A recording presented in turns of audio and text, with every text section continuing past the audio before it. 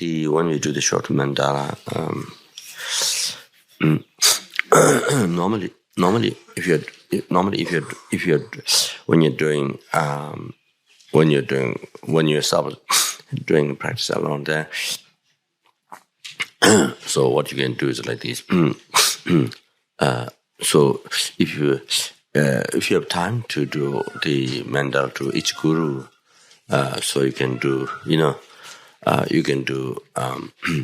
all the gurus. How many gurus one has? So one can do the short mandala to each guru, so that can be done. But when you don't have time to offer, if you have many gurus, and if you don't have time to say offer short mandala to every guru, then you see. So you can do like this, offer 3 or 4 or 5, and then you see, then maybe tomorrow then you see, you can do the next gurus. You see, the ones you didn't get to offer. So if you have many gurus, so next 4 or 5 gurus, then next day, so anyway they're all one. So it was so good to cover, can cover like that, and then in this case like this, there in the book, I think from International Office, put that way. You see, the what's the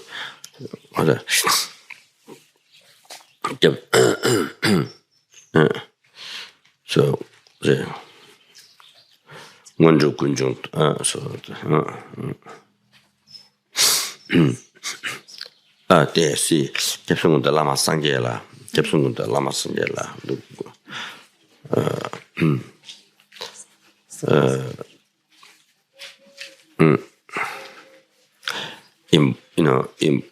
say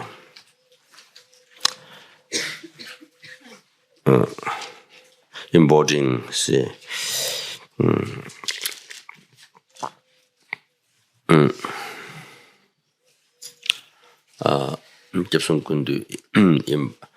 embodying all the object of refuge.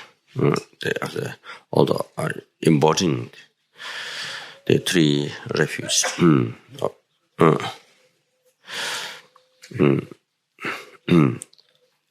Lama Sanjala to the Guru Buddha. So,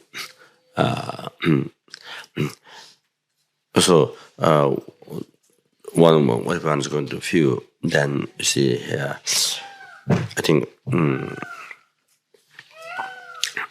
so I guess, when you're doing individually, then first you offer the root guru. You see, the first things you offer to root guru, like that, and then so. Then next one, then you see, then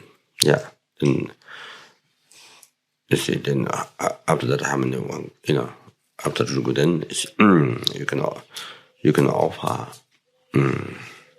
according to say the different times you met gurus. You see, so after according that, you can offer this. Well, in the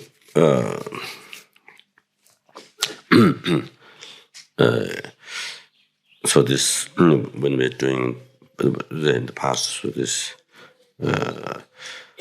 the graduate, so they call who met the first and then second, third. So you see, so you follow according to that. So then when the last one, then you see Lama Sangyala, so Mr. Off. Then you see all the rest. Then you offer Lama when you say Lama Sangyala, see all the gurus, Lama Sangyara, the last one, number 50 or 40, whatever. And then Lama Sangyara said, for also such thing. So, thinking, looking, meditating, looking at the Buddha.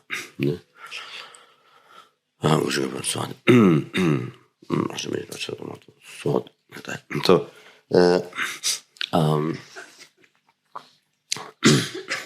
so you see, and say,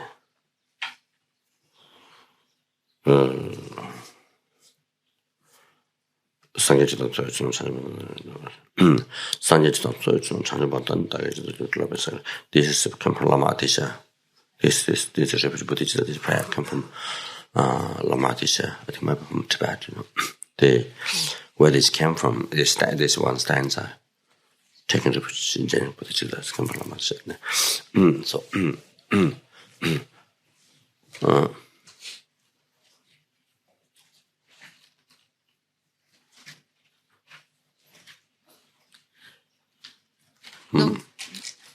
Then, then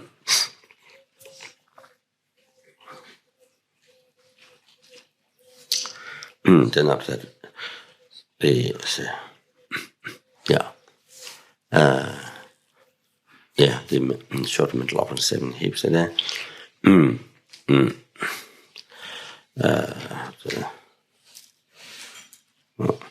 then they want to say to the guru, say, then is offering to the guru that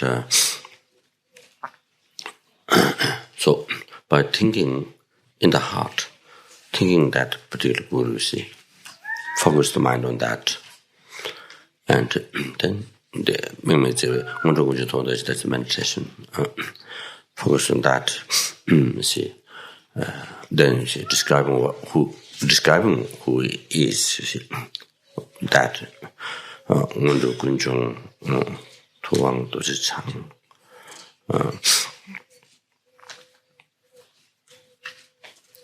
originator of all the attainment, all the realizations, you see, Undu Kunjung,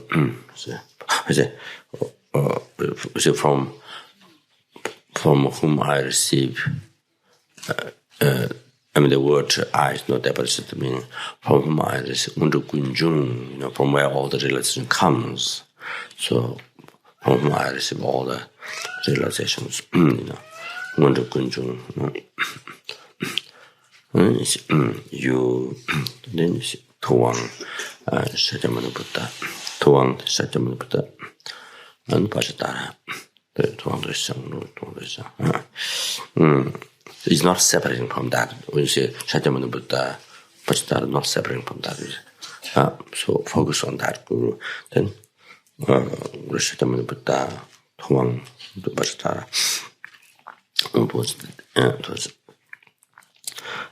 You see, here, not saying that the aspect is that, it's talking about the essence. Then non-object fine. Genesis. So, which means you are the essence of all the Buddha's compassion.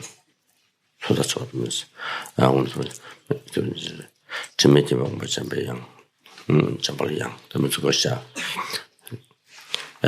has the stainless understanding. So, so which means that when you say this is Jambal Yang, that means you are all the Buddhas, you see, stainless understanding. So it means that the owner of the secrecy, destroyer of the host of the Maras, all the host of the Maras, you are that, so that means you are all the powers of the perfect powers of the numberless Buddhas.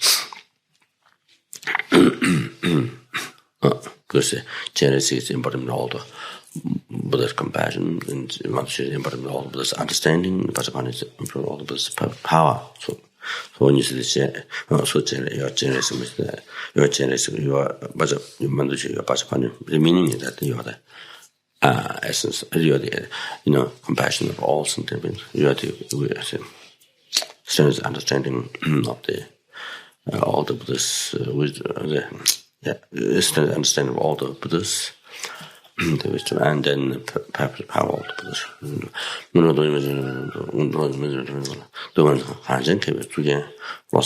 So you are also the Losang Takpa,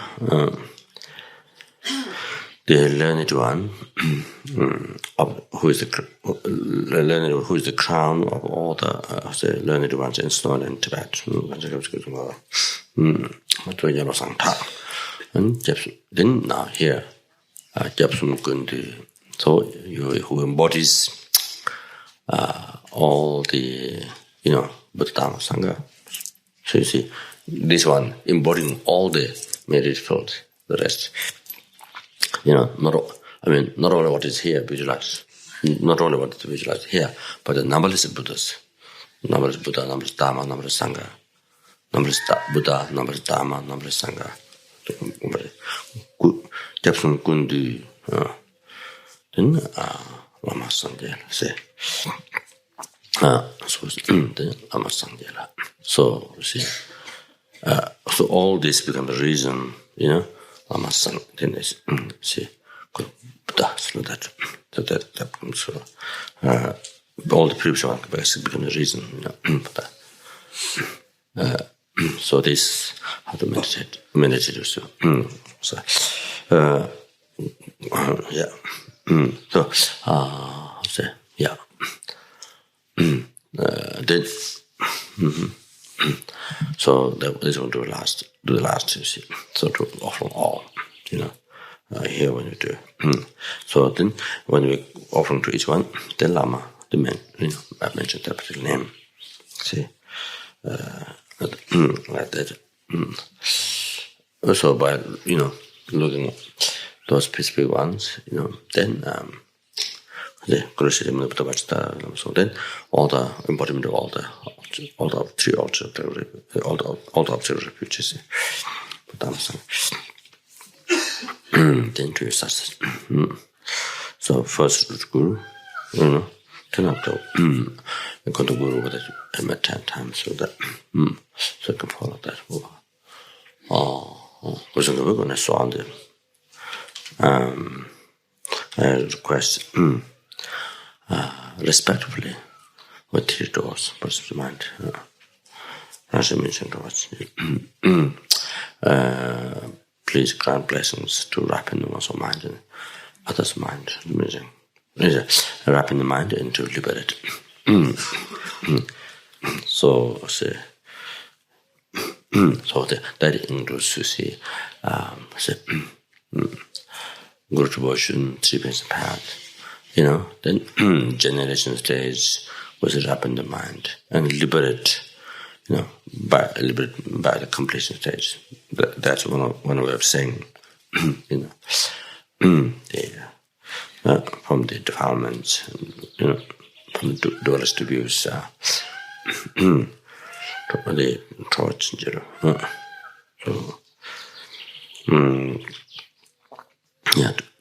to liberate in that way. So Raja means ripening and liberate to say question blessing for that. So please say ground common and sublime realizations. And then may I quickly become like you.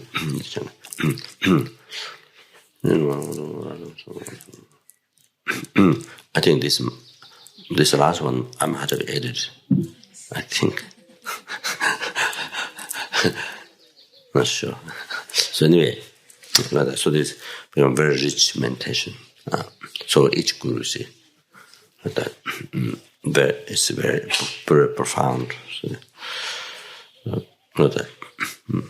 So then after idam guru dayam after finish, then the replica of Guru absorbed within you. Replica of Guru with all that qualities, you see. Being all that, being embodiment of all that, see, with all that quality, then absorbed within you. Then you receive all that. So this is the this is the idea. This is the anyway. Like that. Yeah. Okay. Yeah. Please go on. Yeah. So this is his own second. This is where this practice, this formal practice came. It's his own second century Rinpoche, who is incarnation of Mapa, Milareva's Guru Mapa's son, Dhammadodi. And the great, unbelievable Lama is also his own teacher, Guru. From whom he received the commentary teaching on the Lemma path to enlightenment. Lama is teaching and other initiations like that. So it's a great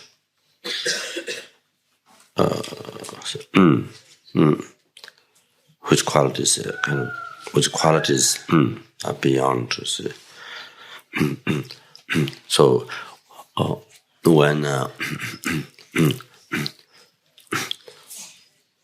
those times where there's a lot of Sangha, I think the Kapan's maybe 7th course or 6th course, I don't know which course, so many Sangha, where there were so many Sangha, but Nepal's government made very strict and didn't grant any extension, so everybody were kicked out.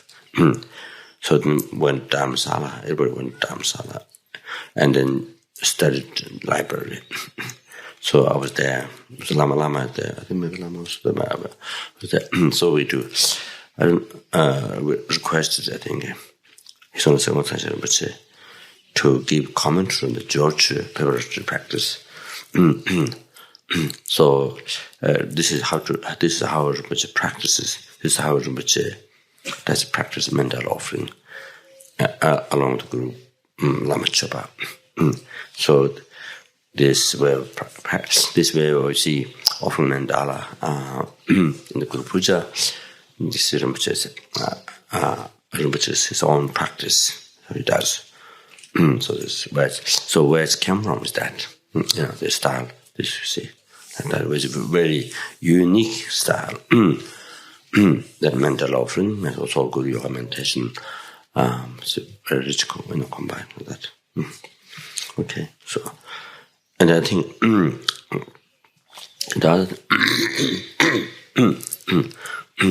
the four when you do four imageable thoughts, I think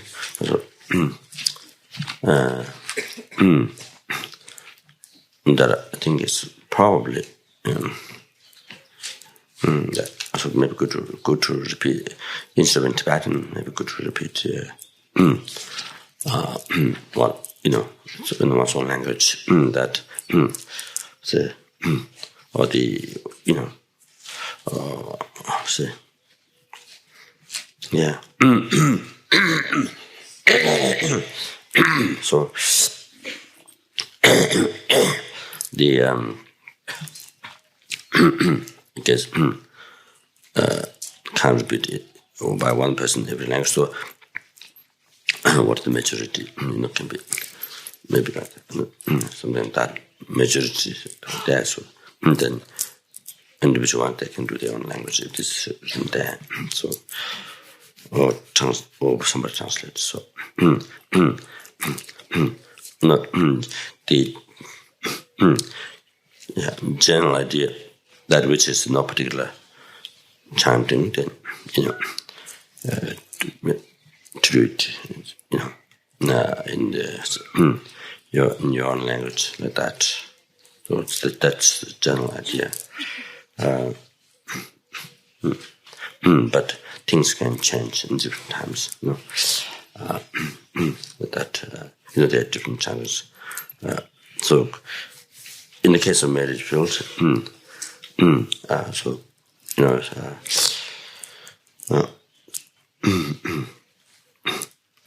there's a long way to do. I say slow way, the middle, the short. So that's. However, sometimes the reading in Tibetan it helps. There's certain part when you read in Tibetan, the very secret part. When reading Tibetan is when there's a part very secret. Then when you in the public, when you do a Lama job in public, then very secret part you read to Tibetan, then people don't read the secret part. You see, well, I'm not sure anyway. If they do the Tibetan part, then if then they don't read this. Well, maybe they don't. If they don't read the secret part, then it's not. Maybe I don't know. But maybe it helps not revealing secrecy. That's what this sometimes I should think that way. In the public, general public, you see, certainly with the secret, very secret meanings there. But in Tibetan, that becomes not revealing secrecy, something like that. Yeah, but I don't know what they know the meaning from that or not. But there's sometimes maybe there's some advance like that. Yeah, but yeah. Anyway, just what I was just explaining, just saying what I think. Sometimes there's some advantage. So that's all. That's it.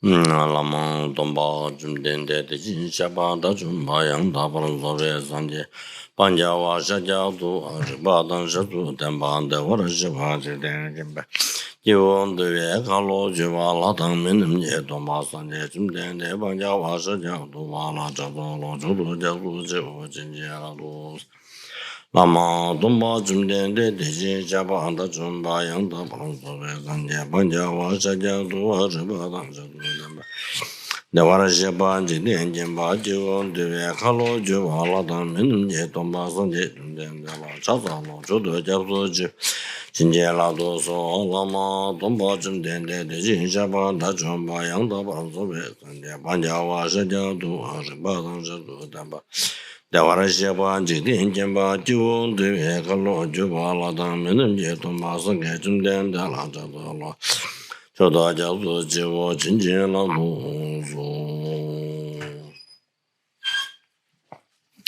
Daya tayo mune mahamuna yesu Daya tayo mune mahamuna yesu Daya tayo mune Mahamuna Yesu Daya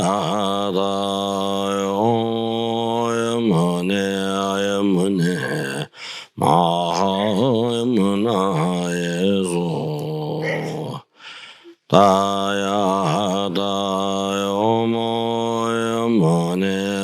Mune Mahamuna Yesu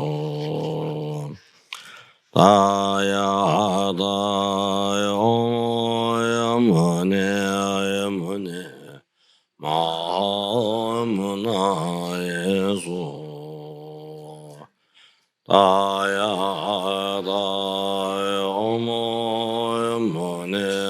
mune mahamuna Yesu Daya mune mahamuna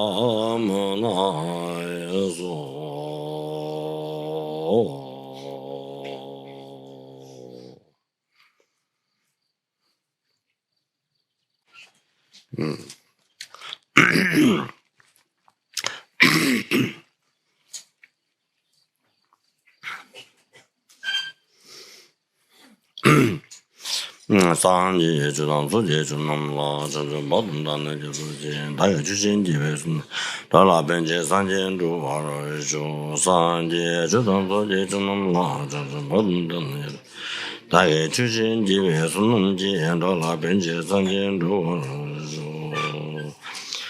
상지 주당 소제 주남라 전전 모든 단의 주제 다의 주신 집에서 달라벤제 산jen주 와로주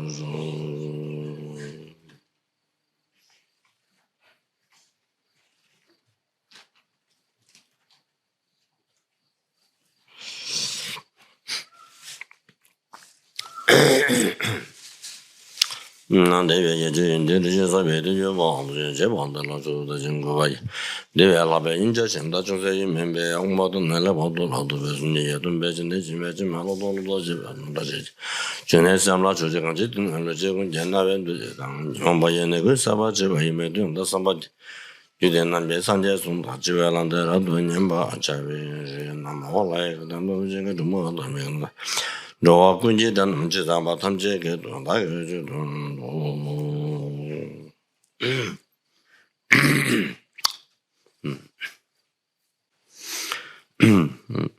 Then I generate a master achieving enlightenment for the benefit of all my kind and other sentient beings from whom I receive my past, present, future happiness, realization, and enlightenment. And therefore, then I'm going to listen. Teaching. So,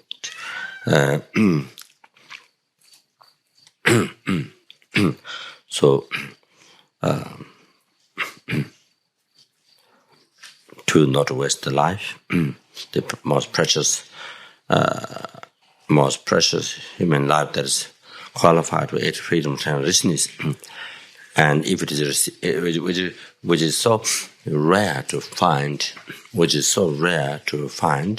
to achieve, but once it is found, it which is great meaning, one can achieve any great meaning. Happy, you see, happiness of whatever happiness of future lives, all the coming happiness of all the coming future lives one can achieve, and the liberation from samsara, that ultimate happiness, that great meaning, and third, the ultimate happiness, the full enlightenment, cessation of all the mistakes of mind, and completion of all the realizations one can achieve, and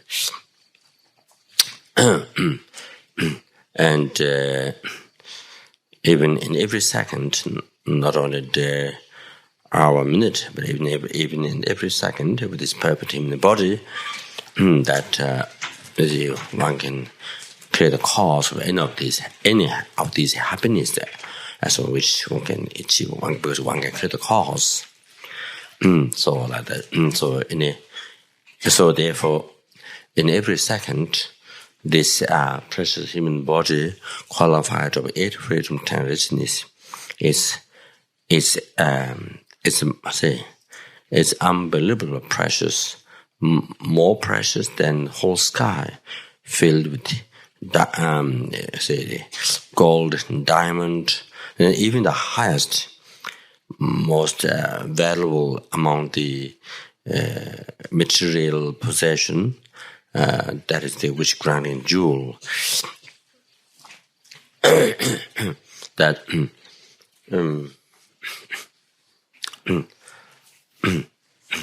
that in the past,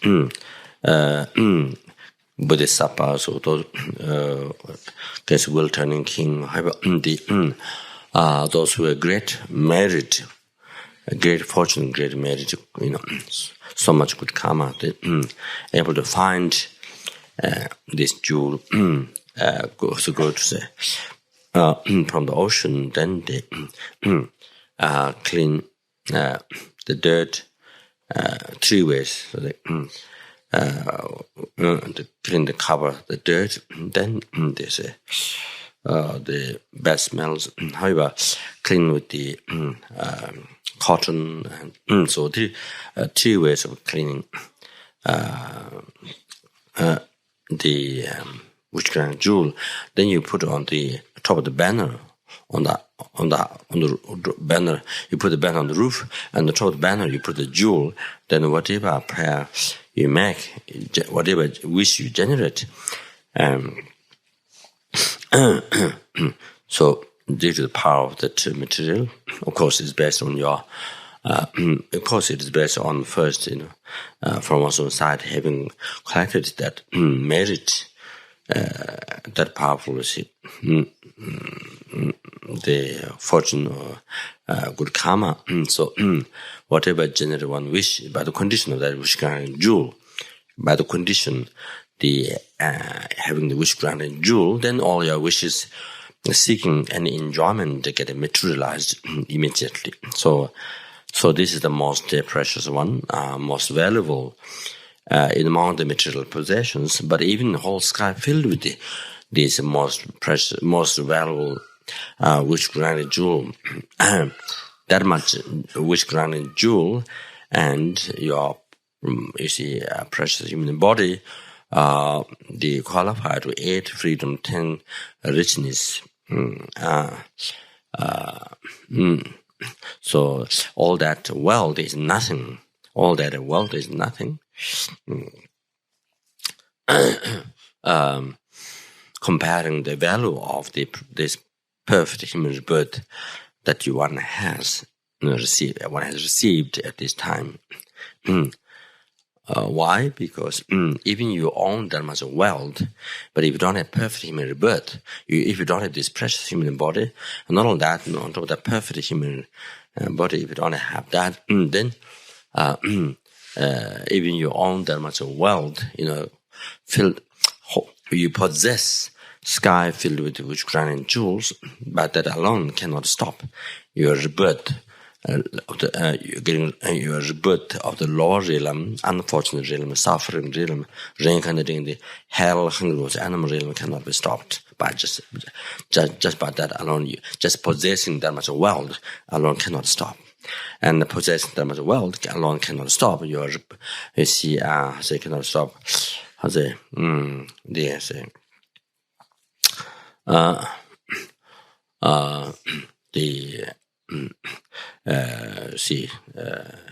Cannot that alone cannot stop rebirth in samsara, cannot achieve liberation from samsara just by that. Just you possess that much wealth fill the whole sky alone cannot, and that you want to possess that much wealth. Sky filled with witchcraft jewels cannot, that alone cannot make you to achieve full enlightenment. So, but even you don't own, one tiny jewel or even 1 rupee, but if one has perfect image birth, then you can say that gives all this opportunity. You can using these to practice Dharma, then you able to stop rebirth in the lower realm and able to have a higher rebirth, pure land rebirth, to be able to be born in pure land of Buddha, where there's no sufferings and all the human realms. Again, to be able to have perfect human rebirth, and to achieve liberation from samsara, and to able to achieve full enlightenment. All that can be done. With this perfect image birth, if one has this, perfect image birth, as I often say, like Milarepa or many of those, or even those who achieved full enlightenment in a brief lifetime of degenerated time, within some number of years, those who achieved enlightenment then didn't have even 1 rupee with them. Leave aside the jewel, you didn't have even 1 rupee with them, but they used the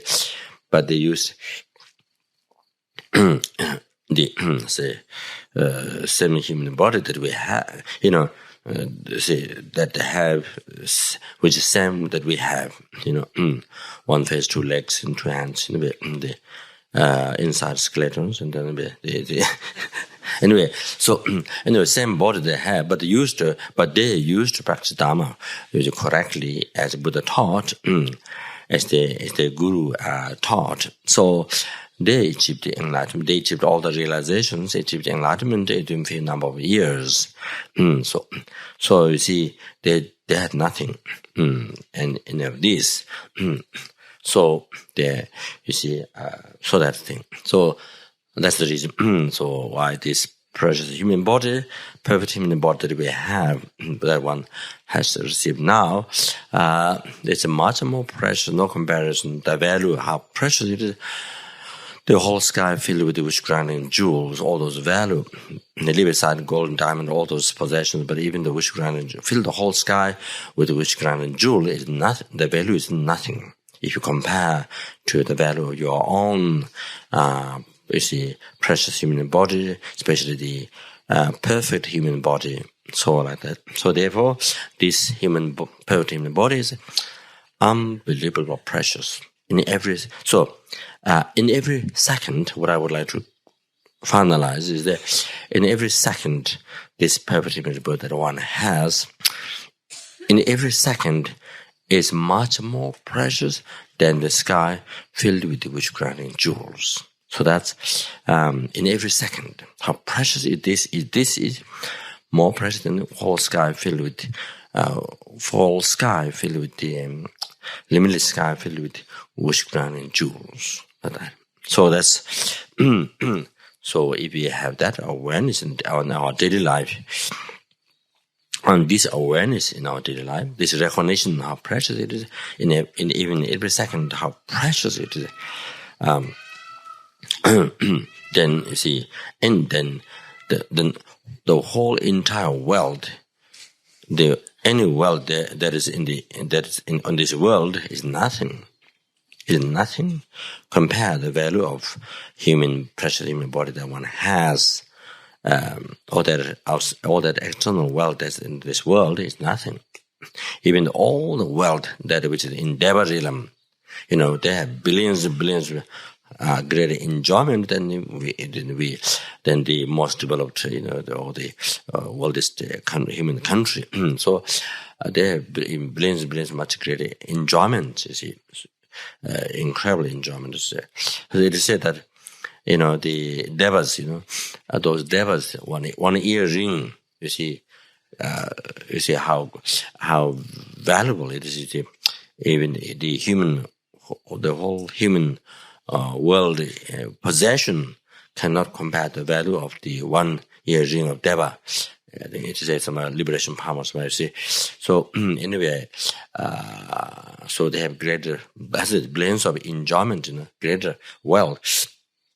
But however, you see that it's nothing compared to your precious human body and the perfect human body.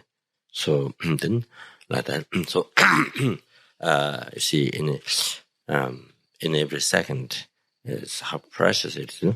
So all those rest, all those other world enjoyment that I mentioned, human being, Devarism, fill the whole sky, which ground to all this, nothing. Completely, the value is nothing. So, yeah. So therefore,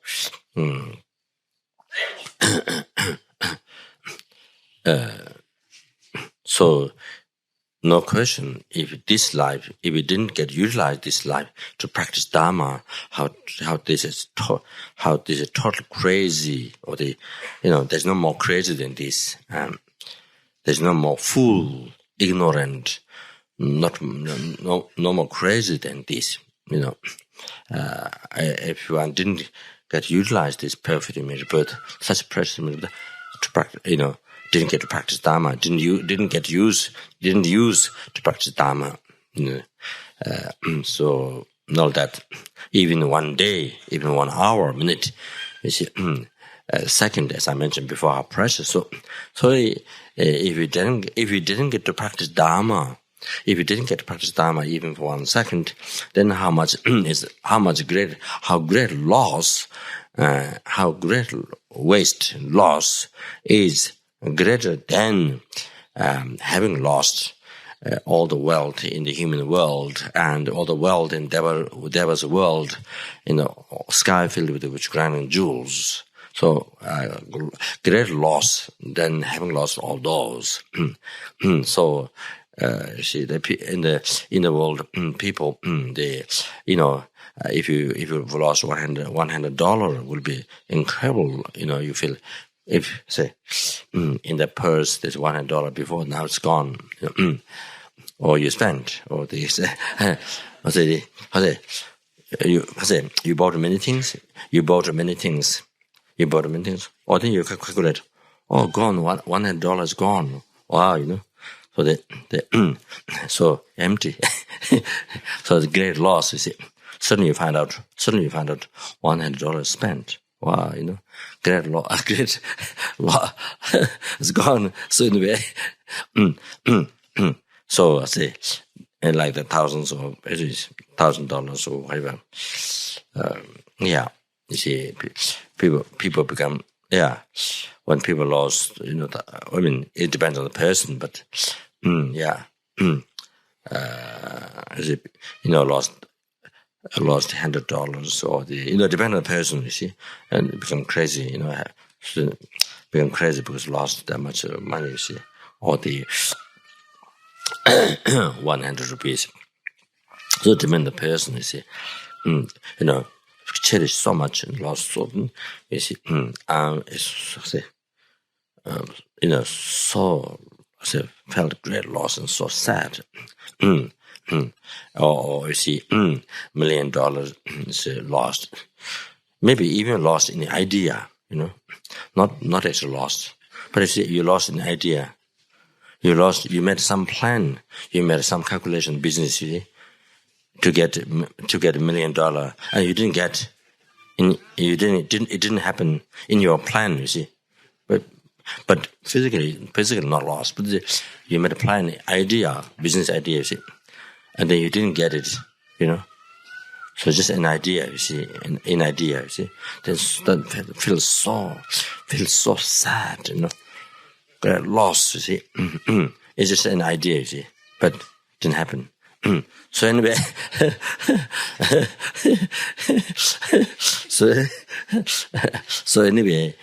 so see this. If you are becoming so sad, because here you see, because here, so why you feel so sad and so feel great loss? Why? That's because the money is, because you have realization how the money is so precious, Because you have realization of how the money is so precious. You have this feeling that the money is so precious, so precious. So because you can survive with that, or you can get things. You see, so you have a feeling of so precious. But the human, even though wasting, without practicing Dharma, wasting human rebirth, so the precious human body or space purpose in the body, wasted the whole life. Doesn't waste. Leave aside. Wasted it for 1 second. How's great loss? In reality, great loss. Then, as I mentioned before, all the world, human realm, Deva realm, and then sky filled with, you see, gold, diamond, even with grand jewel, as a greater loss than having lost all that. But you see, even for a second, you didn't get practice Dharma, unable to keep the mind in Lamrim, unable to practice Dharma, which means unable to keep the mind in Lamrim, in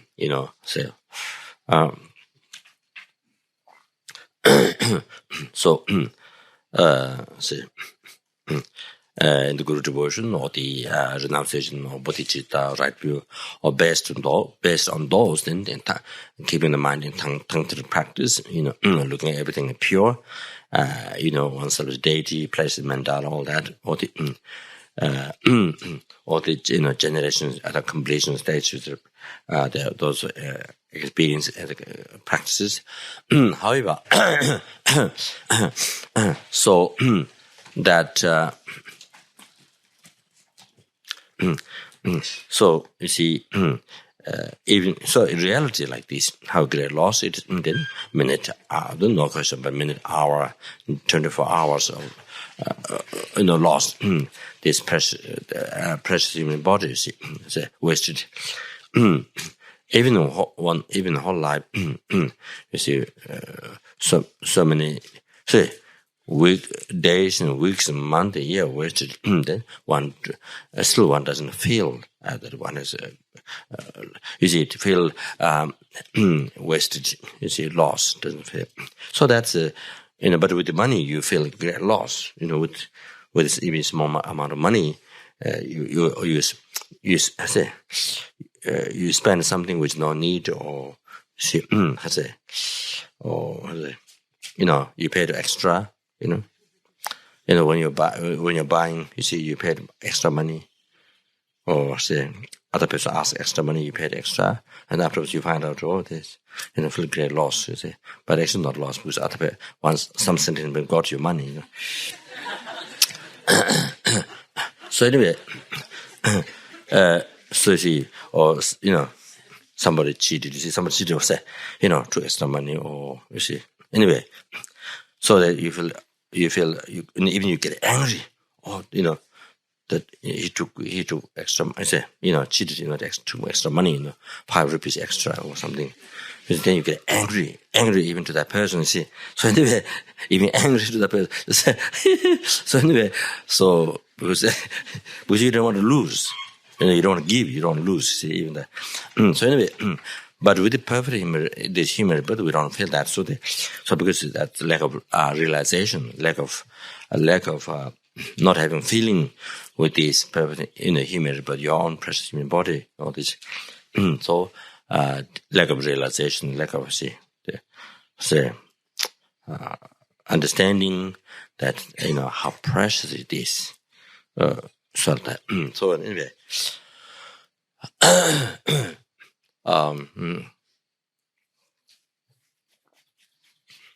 Yeah, so therefore, every minute, say,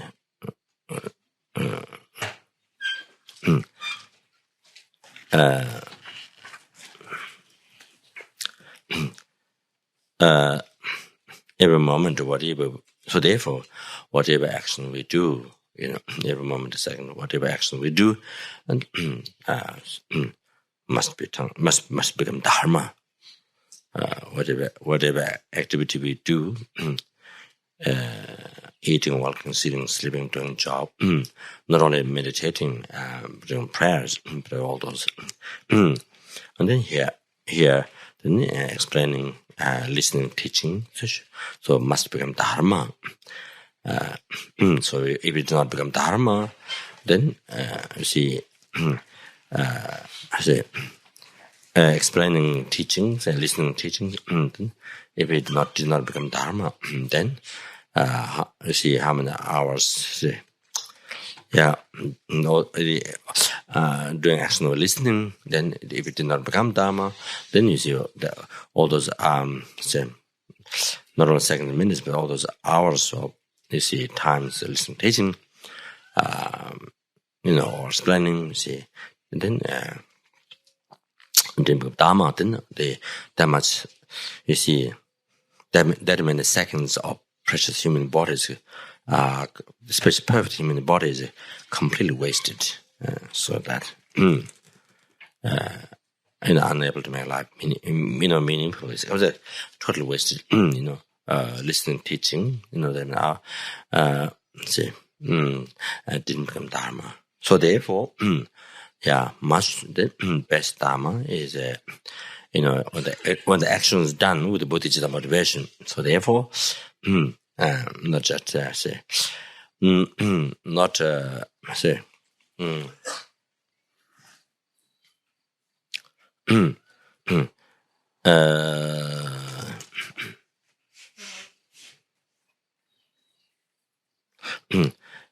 even it,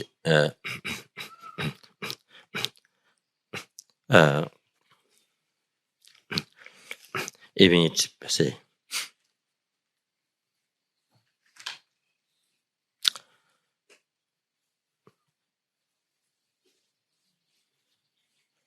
So first of all, the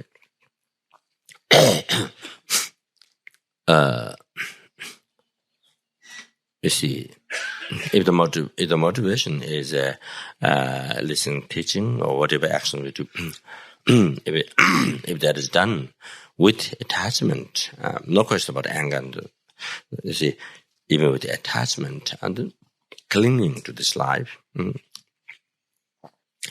that either looking for power, or reputation, so forth, that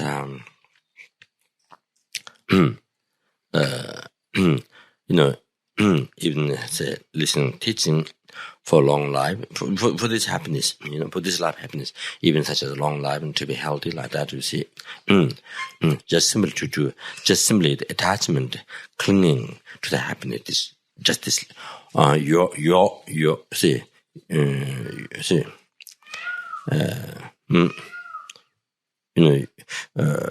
attachment, clinging to one's own happiness, and even that is this life, one's own happiness, but even that is one's own this life.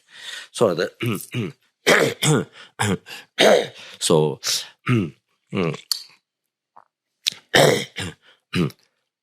so that is total.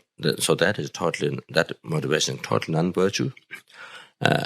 So therefore, the action, listening Dharma, it gets transformed into a non-virtue, because the motivation non-virtue. So therefore, you see, the result doesn't have. There is the motivation that then there's a result, and then also doesn't have a happiness. So that even though it might leave imprint, because if the teaching is correct, teaching of Buddha, then it leave positive imprint in the mind, even though it has that effect. For similar that, for example, if we take the medicine with attachment, for example, medicine, even though it cures, it heals your sicknesses, but your action, even though it does benefit, heals your sicknesses, but your action taking treatment, it's become like karma, because the motivation is a non-virtuous action. Because the action has some benefit, doesn't mean it becomes virtue. It is not defined by that. It's defined by the motivation. So, for example, if one is making charity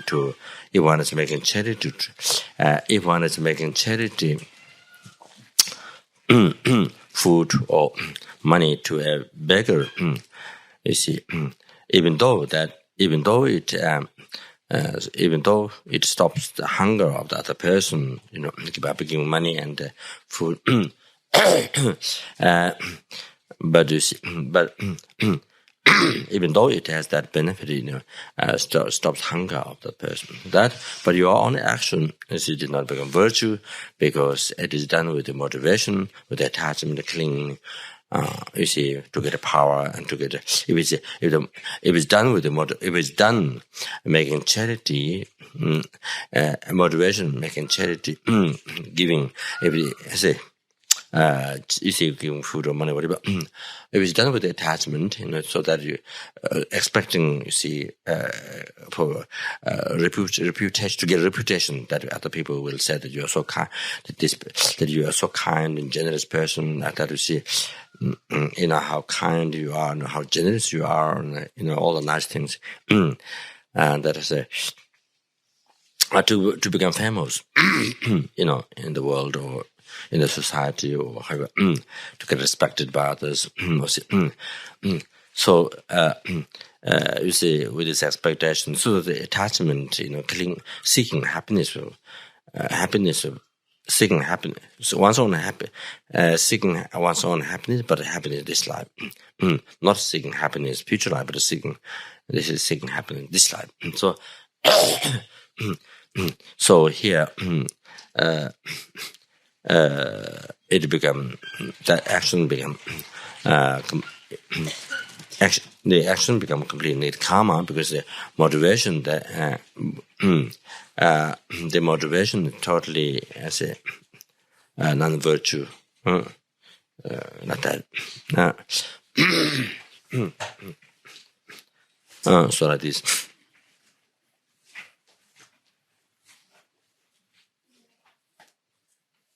So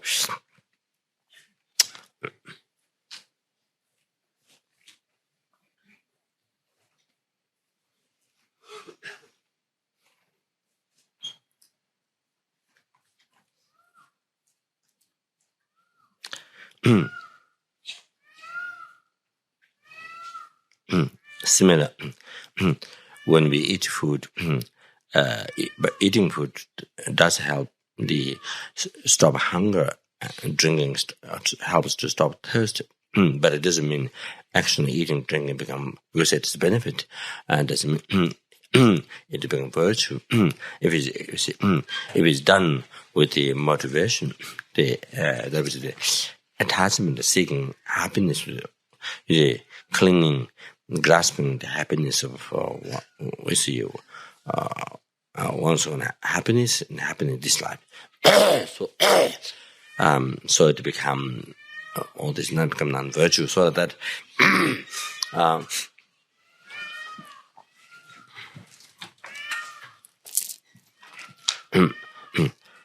so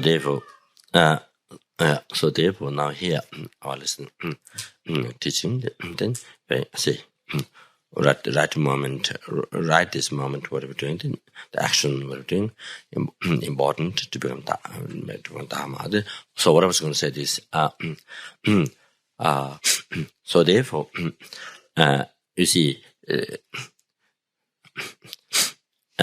because the motivation did not become Dharma, you see, so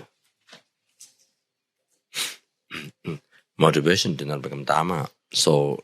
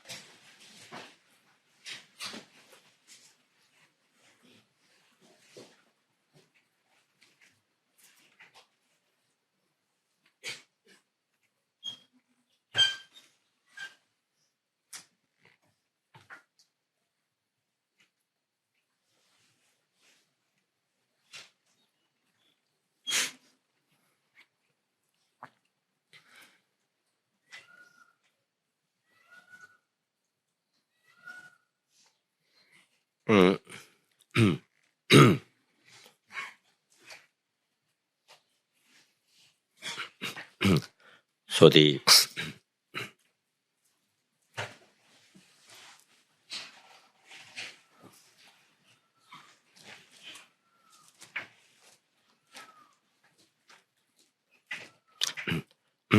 usually the definition of Dharma that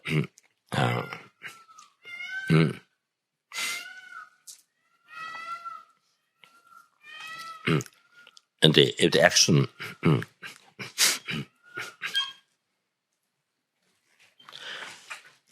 if it is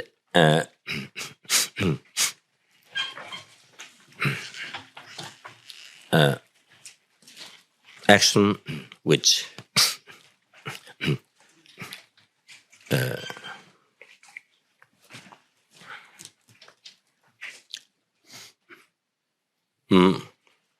so or see action or see also an attitude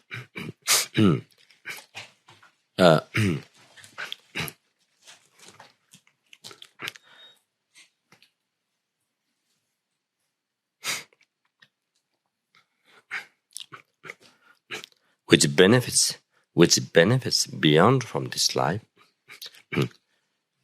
you see, which benefits the future life, which benefits beyond from this life, then that is Dharma. That is one definition. The other definition is that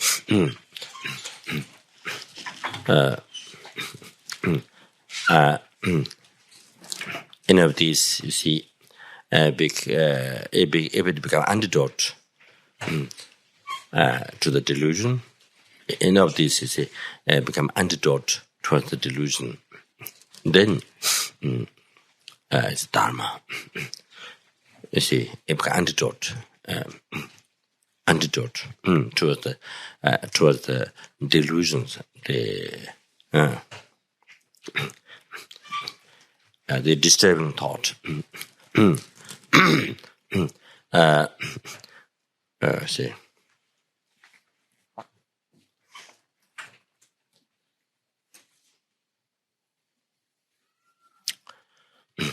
You see, the thought that which does function disturbing to one's mental continuum, thought that which you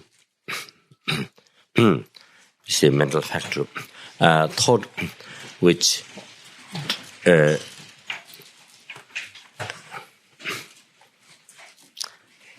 makes say mental continuum unpeaceful, thought which disturbs, or thought which makes the mental continuum unpeaceful. That is the meaning. That is the meaning of delusion. Nyamongpa, in Tibetan Nyamongpa, in the language Nyamongpa, Lama Tsongkhapa. Definition of delusion is Nyamongpa, the disturbing thought. So,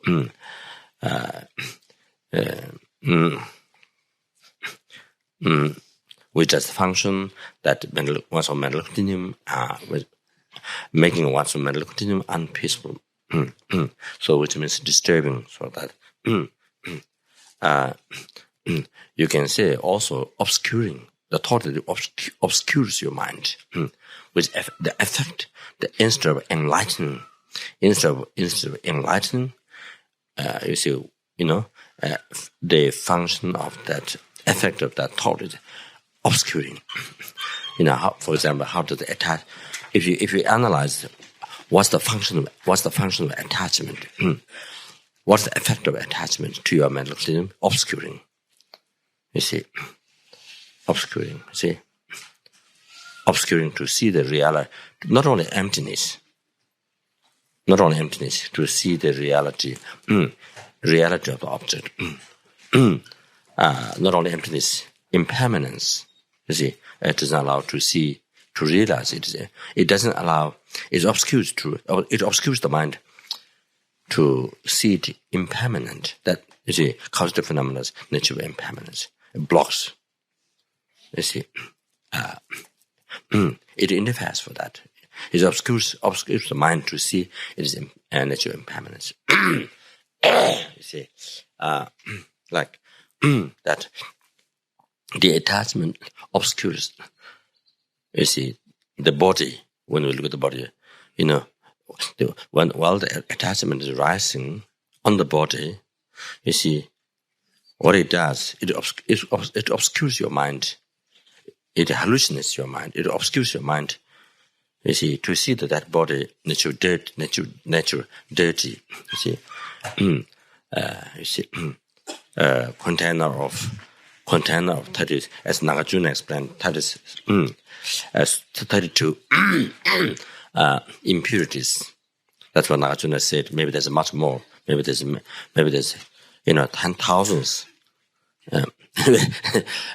As Nagarjuna said, 32 impurities. However, so you see,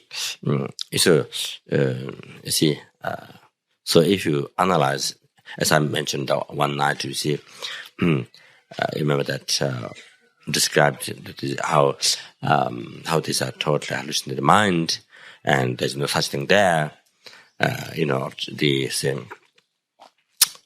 What attachment believes, what anger believes, is not there because it's all built on the basis of, in the view of ignorance,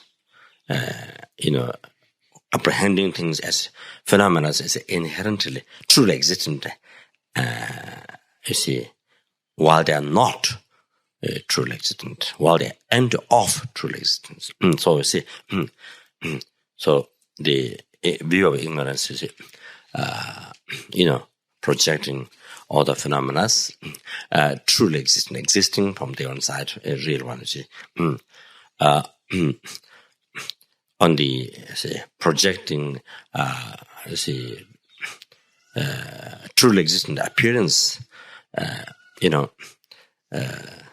something real one existing from there, something real one appearing from there, projected in a simple expression, how things appear. You view you see how ignorance believes that that there's a real thing there appearing from its own side, like as it's talking to you, like you see. When you look at this bell, you see, looks like the bell saying, "I'm bell." You see, from its own side, I'm bell. I'm Bajra. It's like saying from its side, talking. Or this, I'm Damaru. So I'm Damaru. So from its own side, anyway. Oh, they like that. So wherever we look at, looks like it's talking to you, say, or kind of say, advertising to you, say, that I'm this. So you look at the flowers, I'm red, I'm yellow, kind of from its own side, we say, real yellow appearing from there, real red appearing. So,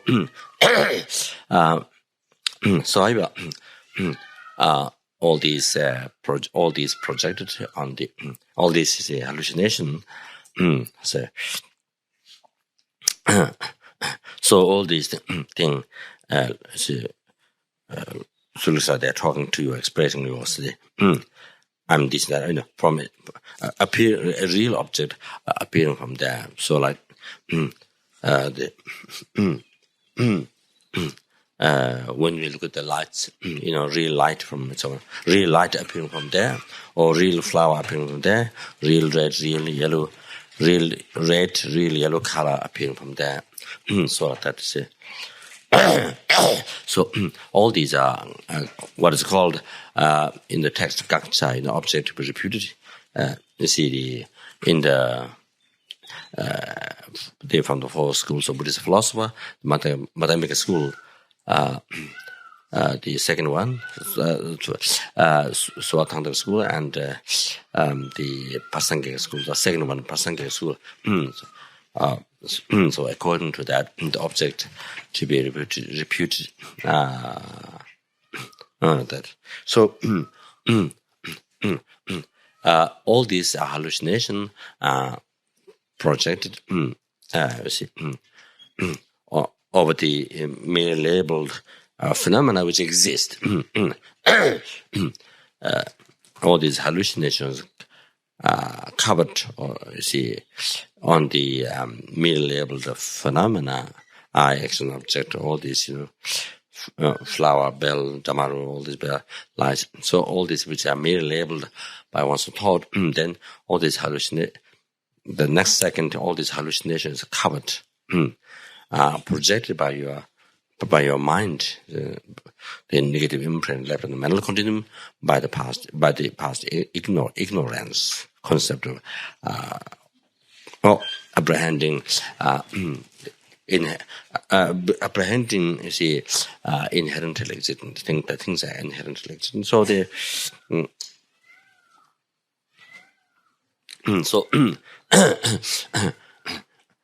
so what I was saying is, you see, so this ignorance, so you can see this ignorance is a nyomongpa, disturbing thought, you see, because what it does to your mental what it does to your mental continuum, if you examine the effect, this ignorance effect to your mental continuum is, you see, is disturbing, unpeaceful, and you see, obscuring. Instead of awakening, instead of enlightening, you see, obscuring. Obscuring your mental continuum to see the emptiness, to see that the things exist, the things, and see, Yeah. It obscures, it obscures to realize the view of the ignorance. What ignorance believes, all these things appearing real one from there is total hallucination. You see, it obscures to realize that all these hallucinations as their hallucination. You see, so that's how ignorance obscures your mental continuum to see that they're empty, to see the phenomena as empty as they're empty. You see, it doesn't allow to see the emptiness. I, action, object, all these phenomena. So that's that. So you see, that's the definition of it. That's what you see the delusion there. You see, delusion, the nyamongpa is labeled according to that mental Simjung this mental factor which does that function. Which does that function once a mental making unpeaceful or obscuring. So because this thought does that function, so labeled a nyamangpa, the disturbing thought. You see, I translate the disturbing thought. You see. Or sometimes say disturbing, obscuring thought to put two things together. So it makes more sense when you put both. It's disturbing and obscuring thought for nyamangpa. See.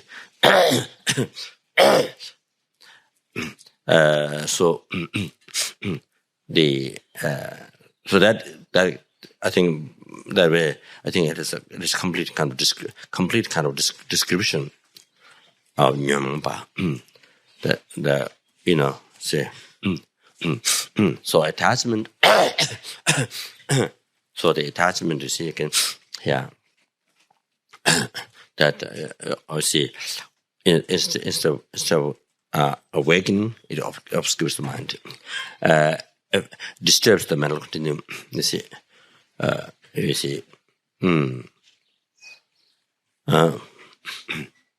makes unpeaceful, you see, and unpeaceful, so disturbs, unpeaceful, obscures the mind. You see, so you see,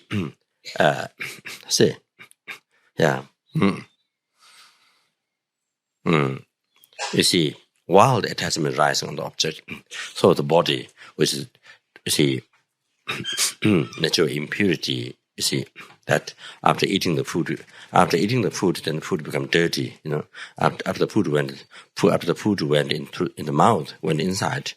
After the food went inside, they become dirty. You see, before it's clean, then after it went inside the body, when it comes out dirty. So you see, the body makes dirty the food. You see, so that shows the body. The body. When we put fruit and when we put fruit in the machine and grind, when it comes out juice, we this very clean. We drink. We enjoy that, So we enjoy that stuff. All the stuff comes from the machine. We enjoy that anyway. So, but the stuff comes after you put the food into the body or others' body, your body, or anyway. So when it comes out, it's disgusting. So, you can't enjoy that. It's disgusting. So that means the body is dirty.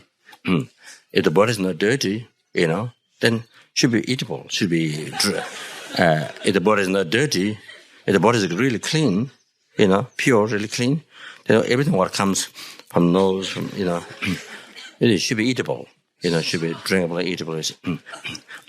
Yeah, so the machine is, you see, that comes from the machine is eatable, drinkable. So it means it's not dirty, the machine, you see. So prove. So from normal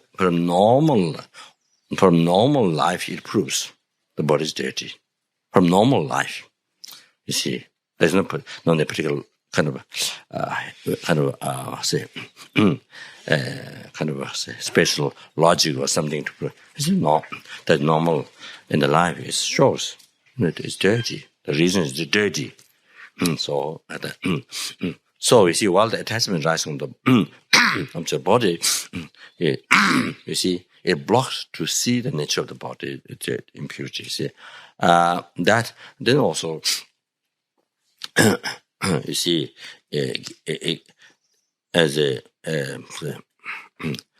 its own. It has this.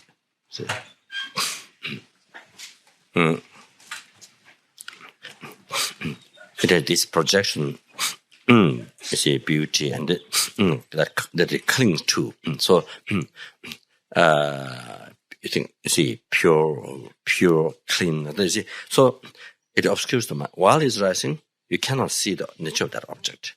You see, then also while the attachment rising on your attachment rising, the feeling, you see, the samsaric pleasure, or you see, samsaric pleasure, the samsaric, you see, pleasure. So that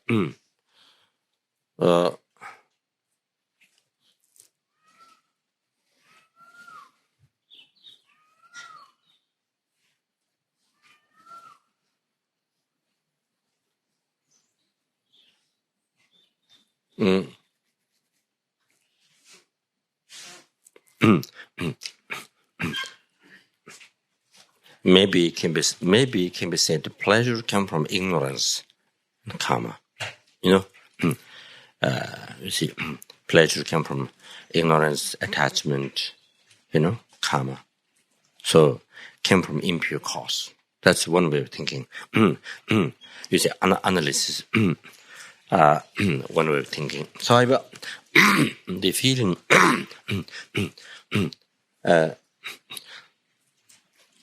you see, label pleasure because another suffering, another great suffering stopped. Because the action which compound that suffering stopped. Or they're sitting, or they're standing, or they're being exposed in the sun, or in a cold place, shade, in the shade, or you see, cold place. So the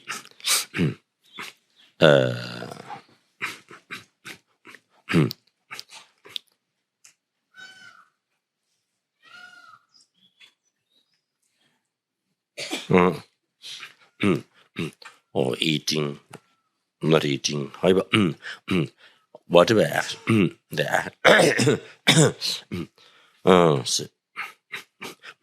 or swimming in the water, you see, whatever the action, let's see,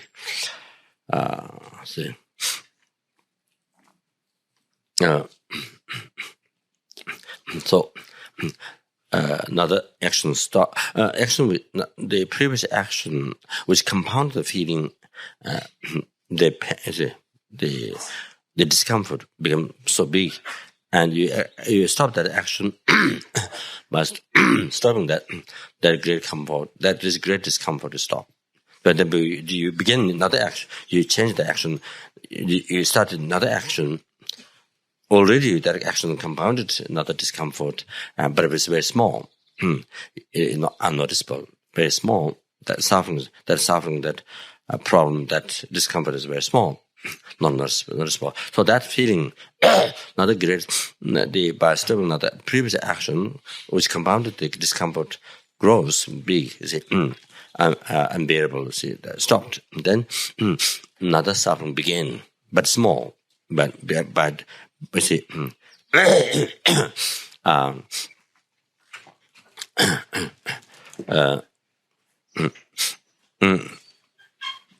by the minute that the action, that the second action is done, that this discomfort, the suffering, see, the problem started already. right after the second of the action is done, started. So, but it's more unnoticeable. So that, on that feeling, then also mind the label pleasure made up, relating to that feeling, then the base on which you label pleasure.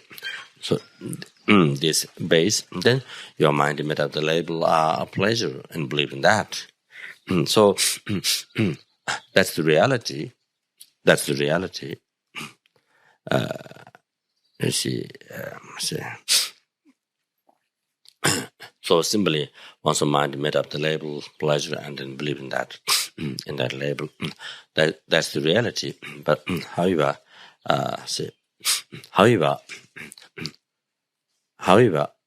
that again here, this is useful. This analysis that you see, because of the that's the.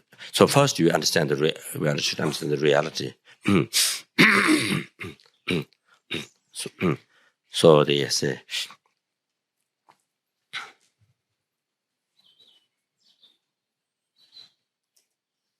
for example, when your stomach is very hungry, even though the food is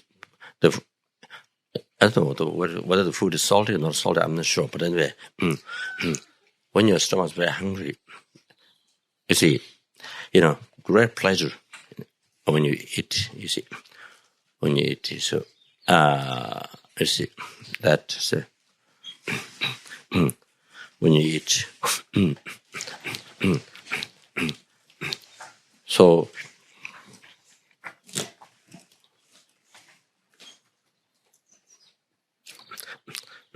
the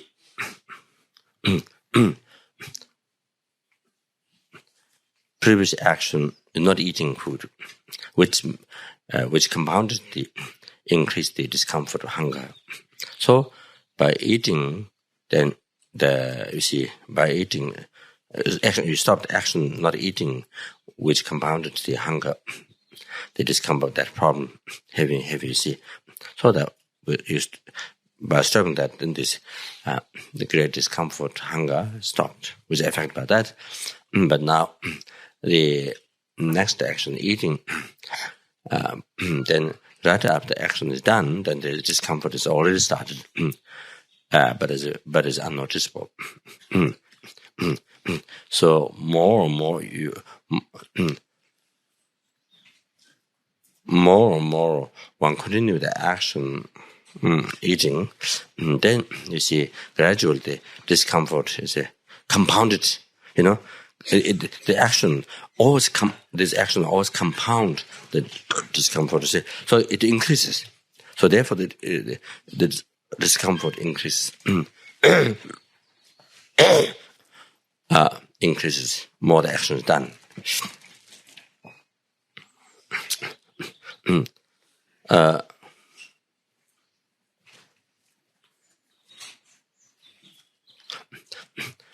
Then later, then more the action, more you continue the action, then you see, discomfort is increased, more noticeable, increased. Then it become unbearable. You see, when it becomes very gross, it becomes unbearable. So then also the beginning you didn't feel salty, but now you experience more eat, you feel salty or something.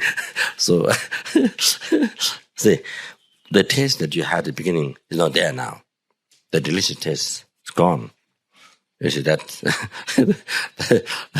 now after eating it's not there. So anyway, you see, you don't experience. So anyway,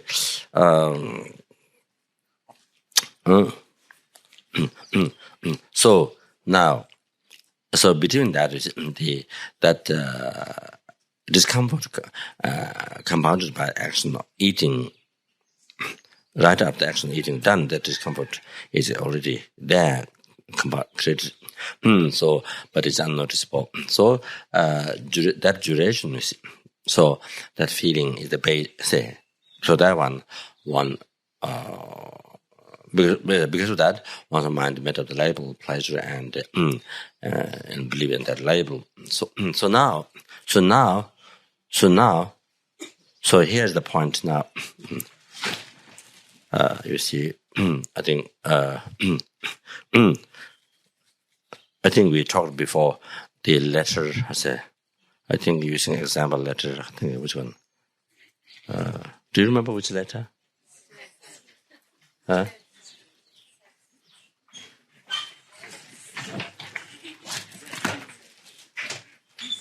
He's gone. What? Where? Oh, yeah. Oh, I couldn't find you today. Huh? What? Which letter? Oh, okay. So anyway, now similar analysis here. Similar analysis here. You see, the reality is that although your mind just made up label pleasure and believe in that. You see, that's simply like that. That's yes. But then you see here now. The interesting thing is but now the interesting thing is, for example, you see, maybe I've mentioned that Z first. Back to Z again. So after the person introduced to you, teacher or whoever, that this that is design. You see, you see in blackboard. Then after you are introduced that is Z by the teacher, and you see at the beginning you didn't know. You have no idea that is Z. That is Z. You don't see that. Your mind hasn't labeled Z. And because you didn't know the label, and you're not interested yet, and you haven't labeled Z, and you don't have appearance that is Z, because your mind hasn't labeled yet, so you don't have appearance that is Z, and you don't see that is Z. So therefore, so the minute when some other teacher introduces you this, by pointing the design, that line is drawing. So this is Z. Then your mind follow to that, and your mind also label by seeing that line, like this. Then your mind label. By following the other person's, introduction and description, then your mind. So by your mind seeing your, you see your sense of eye seeing this, then your mind made up the label. Your mind just think. Your mind just think the label. You see that and believe in that. You see. So, reason by seeing that line. Reason by seeing that, then your mind just think. You see, confirmed. Decided this is that. You see, just think in your mind. You see, think like that in your mind. Think. You see, decide this is that.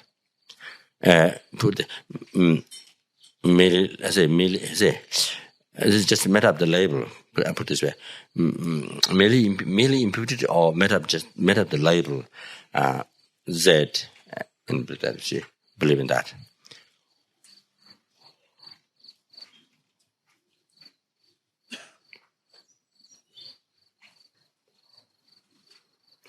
So therefore. Maybe Pastor mentioned that. So therefore,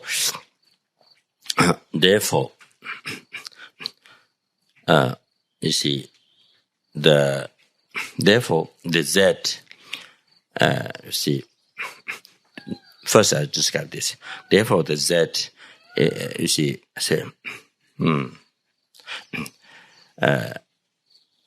there's no yeah. So after that, should do this analysis. On this line, there's no Z. Okay, on this line, there's no Z. On this line, there's no Z. Even all three lines together. See, you can say this line is not Z. This line is not Z. This line is not Z. That's one thing. Even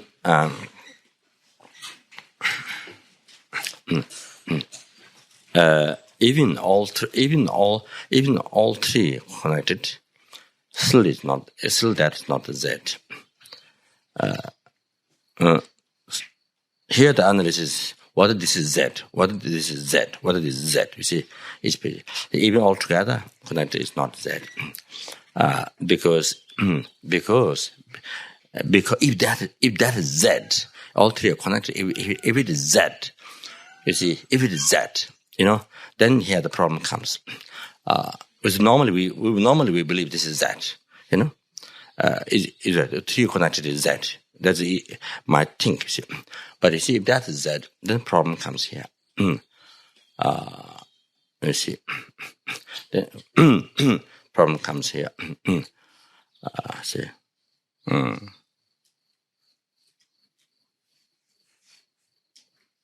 I think I'm probably mentioned already before one time. I think this analysis already.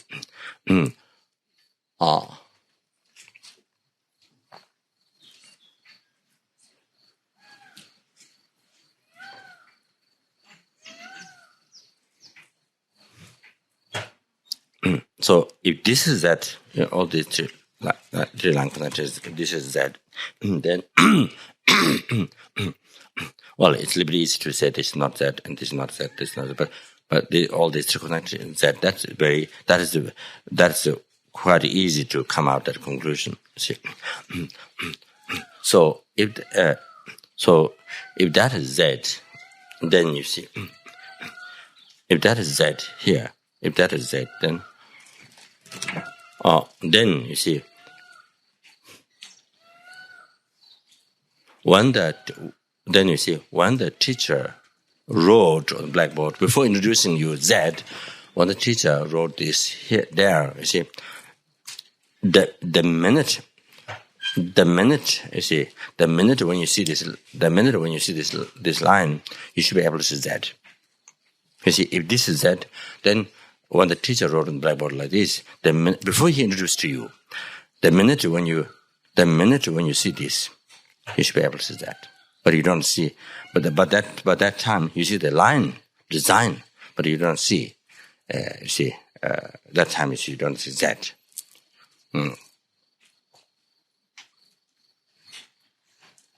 That.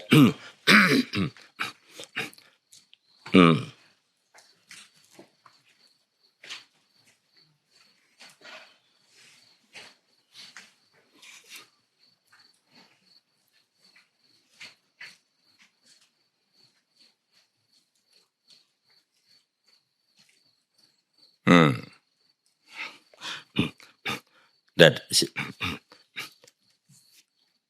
see, for you. So before the teacher before the teacher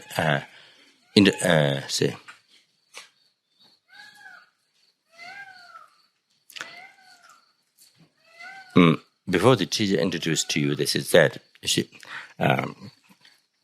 you don't see that this is that, and you don't see because you don't have appearance that this is that, and because your mind hasn't labeled yet that it's that. You understand? And believe in that. Or they didn't happen yet. All this creation, evolution didn't happen yet.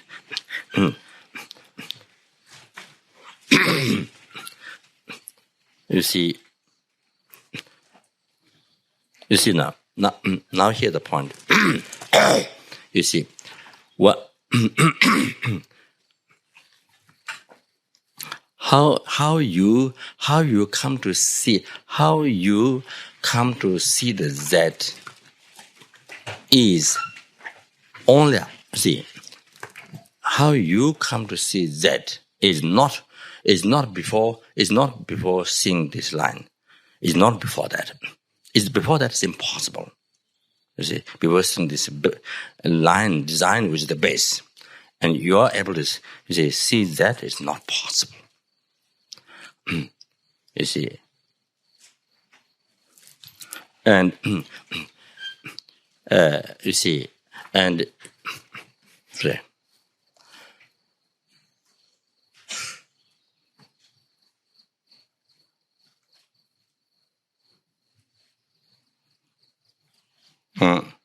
And at the same time seeing this line, at the same time seeing this line, at the same time seeing this design, together you see the base and you see the Z at the same time. That doesn't happen.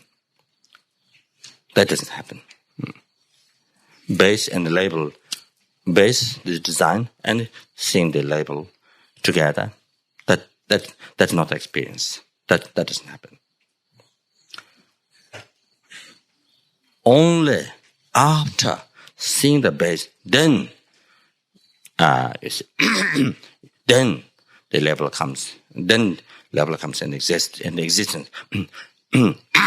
See, first base exists, then the label comes in existence. How? By seeing the base, then your mind made the label Z, believing that appeared Z, then you see Z. So you see, the evolution is seeing the base first, then you see the label second, like that. Any phenomena is like that. So therefore, that is the reason why this line is that together, even that's not that.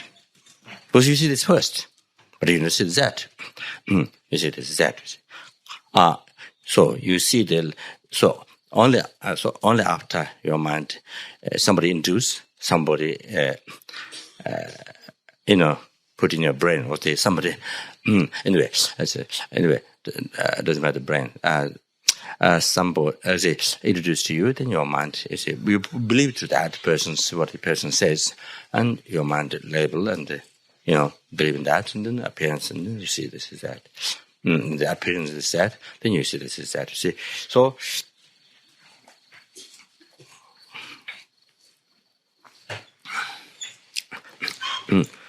so you see, seeing the Z, seeing the label comes later.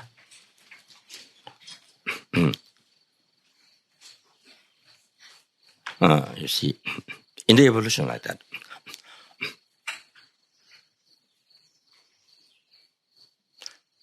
For example, a president, after people voted most, after most people voted to this person, seeing that, then label president. See, so that's the base, and then label then mind label president. Then there's appearance present. Then you see present. So now you see. Now there's one question. Now there's one point you have to concentrate. You have to concentrate. There's one point. So you see. So that now this is very important. This point. If you concentrate on this point, then you understand. Then it becomes very clear. It releases the knot, that confused. The hallucinations of it releases. So you see now, the question: what is it? What it is? What is it, or what causes your mind? This is very important. This is one point. What causes your mind to make up the label Z?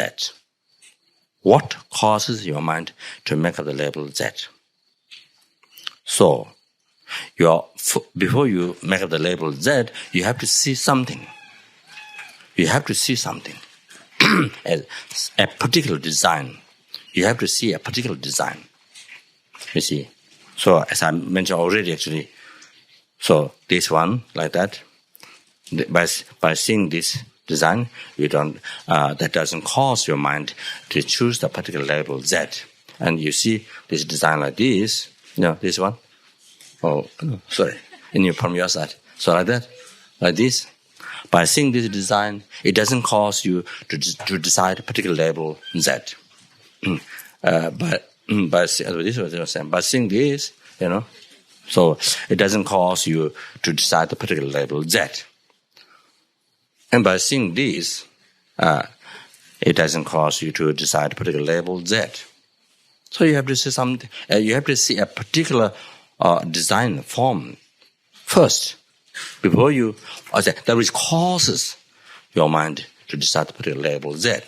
So therefore, so this, you see one. There's different shape of Z, but I think, anyways, this one.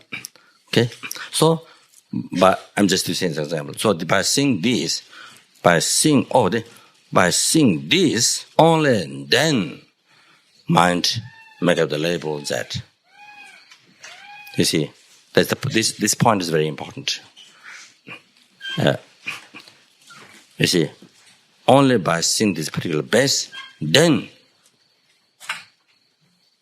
your mind choose the particular label Z. You see.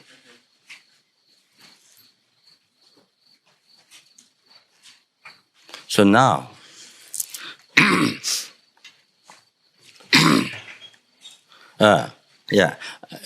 then your mind choose the label Z. Your mind, merely impure Z, make up the label Z and believe in that, you see. So therefore, you see, how can be that there? You understand? Therefore, how that can be there? On that line. You see? This one. On that line, how that can be there? No way. On there, you see. How that can be on this line? No way. And you cannot find Z on this line. Before I was talking, this is not Z, this is not Z, this is all three not Z, you see. Now here the analysis, on this there's no Z. On this there's no Z. On this there's no Z. You see. Oh.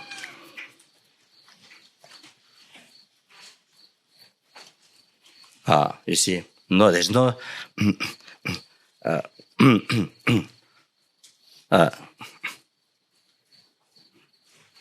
But of course, one should analyze. One should check what is Z not. You see, on this, what is the Z on this? So anyway, so cannot find Z on this. You cannot find Z on this. You see. There's no Z there. Cannot find it. If you look for, cannot find there. Cannot find Z there. But that doesn't mean that there's no Z. You have to understand. That doesn't mean that there's no Z. There is Z. Yeah.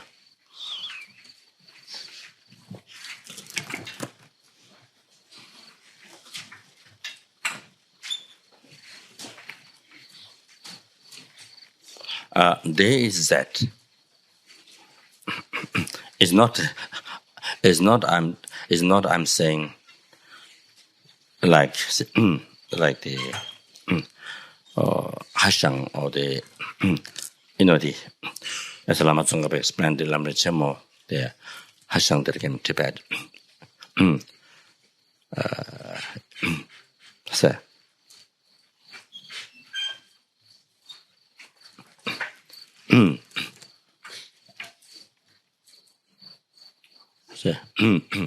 the which is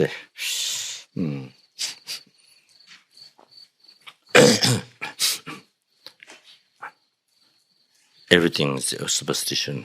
Every thought is superstition. The bodhicitta thought superstition. Selfish, all the thoughts, any thoughts, superstition, so nothing exists. So anyway, nihilism, I'm not talking about that. So, you see, you cannot find that on this. No way you can find that. But there is that. There is that on the blackboard. There is that on the paper. But not on this. Cannot find. On this you cannot find that. You cannot find that on this, on the base, but you can find that, yes, because that exists. What is that? It's nothing. Except what is merely imputed by the mind. You see, that what you find is what is merely imputed by the mind. That's all. What is merely imputed by the mind? What is that? What is merely imputed by mind? Relating to this. Relating because there is line. Because that is line. You see? That.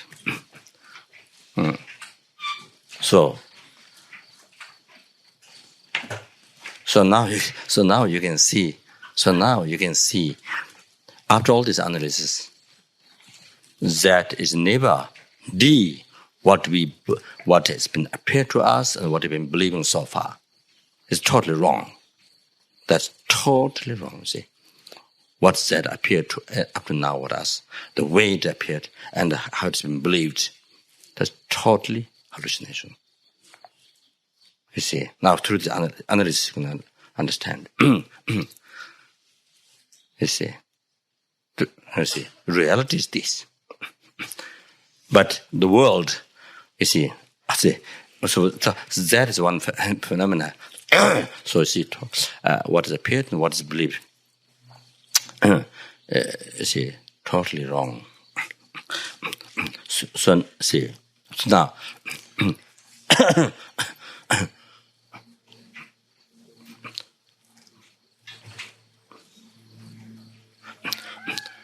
so now you see. So now here. So now here's the point. After that explanation, now here's the point. After clarifying that, then now here's the point. You see.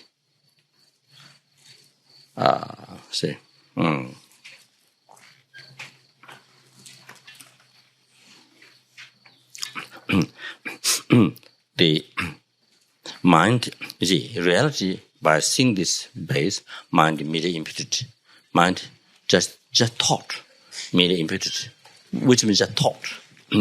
That, as I said, and believing that, you see. By seeing this base. So, now,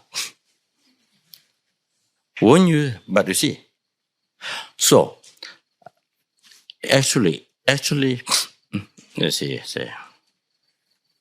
actually, when you see that, according to the way that that exists, when you see that, you should see that merely imputed by the mind.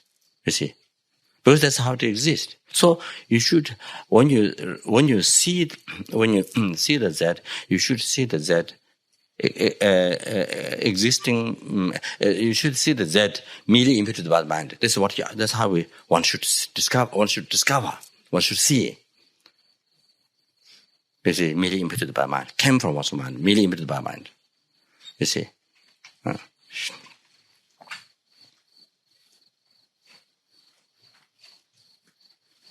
But that doesn't happen.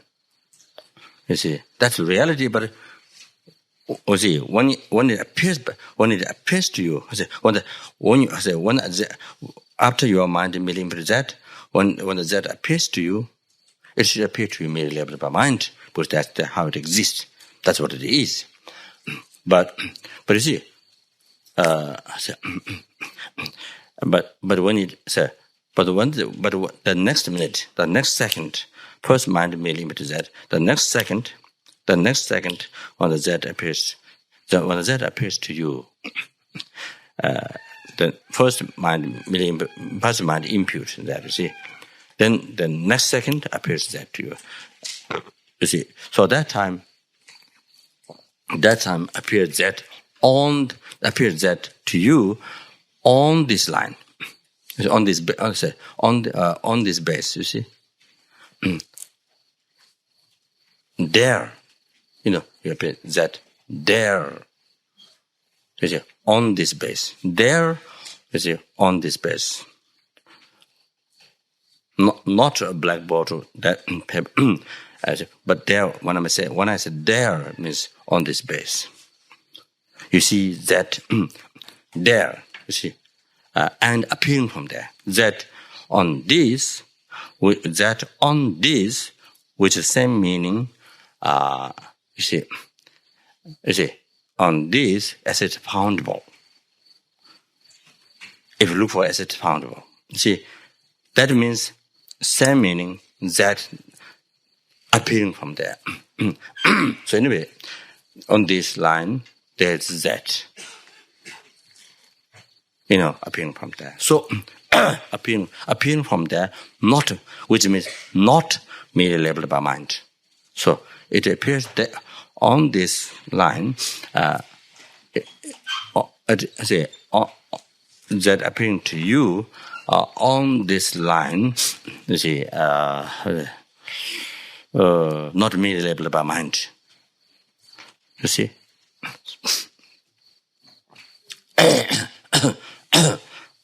So you can see now. That is objectively reputed. The mathematical school, they say mathematical school. So that you see that on this that looks like you can find if you look for merely imputed, but not merely imputed by mind. So that is according to Rangjuba mathematical school, the Rangjuba or the South Hunter school. Thing is correct. This view is correct. You see, this Z is labeled by mind, but it exists from sight. And the Z is on the base. They believe the Z exists on the base, on this base, and it should exist from its own side, and also labeled by mind. But they don't accept not merely labeled. If it's they cannot unable to accept according to philosophy, merely labeled by mind. So labeled by mind, but exists from side, exists from its own side. So, however, the main thing is it's on the base. They in their point of view, it's correct. Correct view. You see, it is on the base, foundable. But however, in reality, the mathematical school, Prasangika school, you see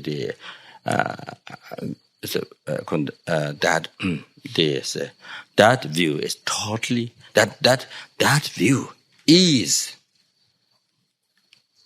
what is object to be reputed by Prasangika school view. You see, what Sautrantika school believe is right, correct, is totally wrong view as an object to be reputed according to Prasangika school. It's not object to be reputed by Rangjuba, the Sautrantika school view. They believe it's correct, but it's totally wrong view. You see, this object to be reputed by you see Prasangika school. The philosopher. You see. So Prasangika, so as I said, in reality, or Prasangika school, as a view, you see, philosophy. So on this base, that there's Z. That is, you see, appearing that and you believe that, you see, believe that by ignorance, that is that one is totally non-existent there. Not even slightest of atom of that it exists there on this base. Totally empty. There's yeah, totally empty.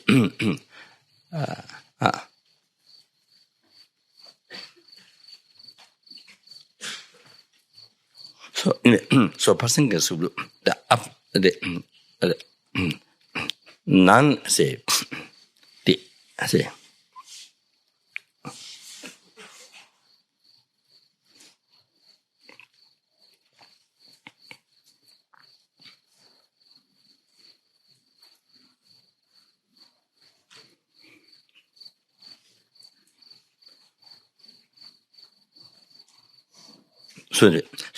So on this base, there is appearing and believe that, you see, to the Z, you see.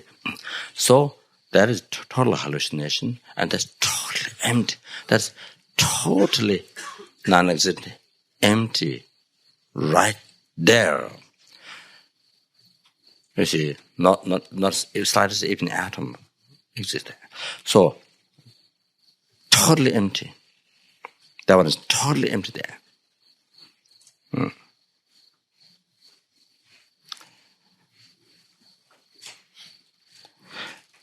So that is the emptiness. That is the person's view.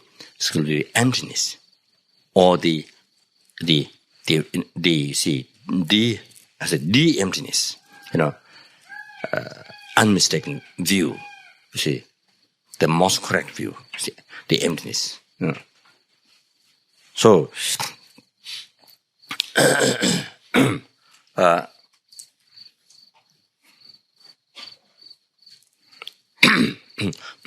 so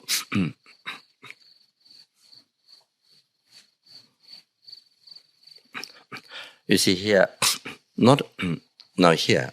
I want to say this again, clarify this. Not only you see, say, okay,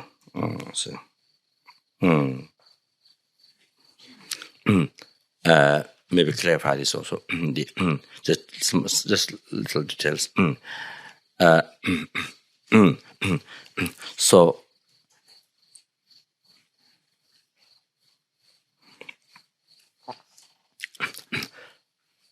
Not only no.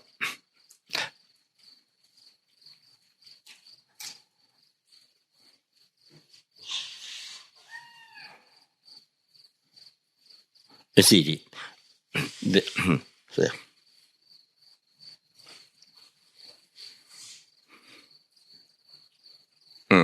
put this way, it's simple.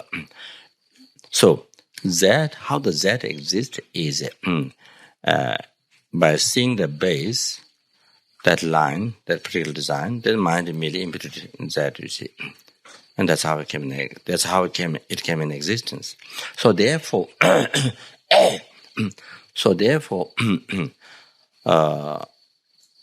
see. So therefore, you see, what that is what is merely imputed by the mind.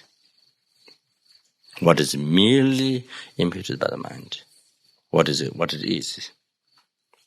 Nothing other except what is merely imputed by mind.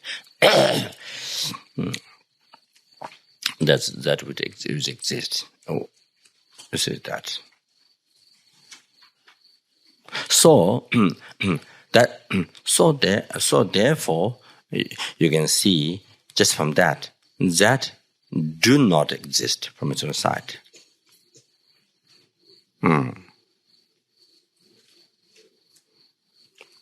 No way that exist from its own side. No way. You see.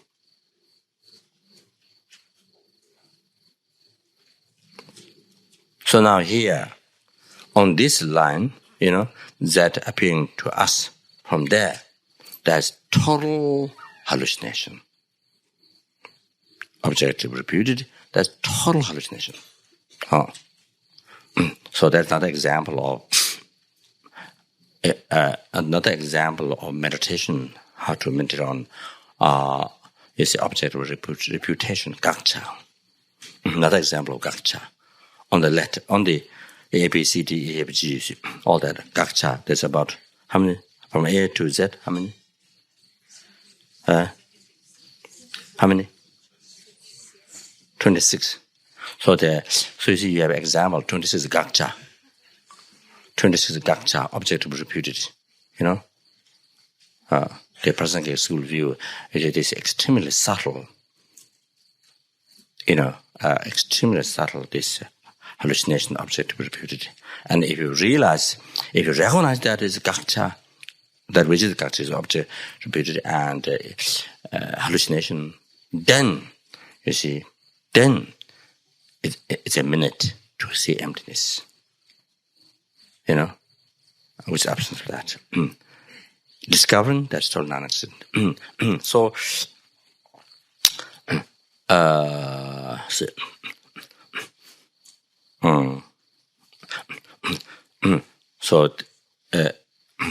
one thing here, through this long descriptions, analysis, so the conclusion, what I want to prove or to show is, on this line, you see the false Z, you see, inherently existing Z, which totally doesn't exist anywhere, neither on this nor anywhere it exists. You see, it exists nowhere. But merely labeled Z exists. Exists in the room, exists on the blackboard, exists on the paper, exists in the book.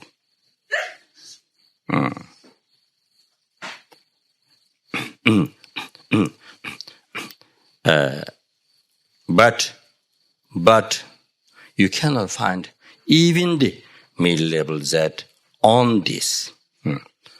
So now I want to conclude to this one. But even the merely labeled Z which exists cannot find on this line.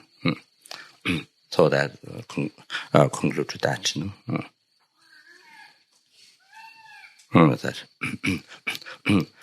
So now you see. So now the Z. You see. What is that? Is extremely subtle phenomena. What is that? It's so subtle, extremely subtle phenomena that, I see,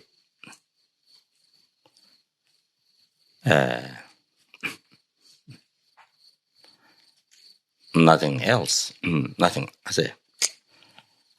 other except what is it? Nothing other except what is merely imputed. So. Extremely subtle phenomena. So subtle. It's unbelievable subtle.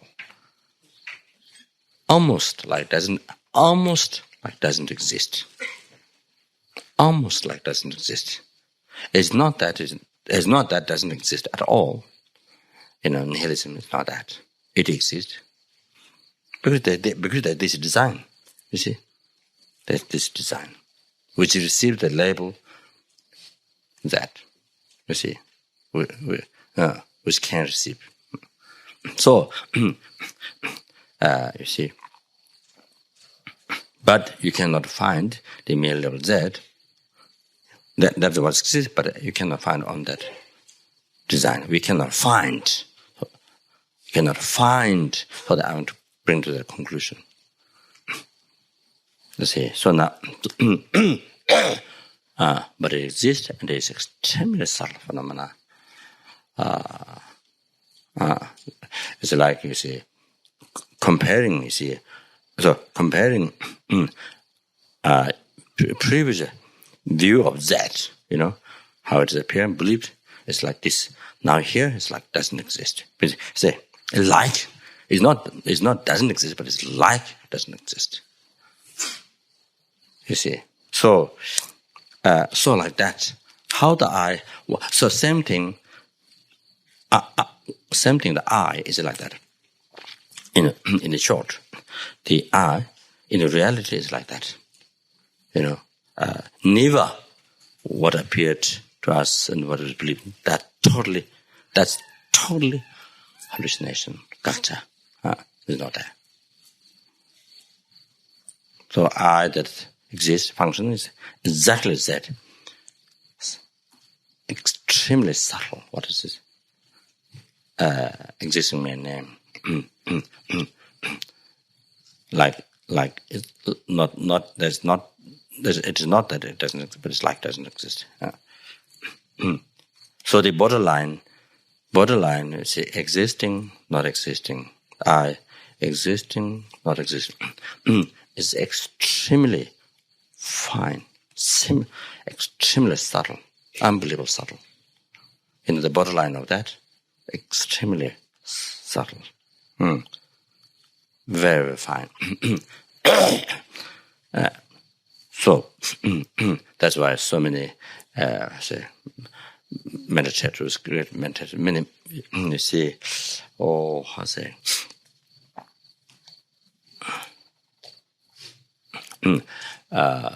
make mistakes in the meditation on emptiness, in the regards of recognition of emptiness. You see, so many make mistakes, different interpretations,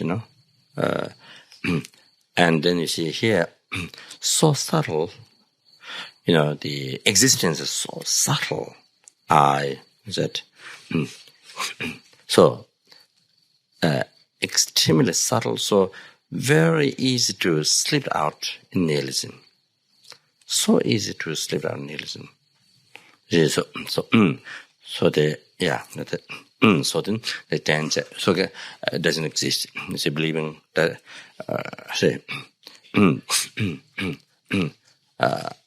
doesn't exist.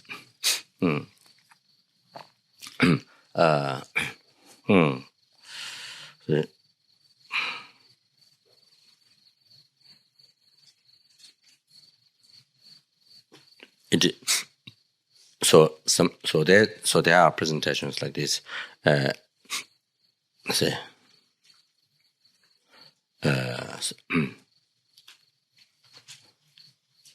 It is non-existent because it is said by Buddha, virtuous ones, and it exists. It is not. It is also not non-existent because it is the basis of all, samsara nirvana. So that many different, wherever. It becomes many different ways of explaining like that. So, however, so like this, now all the phenomena, not only that and I, like this, but hell, enlightenment, you see something. The whole phenomena is like that. The reality, so subtle, existing meaning. So now here, all these objects that we see, tent, lights, people, the whole thing here. So everything, when we go outside the sky, now maybe dark, anyway, sky, trees, road, everything, house. So everything, the way it appears to us is something totally. And where it appears to us, we believe. From this morning, from birth time, from beginnings of the birth, however, something which is not there at all. You see, in reality, all this is totally empty. only existing what's merely labeled by mind.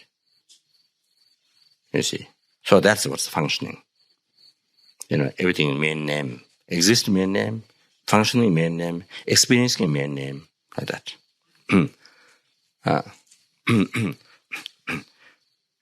So this is I'm just saying the words, but we have to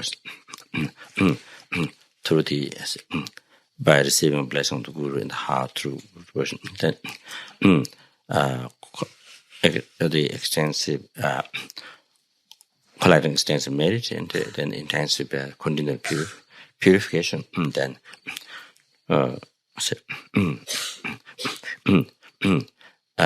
then leaving as much as possible positive imprint in the mind, they're reading the teachings of the emptiness, listening to teachings on the emptiness. So leaving meditating. So at least leave positive imprint as much as possible. Even though you can't meditate, but due to Lama Tsongkhapa's kindness, first Guru Satyamutta, but Lama Tsongkhapa's kindness, the correct words, correct explanations, correct words. So we have this refuge. We have this, the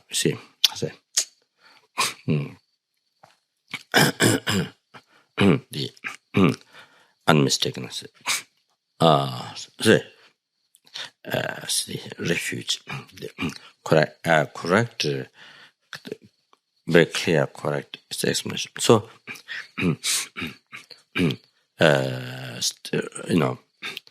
starting, even reading, listening to teachings, even without realization, emptiness, even with,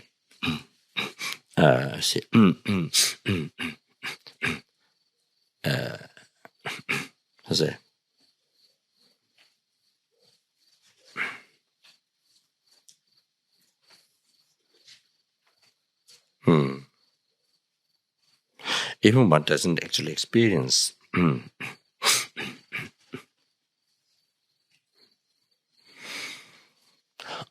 cannot see the emptiness. It doesn't actually experience.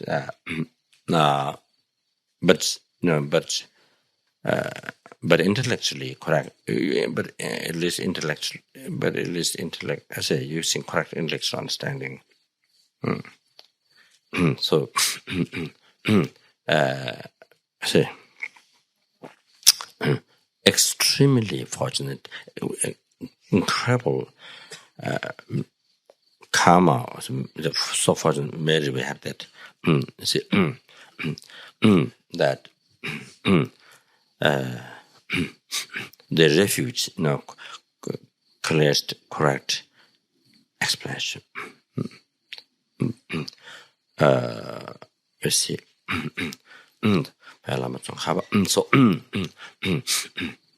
So that makes unbelievable, worthwhile. See, so much positive imprint. Even one can't meditate on emptiness or can't experience emptiness. Can't really get how much we meditate. Can't really get into that. Can't see that, but at least you see they take relying to so it is so much positive imprint and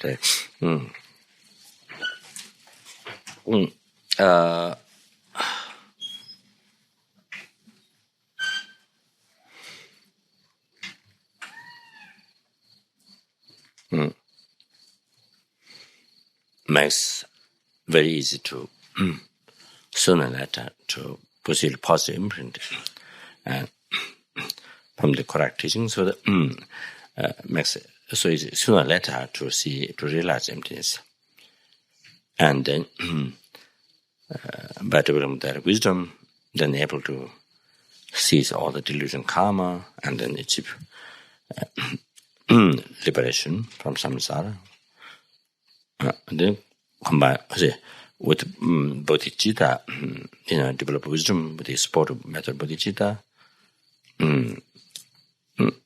sees even subtle developments in achieving enlightenment for sentiments, then able to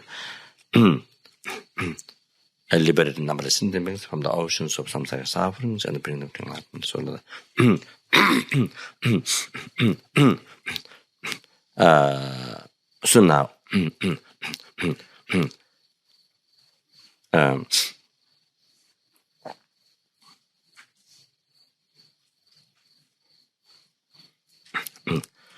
now, the reason why it came back to Z again today, why the topic came back again to Z again today, because I want to explain. So,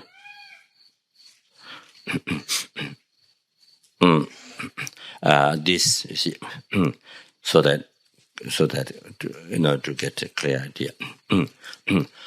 So now you see, remember I explained. You see, that is merely imputed by the mind. By seeing this design, your mind made up the label Z.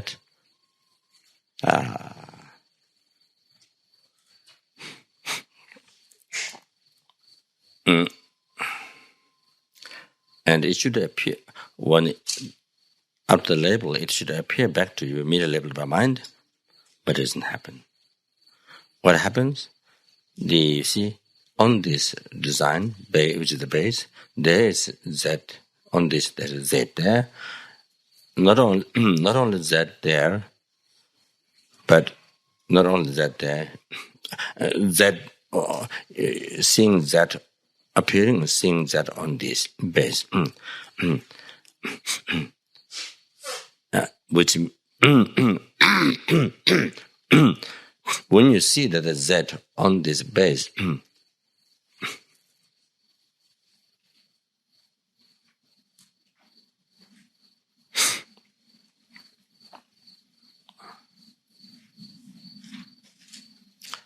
I think it's my analysis that it's a meaning. You see, Z appearing from there. On this design, this Z appearing from there. So, I say appearing from there, there's a meaning, not merely labeled by mind. It's appearing from there. That is the meaning. Z appearing, not merely labeled by mind, is the meaning. So you see, what I want to show you is that you can see now that's total hallucination. That's complete total hallucination. That is a total non-existent there, empty, total empty there. So now come back here. You see, this feeling, you see, hunger stopped by stopping the action, not eating, and then you do the action eating, then started, you see, discomfort, but very small, noticeable. So this is the base. This feeling is the base. Okay, then mind merely imputed. You see, because that mind merely imputed, pleasure. You see, mind merely imputed pleasure. Okay, and believe in that. So now you see. So what is that pleasure? It's nothing except what is merely imputed by mind. But when it appears back to the pleasure, when it appears back to you, it doesn't appear. It should appear back to you merely labeled by mind. But it doesn't appear that way. It appears, the pleasure is on the feeling. So this is what I want to tell you. I want to introduce you. See, the pleasure that you label is on the base, on the feeling.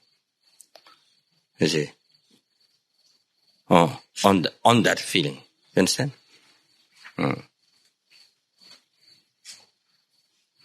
On that base. the pleasures on that base. And you see, appearing from outside, pleasure appearing from outside, which means appearing to you, not merely labeled by mind, not merely labeled by your mind. You see?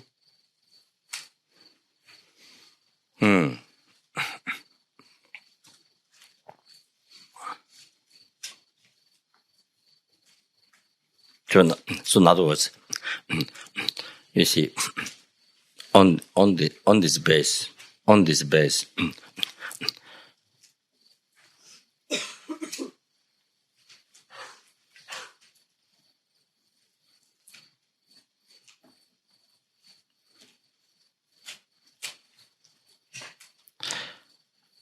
right up to your mind, merely impurities that, you see, right up that, the negative imprint left in the mental continuum by the past ignorance project this hallucination there. So how this happened, how this, even though it's totally false, is not there. I mean, there's nothing there. That's totally false. How it happened that you see it there? So this is projected in this hallucination, projected like dream, see, like the mirage. There's no water there, but appearing as if there's water. And of course, when you don't know there's no water, then you believe that there is water there. You see, when you don't know. So if you don't know this is empty, if you don't know this is empty, you see, then that because of that we believe, as it appears, we believe, oh, that's real that there. You see, so like that, exactly the same. You see, person who doesn't know there's no water there, then doesn't recognize this is just mirage, doesn't recognize that, and think there's a vision of real water, you see. So exactly the same here. So anyway, here, you see, right after mind meaning that, so the negative imprint left in mind by the past ignorance, concept truly existent, projected, you see, in the inherently, as a truly existent, you see, that not merely left of mind. You see.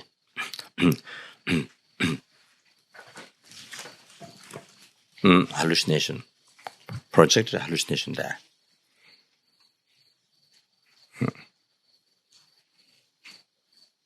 Which means the reality see, that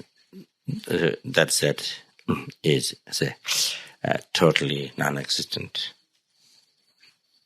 There's no slightest atom that exists there.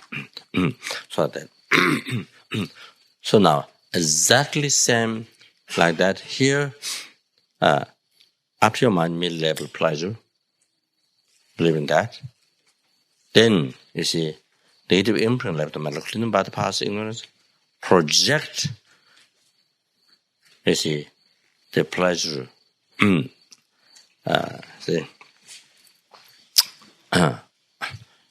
pleasure on that feeling, not merely labeled by mind. See, existing from outside, a real, you see, total hallucination. So you see, which even atom of that doesn't exist at all there, on that feeling, on that base.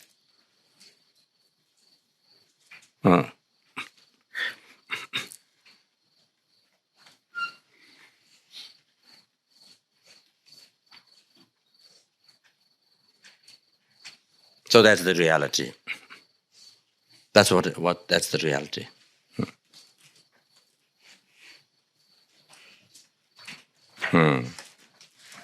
What really it is, that pleasure.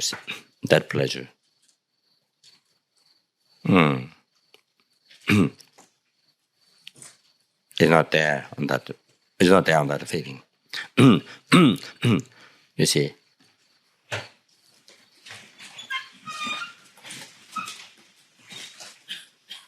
What it is merely imputed by the mind. As I mentioned, even that you cannot find on that base, on that feeling.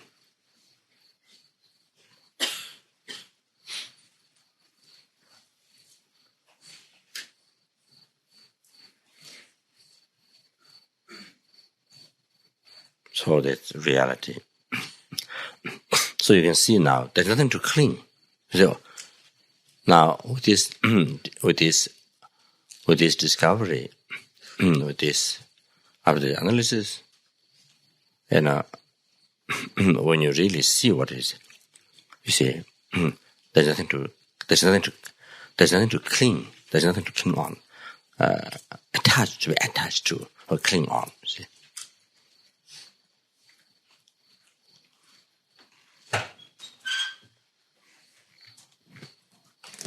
Now, so now like this. So there's a hallucination in the view of the ignorance. So the project the hallucination, pleasure not immediately labeled by mind is existing from the side on this feeling.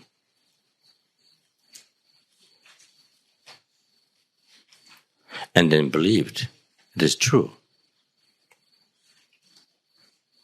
You see, there's such thing. This is reality. This is reality. One completely believes in that, you see. The ignorance completely believes in that. So now then, then attachment comes, Then attachment, so then the attachment is, rises. Clings on that. You see?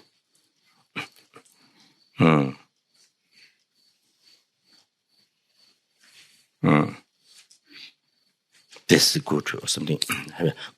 By associating that, say,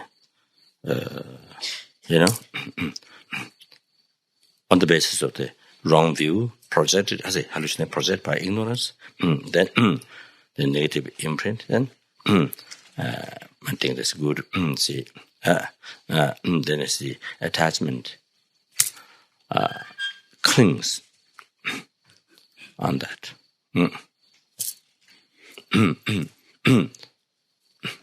So this was today. How it started was the here. How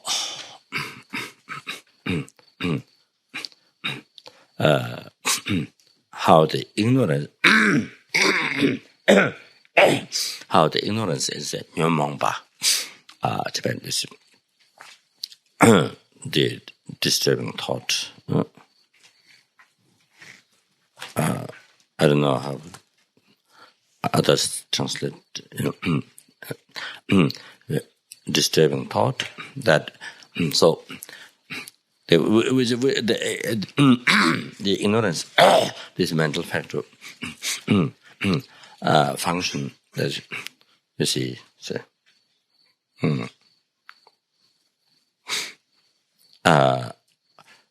disturbing, see, making the watermelon continuum unpeaceable.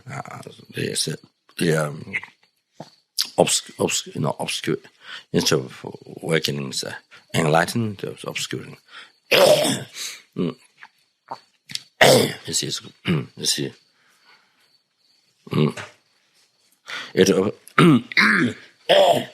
this ignorance obscures your mind to see emptiness. To see the emptiness of that, to see emptiness of to see the emptiness of this pleasure, to see the emptiness of the I, to see the emptiness of mind, the phenomena. So it obscures the mind to see, the truth, to see the truth, to see the emptiness, to see the reality.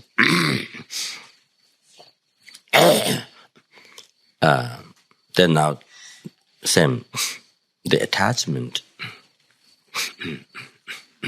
You see, then you can see now as I say. Then on the basis of the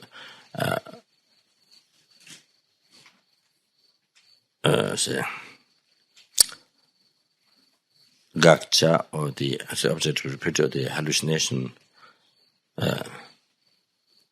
truly existent appearance, you see. The truly existent, the object, you see, the pleasure, truly existent pleasure, then the attachment, so the good, you see, then as such this, then cling on that.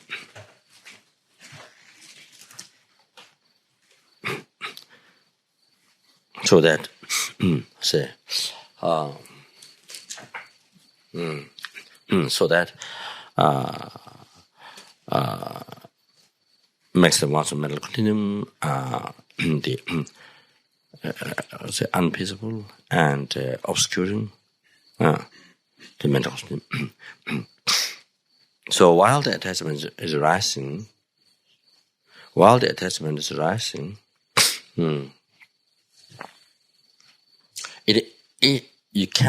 you see, no way you can see this pleasure is nature of suffering. You see, no way. While the attachment is rising to the pleasure, is clinging to it, no way. You see, to mind to realize that this pleasure is nature of suffering. That.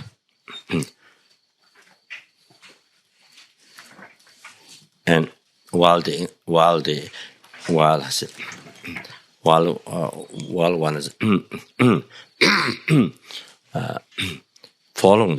is following the ignorance, no way to see this pleasure, appearing, existing permanent, and not a mere level of mind, you see, that this is totally empty of existing permanent society. So you have no way to realize this while you're following the ignorance. You see, so how is it? What I'm coming to the point here was as I studied how it is obscuring your mind. This is the point that. So same thing with the anger, jealous mind, all those pride and any delusion.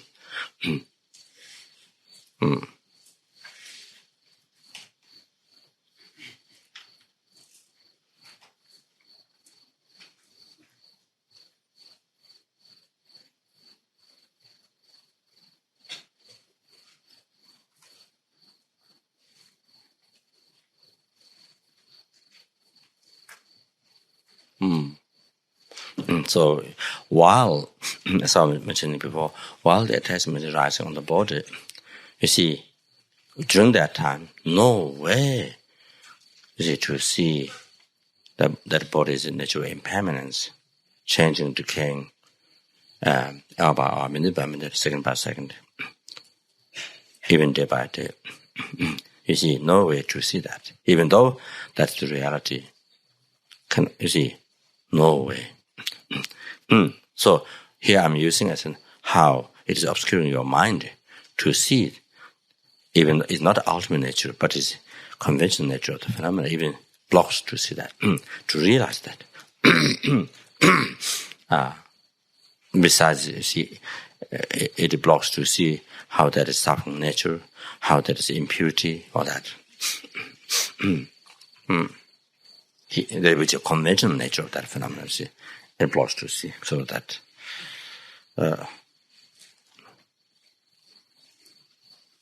So they hallucinate oneself. So they hallucinate oneself. They cheat oneself. they deceive oneself, you see, like that. So there happened. So there, is it in near Japan is I think one Japanese young man.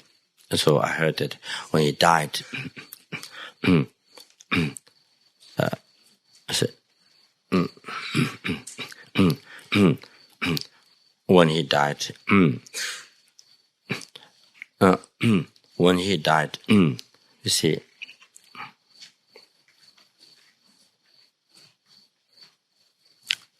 He got very angry. Sorry, not when he died. That's not correct.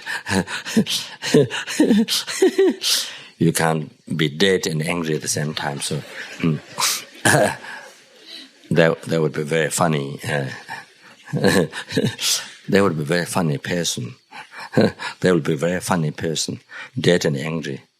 Anyway.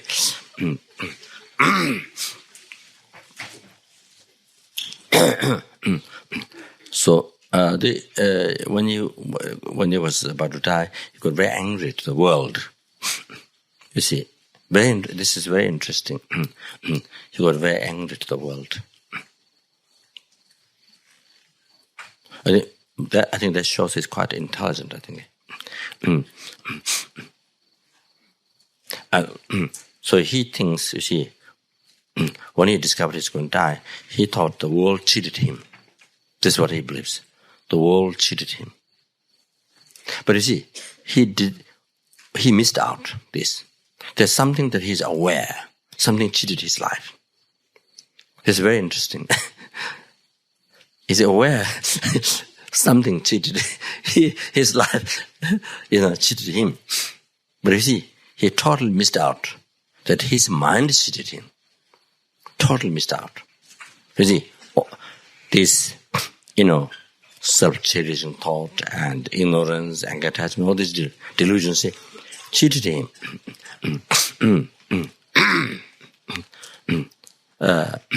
So his mind is the one that they had wrong concept. The delusion is the one. Other ones cheated him. I mean, especially the attachment. Concept of permanence. Towards the impermanent phenomena. So anyway, he's aware. He became aware of something, but he missed out the main point. See, to relate to his mind, there's all the wrong concept. The cheating him, deceiving him came from that. But you see, what happened was he discovered it. He felt something the world cheated. But you see, I think the blame went on the object. Blame. The world cheated him, so the blame on the object, the people. So I guess things appearing. You see, in everyday life, things appearing as if they're going to be all the same. People, himself, his body, everything is going to be always like this. So concept of permanence, that's going to last. That's going to last a long time. You see, it's going to be always same like this, like relationship or all this. It's going to be always same.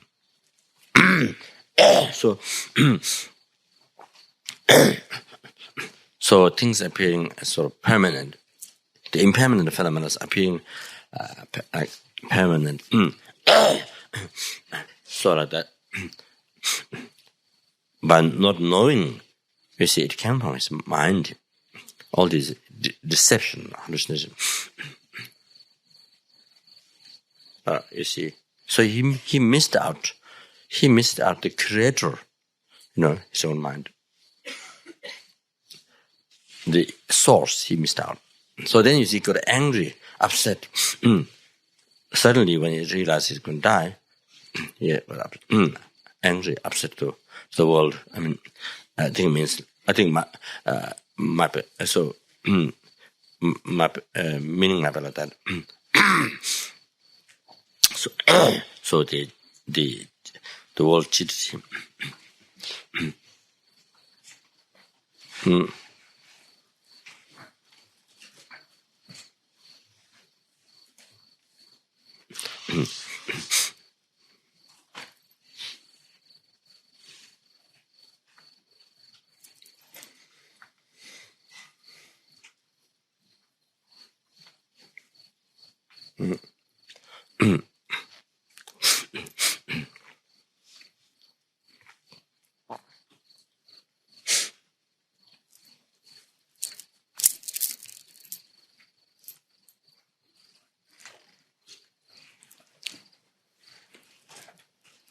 So going back now, I'm going back to the root.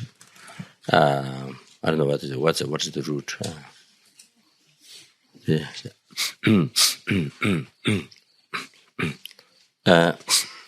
So it started from the definition of delusion of the Nyamongpa. That was because talking about definition of Dharma. What is Dharma? You see. So one definition is anything that benefits. If it can benefit. If it's benefit, if it's benefit to the future lives, means which can cause happiness, brings happiness in the future lives. That means that, and that's Dharma. So with attitude, action, which benefit, which brings happiness in the future lives. That is the Dharma. The other one, if it has become antidote towards the delusions, the disturbing thoughts, then it's Dharma.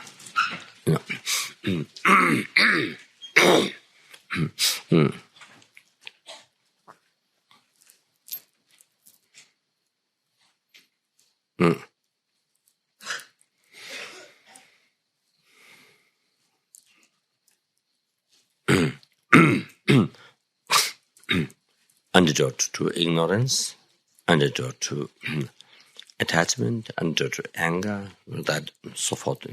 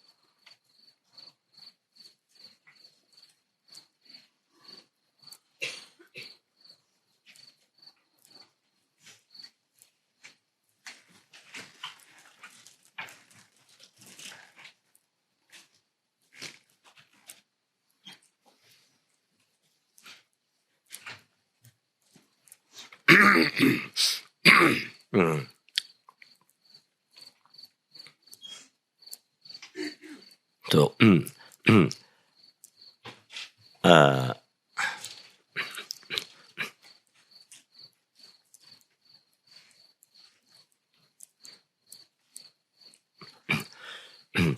the cutting the delusion, that is Dharma.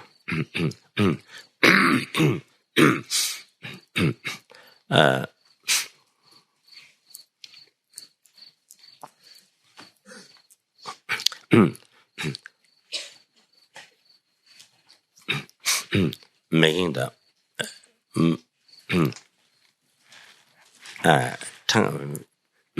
transforming the mind, making the mind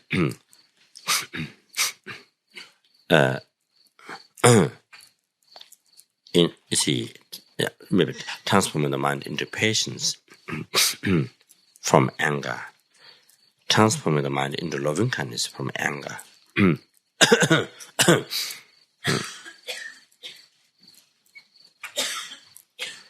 Which brings only peace and happiness to one's own mental continuum and to others. That's Dharma.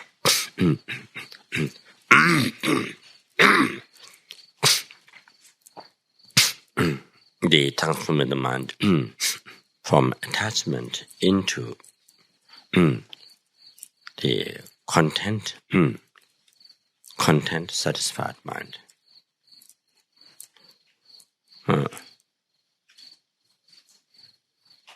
The free mind.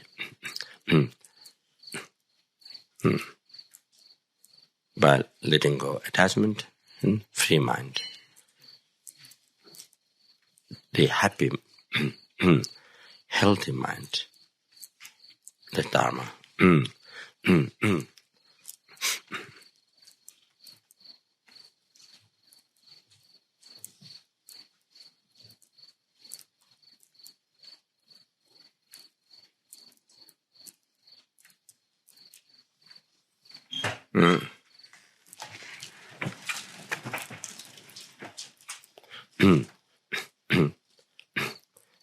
They say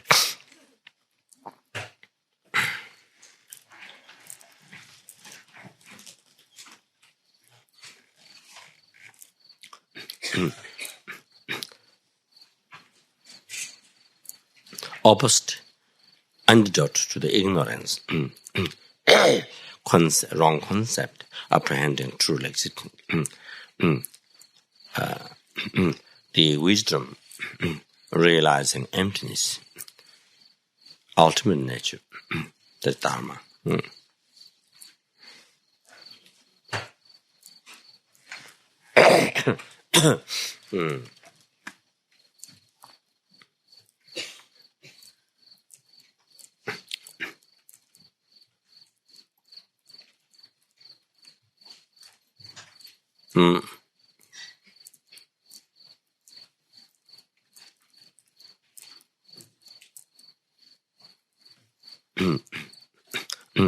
Understanding what's right to practice, what's wrong to abandon, karma, and faith in that is Dharma.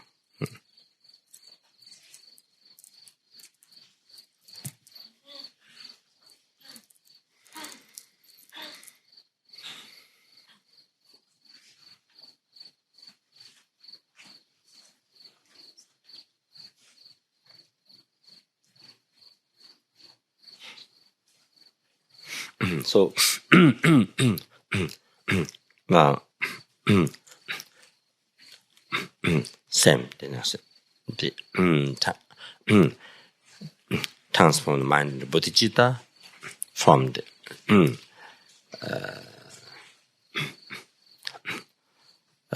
transform from the self-cherishing thought into bodhicitta, thought of cherishing others. That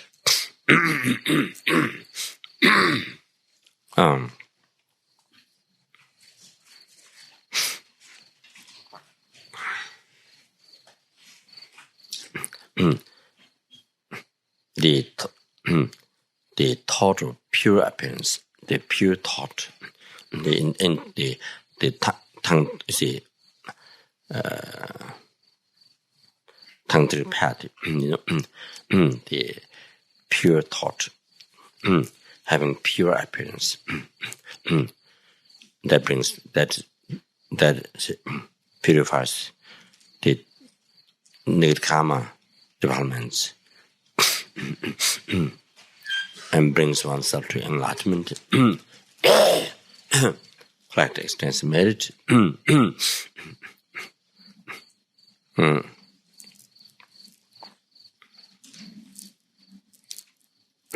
So,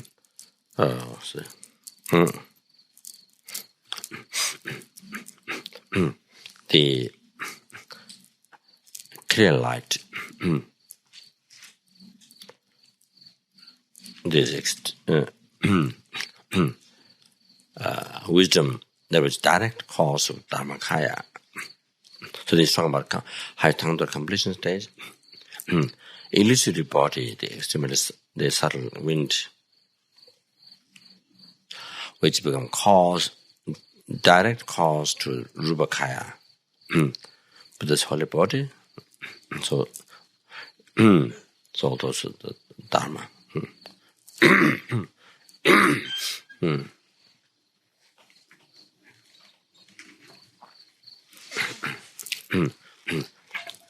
Including the cessation of the defilements, gross and subtle.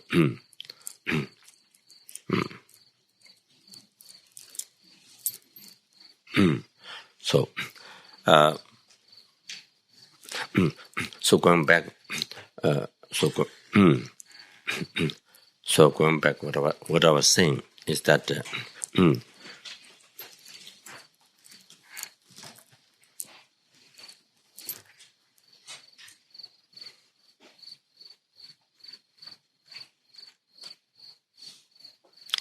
Of course, our activities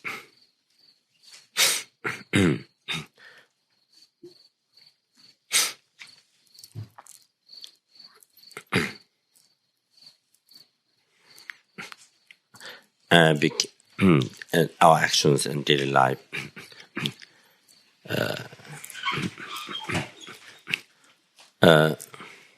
including actions during prayer and including action during meditation and all other rest, normal activities, eating, walking, sitting, sleeping, doing jobs, so forth. All this, all these are done. When these things are done,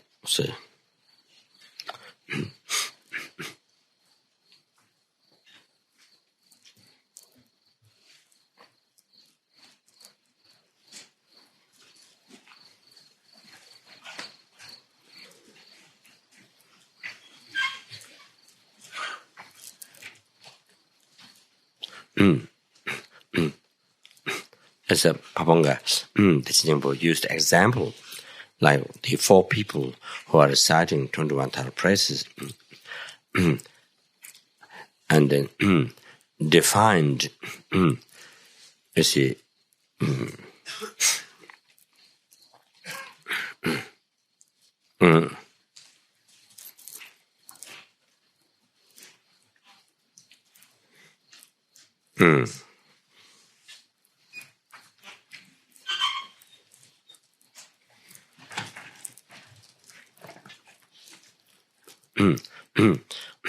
depending on motivation, the action of reciting prayer, you see, become cause of which level of happiness, or did not become cause of happiness. So become non-virtue. So like that, you see. So including that, reciting 21 praises. So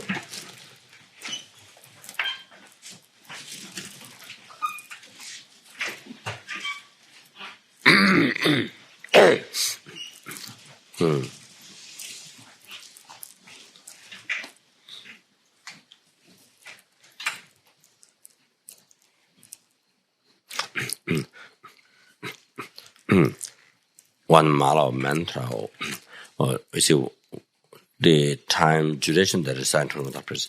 So if it's done with simply with the attachment, clinging, you see, to this life, just just for health or power or reputation or something, comfort of this life, then the action did not become, the motivation non-virtue, so action become non-virtue. So therefore, it did not become Dharma. It didn't become Dharma that which benefit, that which causes happiness in the future lives. Even though word has power that can, even though it can cause long life, healthy, or able to heal cancer or things like that, but the action did not become cause of happiness in future lives, because it did not become Dharma. Only become non-virtue because action is attitude is non-virtue. So including action of meditating, the action of meditation. So therefore now, so it's, so that is, totally did not become Dharma. So that 1 mile of action, 1 mile of reciting mantra, or the tournament press, that action. So all during the duration of that life, all completely wasted. Like that. So now that, of course, that one no question. But now even the actions resist mantra during meditation did become Dharma. Did become Dharma, which means done with the renunciation, done with these actions, done without motivation, without stained by the attachment, worldly concern, it will Dharma, clinging to this life happiness, all those things which I mentioned before. So unstained by this worldly concern, this attachment. So because attachment, clinging, seeking happiness in this life. So that recitation, meditation, the actions, these actions become Dharma. These actions become Dharma, which causes happiness in future lives. But compared to the action, the reciting mantra and meditation, that is done with renunciation of whole entire samsara, detachment even to the future life samsara, perfection, the pleasures. That which is one nature of suffering. So done with total detachment to samsara perfections, then the action reciting mantra, prayer, become cause to achieve liberation from samsara. Oneself to achieve liberation from samsara. So therefore, comparing this didn't happen because didn't have that motivation. Unstained by the attachment,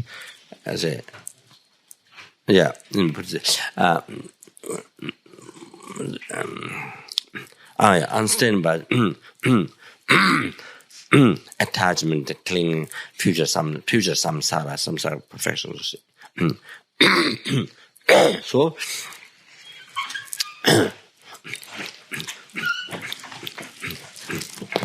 So the action reciting mantra prayer did not become cause to it. It became cause of happiness in future life, but did not become cause to its liberation from samsara. So because of that, by comparing to that, it's wasted. Even though it became Dharma, cause of happiness, but because did not become cause to achieve liberation from samsara, So because not done with the renunciation of samsara, see, so it's like wasted. It's comparing to that. Now, even though reciting mantra, meditating, become done with the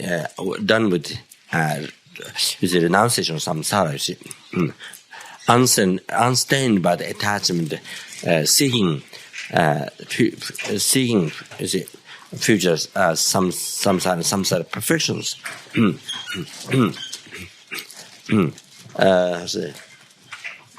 Yeah. Yeah. Even it become, even the action become cause to achieve liberation from samsara, but because it's not done with the attitude, say, not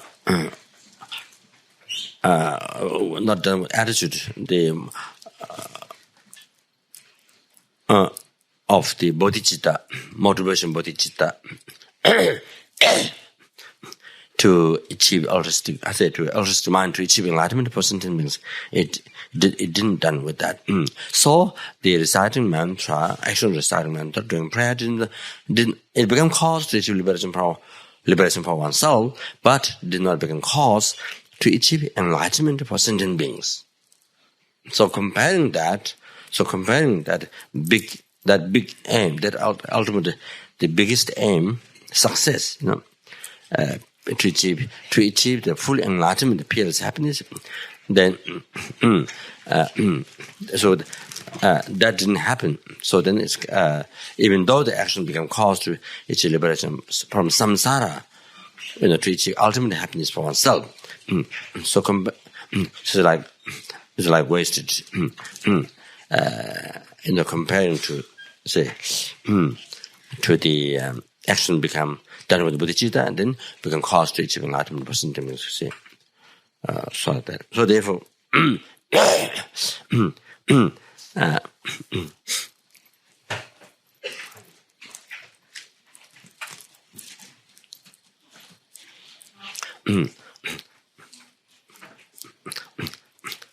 so therefore,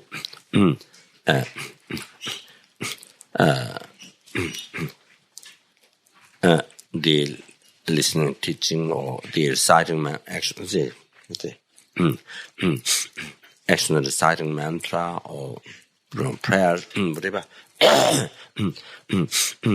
Not only that, eating, walking, sitting, sleeping, doing job, whatever.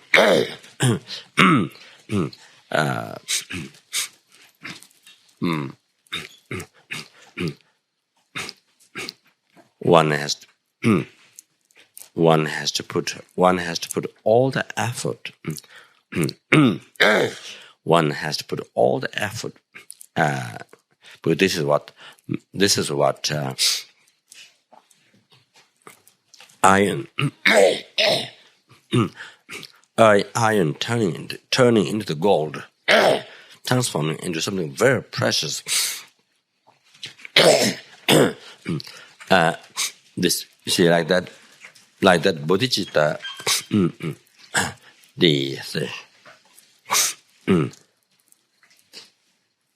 we have this in the bodhicitta, the benefits of bodhicitta. Mezang lu de lang na gewe gu rinchen rintang me ba jiwe na changju semshi chawa raten sun. So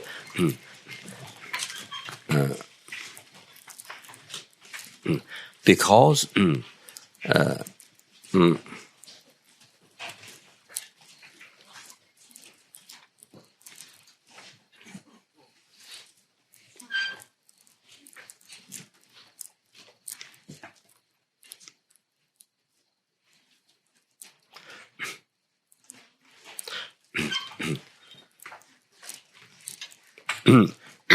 by taking this impure body, by taking this unclean, those dirty by taking this dirty body, then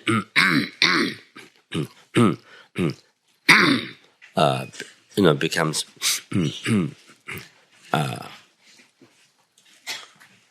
the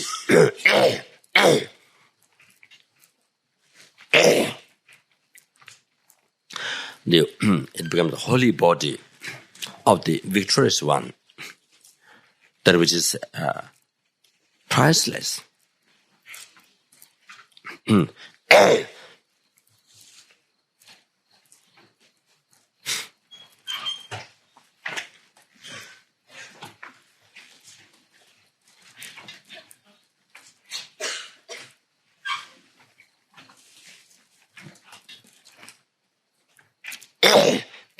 Therefore,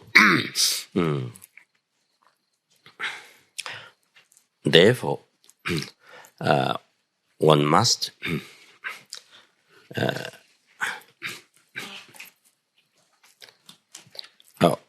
held firmly the bodhicitta. One must held firmly what's called bodhicitta. So like that. So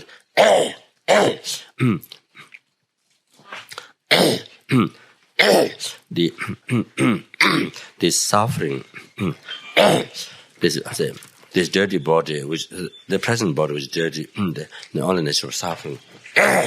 So produced by karma and delusion, contaminated seed of disturbing thoughts. So that basis, that container of all these life problems, and the foundation of all the future life sufferings. So these, by practicing bodhicitta, then this totally change, from this into Vajra holy body, which has infinite qualities. That each per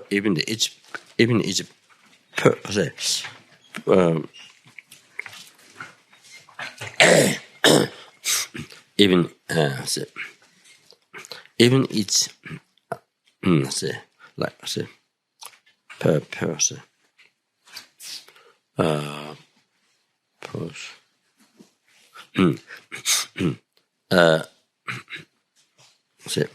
anyway, like atom of the holy body, like even tiny like that, Buddha's holy body, even tiny part like that, that can do a function of holy body, holy speech, holy mind. Even each tiny like atom, part of the holy body, Buddha's holy body, everything can do function of holy body, holy speech, holy mind. Whereas our body cannot do function of speech, the function of the body. Our body alone cannot do function of the mind.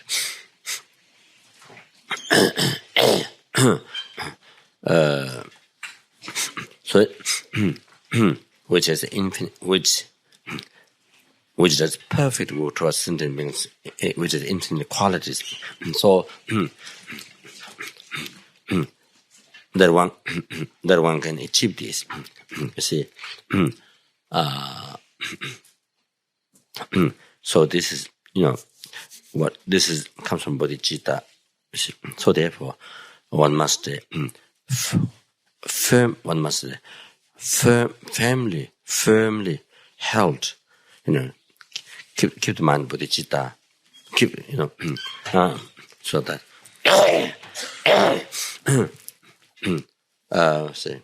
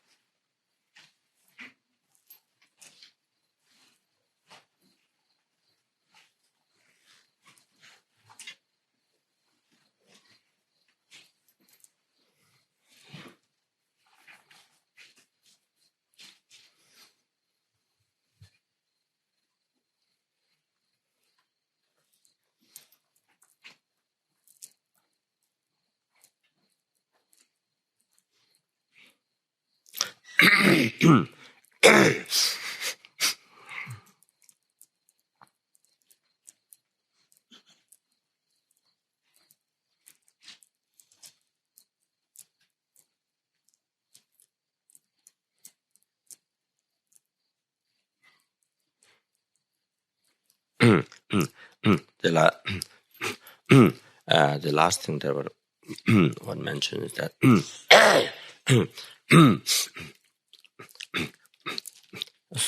so what what makes to what makes to enjoy the death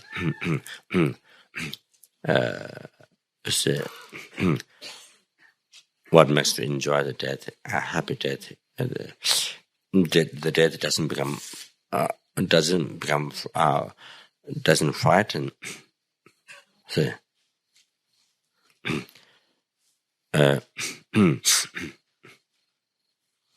does not become something frightening to see to oneself. Say,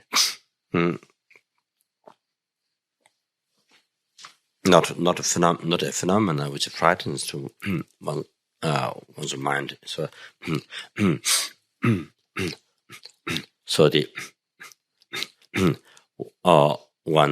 the essential technique is letting go the attachment. So which makes it very easy by letting go attachment to the surrounding people, families, the friends, material possessions, properties, and then including one's own body, like that.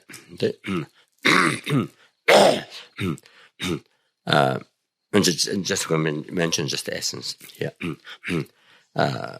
So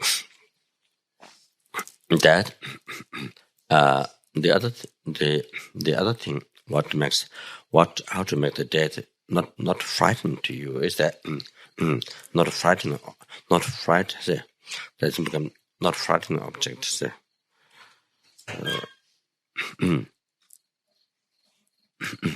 Not afraid of dying. That is then negative karma that is already done. The negative karma makes the death. Negative karma makes the mind to be afraid of death, afraid of dying. Negative karma makes death as if death is something frightening. Negative karma makes if there's negative karma. So therefore,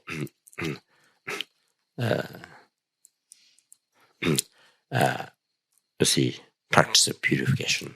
So that's the solution to not have fear, to be happy death. So here I'm just talking more relating to oneself, but you see, as much as you know what to do for yourself, as much as you know extensive what to do for yourself, how to preparation for death for yourself, say how to manage. You see, as much as you know what for yourself, what to do, what are techniques, methods, then I think you know then what to do for others. You see, if you know how to do for yourself, all the various techniques, various ways to think, protect your mind, to make your mind happy. You see, methods. Then I think, then you will know how to help others, or more. So in this way, more understanding, more various methods. It's various ways to advise. See,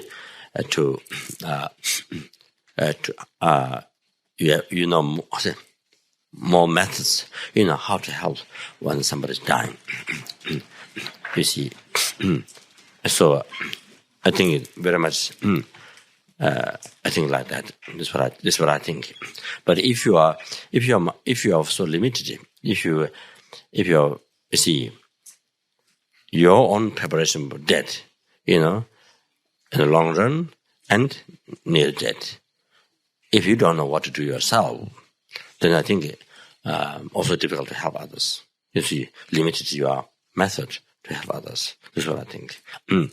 So, if yourself not clear, so then I think it's difficult to help also others. So,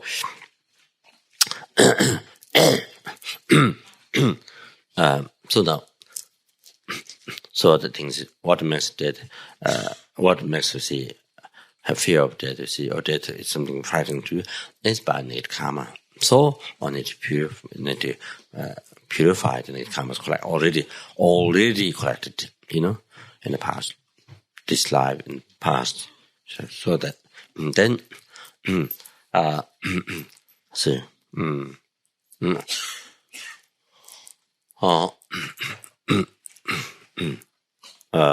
then, see, then,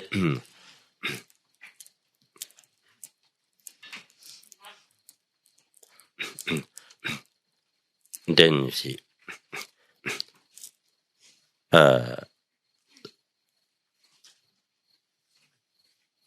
living the vows, now, you see, to not commit again. Of course, you purified what was done already. You see, but then, if you create again in karma, you see, you purified the previous one, but then if you engage again, then still there in karma. After one has done the, Vajrasattva retreat, purify all the past. But if you engage again, you see, collect again, on and on and on and on and on and on and on, then, you see, and on. Anyway, so the, so the,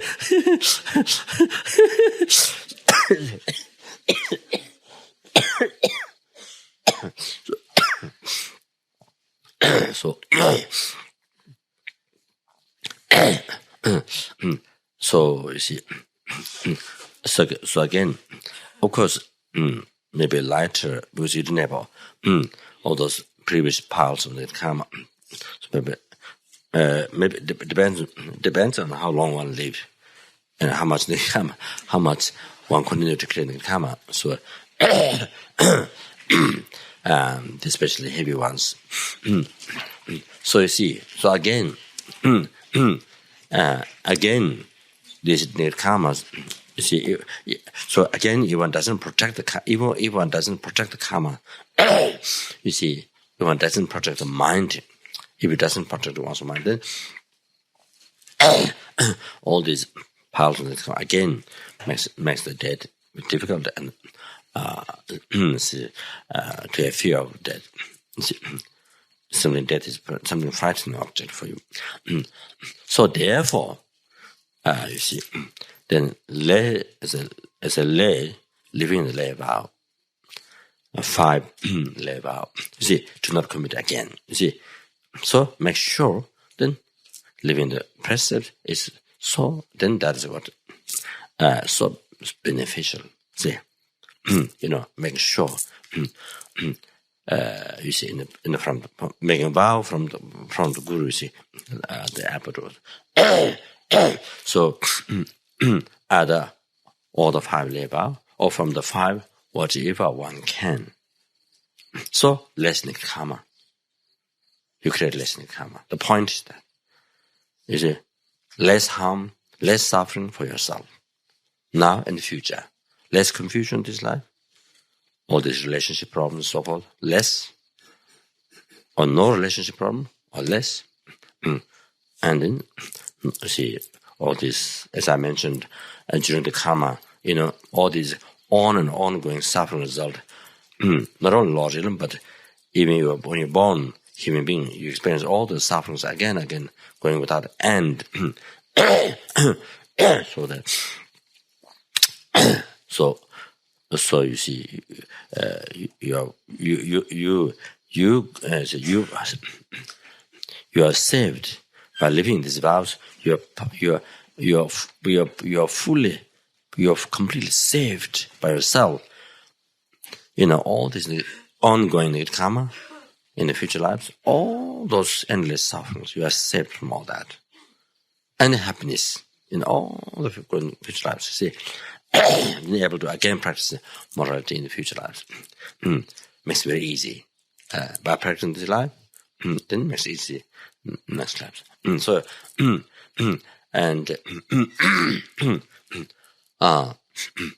if you're not, so there's also 8 lay vows, and especially 8 minor precepts that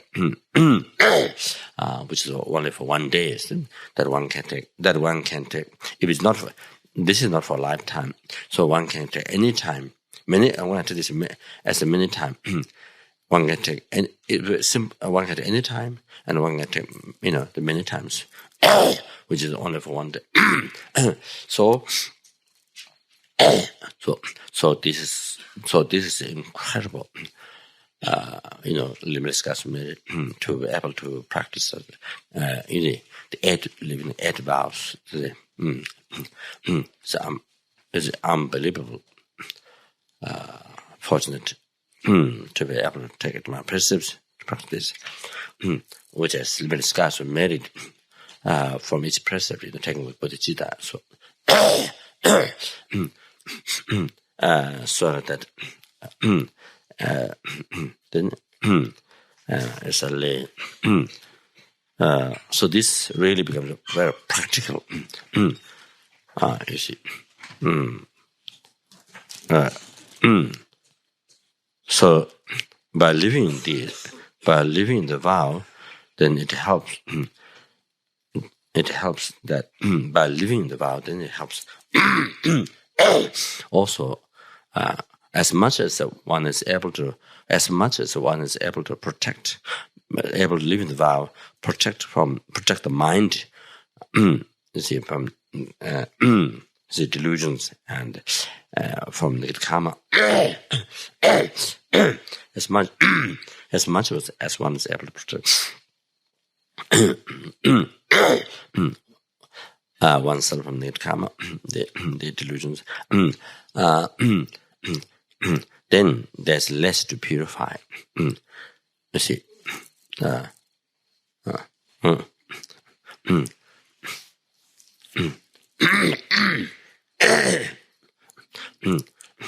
otherwise, there's no end.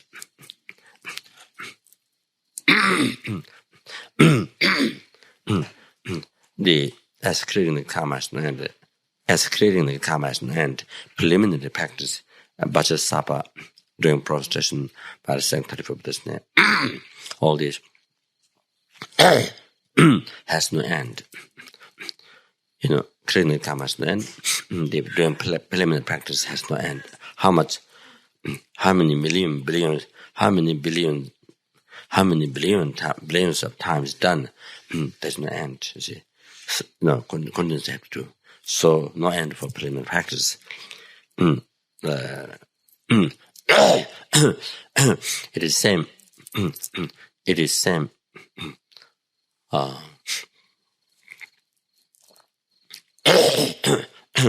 It is same that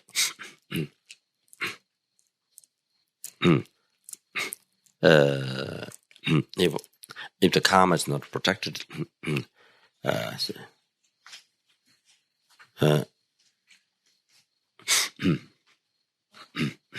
if one doesn't protect one's mind, then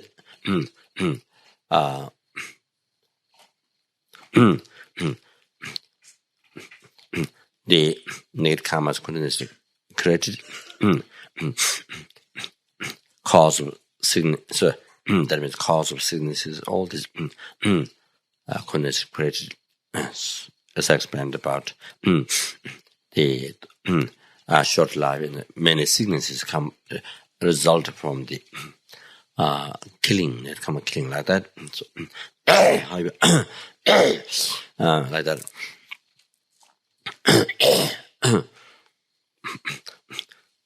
anyway, so no end for sicknesses, and no end for taking medicine, no end going to hospital, no end for operation.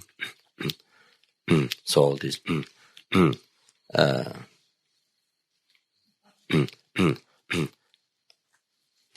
no end, or making all these expenses for treatment. No end for relationship problems, no end going to see psychologists, say consulting, psychologist. So now, anyway, so that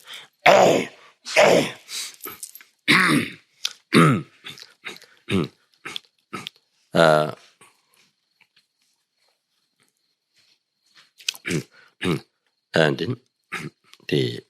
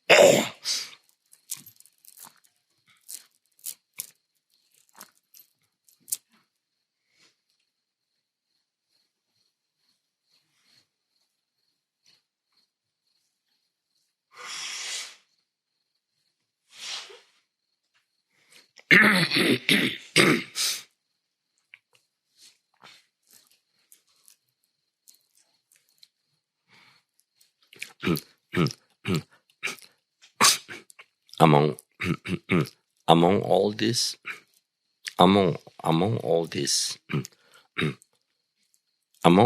practice,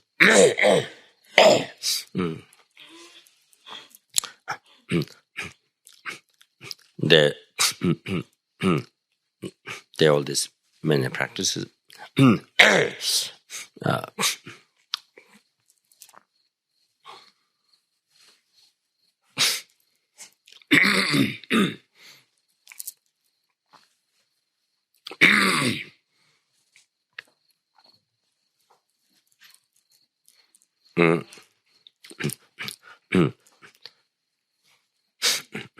So I say before mentioning that,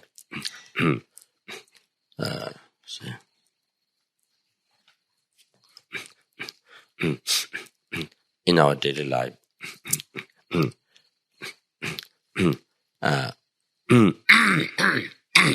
preparation for death,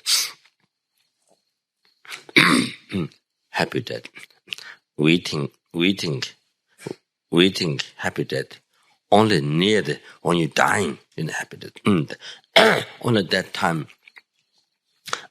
making the death happy. That I think happy death depends. Free death, happy death depends everyday life. Dependent on our now everyday life, every moment of life. The happy death, to experience happy death, it depends on our everyday life, in every moment life. So one day, one time, with somebody, when somebody criticizes you, provokes you, say somebody say,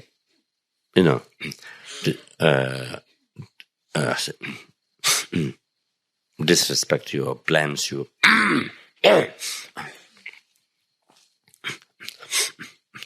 You see, one anger, if you're able to make less one anger, you see, one time,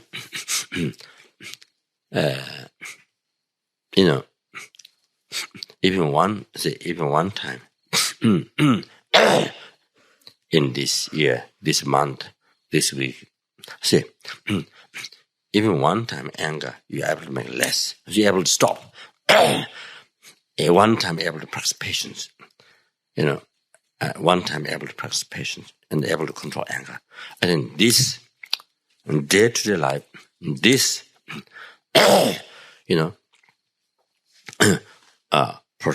protect from negative karma. Engage in negative karma. So I think this brings that happy death. That's what I think.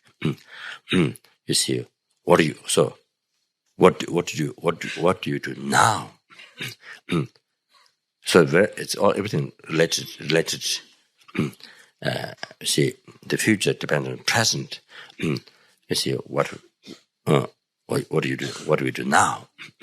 So our present attitude. So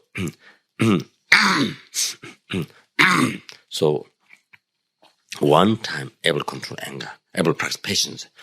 So this is these are very practical preparation for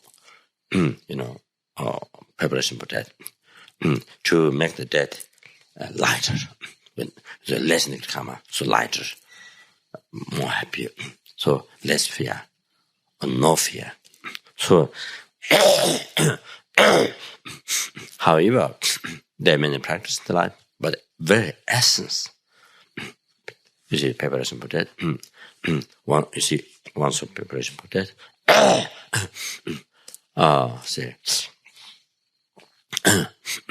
That's the good heart.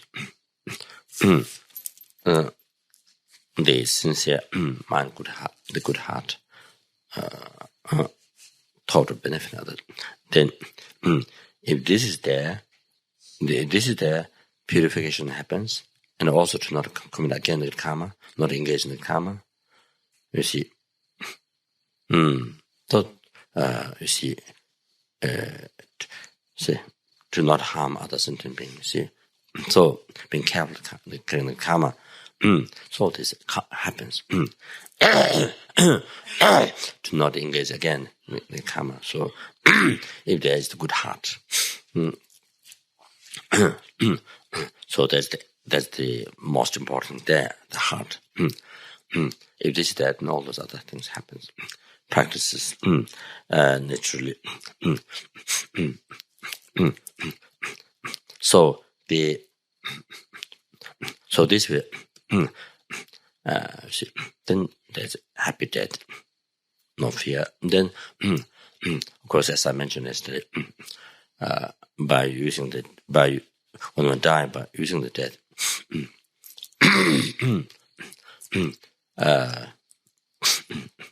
use it to develop bodhicitta, use in path to achieve enlightenment for sentiment. So of course that's the best way to enjoy. See that. Then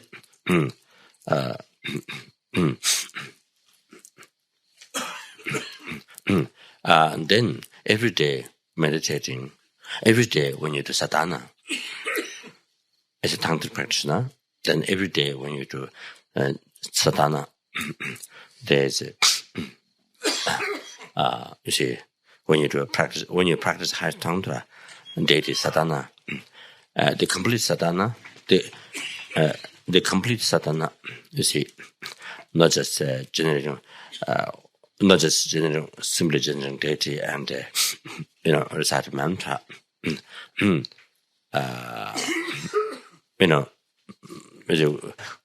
You see, without the mandala, very simple sadhana, but you see, sadhana, like for example, short yamanta sadhana, that has all the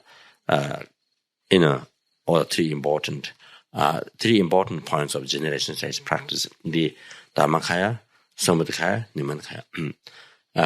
That's the essence of the generation stage. You see, the practice. So.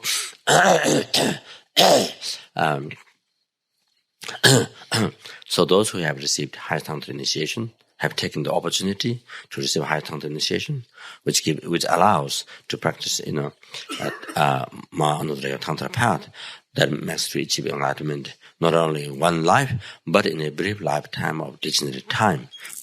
You see, which has the quickest skill, I say, to method to achieve enlightenment. Say to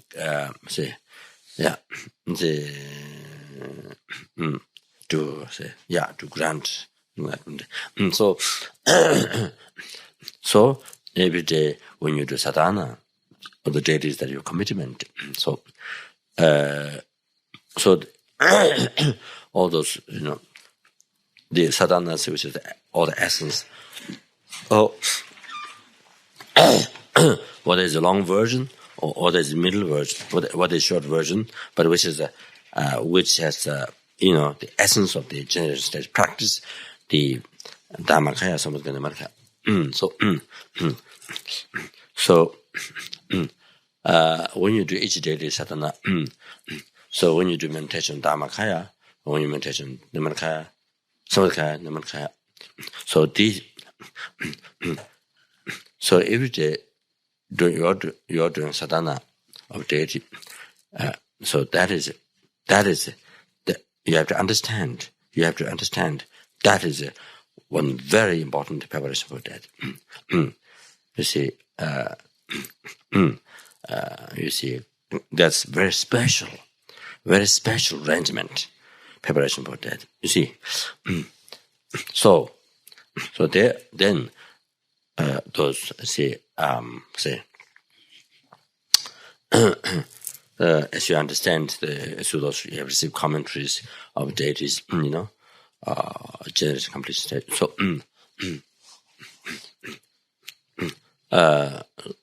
so each time that when you meditate on this, each preparation on your mental continuum, purifying the, ordinary death, ordinary intermediate stage, ordinary birth,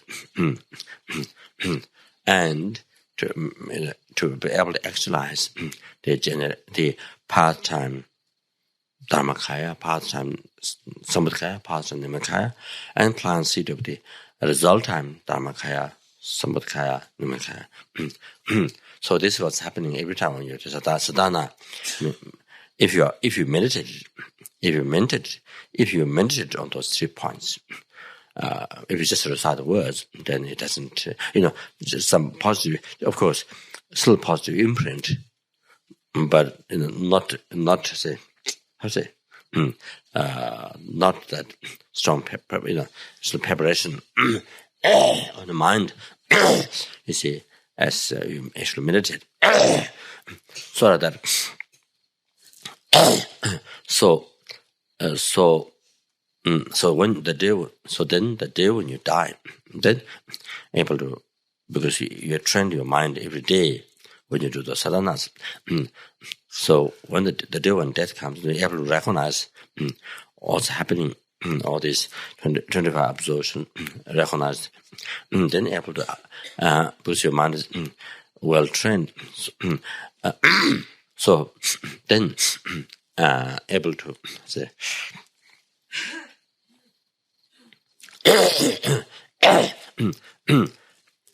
Able to see, recognize clear light, and able to apply the high strength, able to apply as you meditate, see, during the sadhana dharmakaya. So you are able to do that without missing. You are able to apply the method. You are see. So that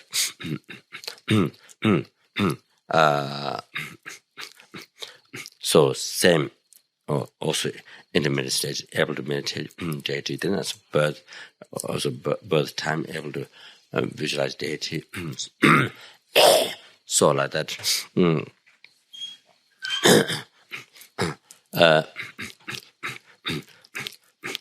So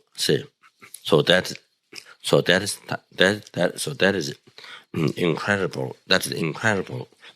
You see, such quickest way to purify the development dualist view in the,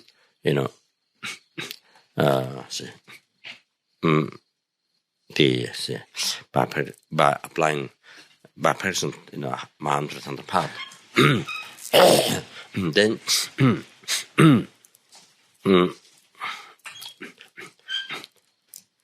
see. So see.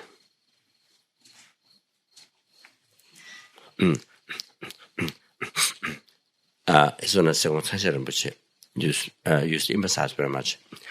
So if you're busy, can't do much meditation, which is deity, sadhana's the commitment that you have. So your main deity, which is your main deity, that one you see, spend more, do more elaborate, do meditation, you see, do more meditation that.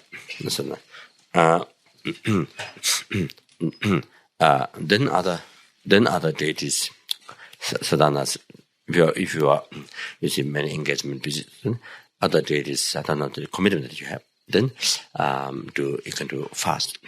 But when it comes to Dharmakaya, Samadhikaya, Nimanakaya, that part of meditation, then must do, the divine pride, you see, must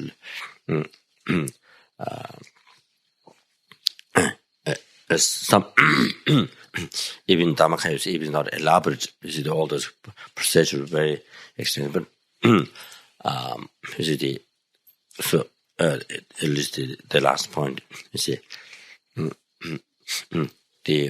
creating the four kinds of qualities of the foundation. Then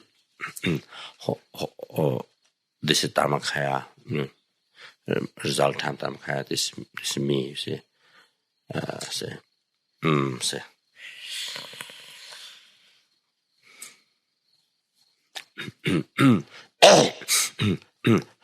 So this is what Rinpoche. So others part of prayer do fast. Then these 3 points you should do, just a little bit meditation like that. So this becomes, you see,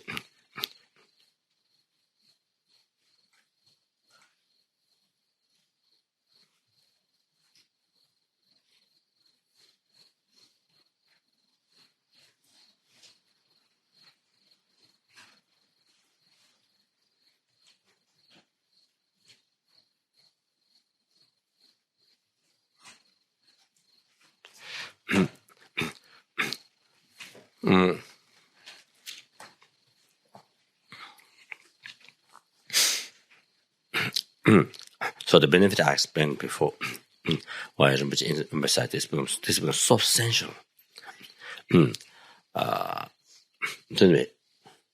Then when you actually, so this is how, by practicing by practicing the high tantra, this is general state,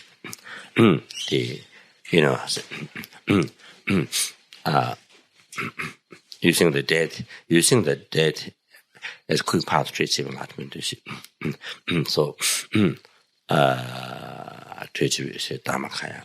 You see, so that that then from the by having preparation during generation stage, and on the basis of that realization, then you have a completion stage. Exercising the path, time, Dharmakaya, Samadhi, Nimanakaya. Then there's a then that time actually ceases. Actually, it's like the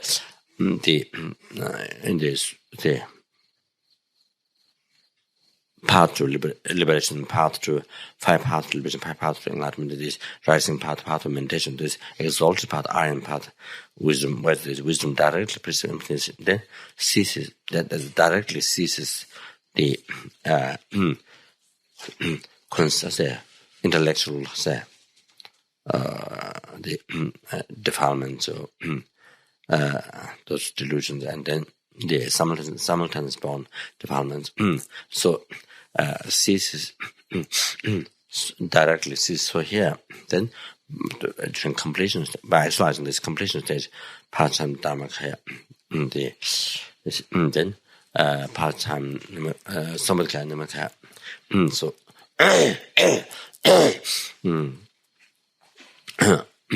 by doing those practices, then able to say able to collect the which texts in the pyramid and the path, mind and pyramid, three countless great eons, three countless great eons. But here, within few number of years, that all that merit able to finish collecting, and able to see the directly seize the even including the subtle defilements, able to seize, seize the dualist view, and see, and that way able to achieve result time trikaya, so that so how to enjoy what is it? How to enjoy the death in tantric path, you see, using to quickest way to achieve enlightenment, so that's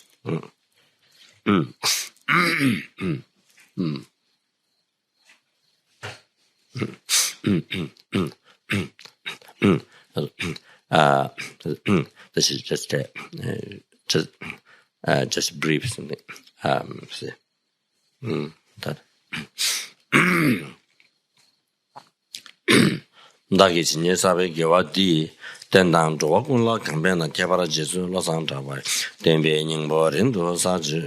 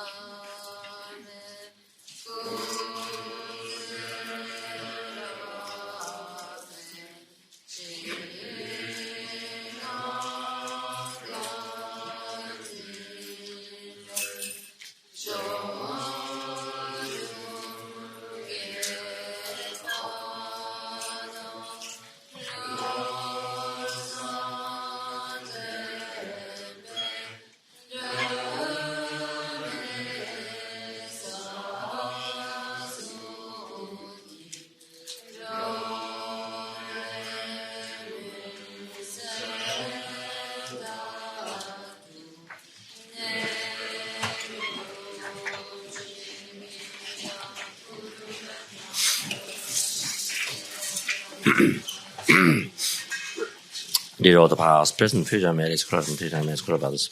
May the bodhicitta be in the heart and also in the heart of all the family members, in the heart of all of us here, and in the heart of all the students, benefactors of this organization, and those who give up their lives to the organization during service to the sentient meditation Buddha.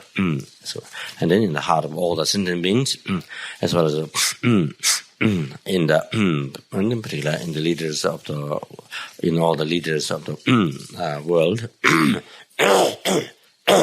in their hearts, and the places where there's a lot of violence, so much killing, a lot of violence, a lot of tortures, where there's so much sufferings, the better bodhicitta to be generated in all their hearts.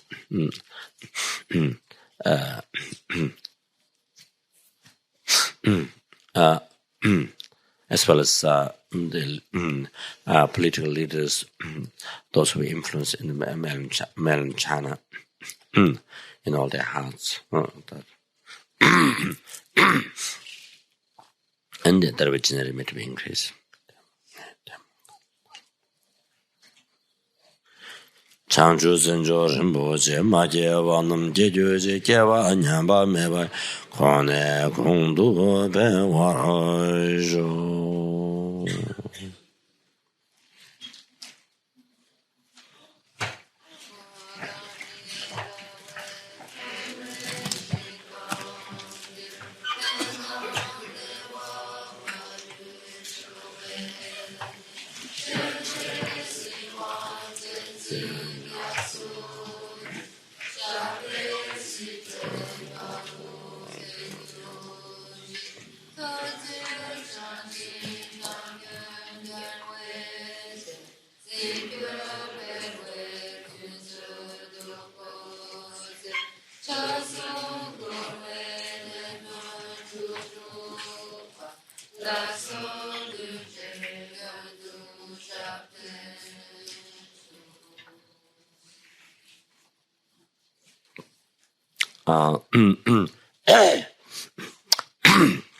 Please dedicate the medicine.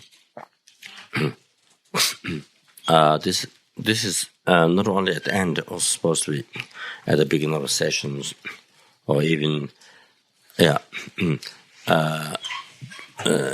supposed to dedicate not just for world peace, but as I mentioned at the beginning, and the retreat is, the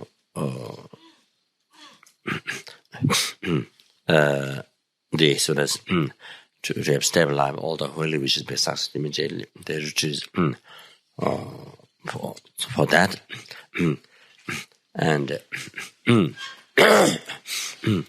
that all the holy wishes be to be successful immediately. That means that includes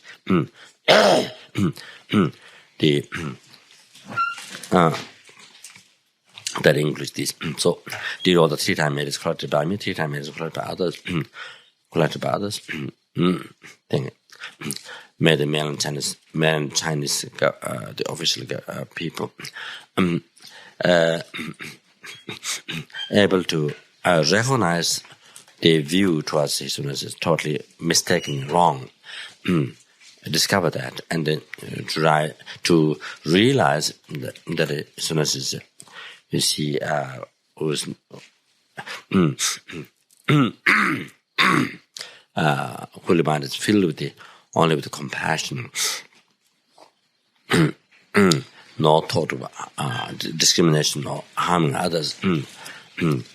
Embodiment of all with this compassion, to them to have a strong devotion, and do as strong devotion to His Holiness, do exactly what His Holiness wishes, and also embody His Holiness in mainland China, and all those billions of people receive Dharma. Have happiness with Dharma like sun shining, and total religious freedom to pure Buddhism in China, religious freedom to pure Buddhism in China, and as well then give the land back to the Tibetan people, and continuously then His Holiness to guide like that, and also total religious freedom in Tibet, preserve and spread, and then everyone enjoy the happiness Dharma, more than even before in the past, then to happen like that, and to in that way to spread Dharma to benefit the whole world. Like this.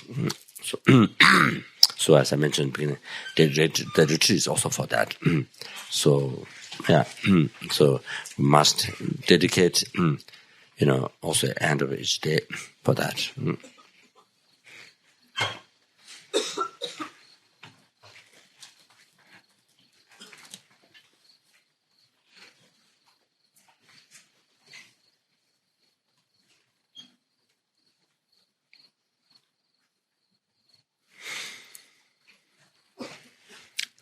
Did all the past, present, future, merits, glory, material, damage, glory, brothers. May all the Father, Mother, Son, brings happy happiness. May the Lord be empty forever. May all the Bodhisattvas' prayers be succeed immediately. May I be able to cause all this to happen by myself alone.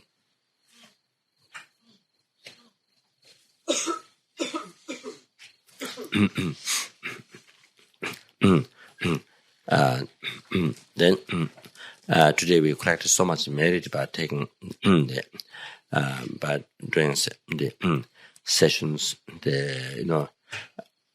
Each time when you generate bodhicitta motivation, collecting limited discuss merit, then during 7 practice so forth.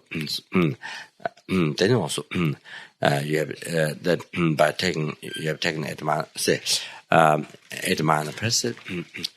So many ways, see, so with so many practices you collected so much, and then making, say, exchange offerings, and those so many ways you collected limitless merit.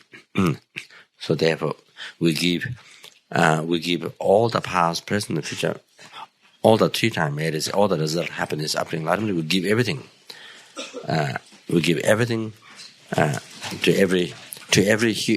every hell beings.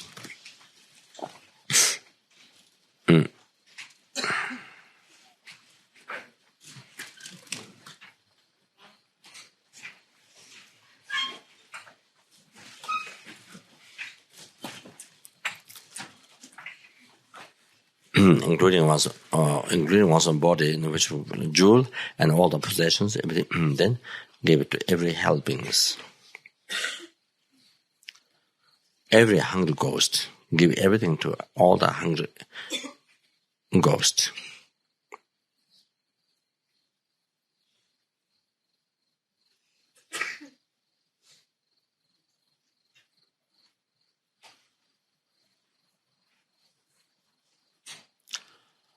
Then give everything to the numberless animals.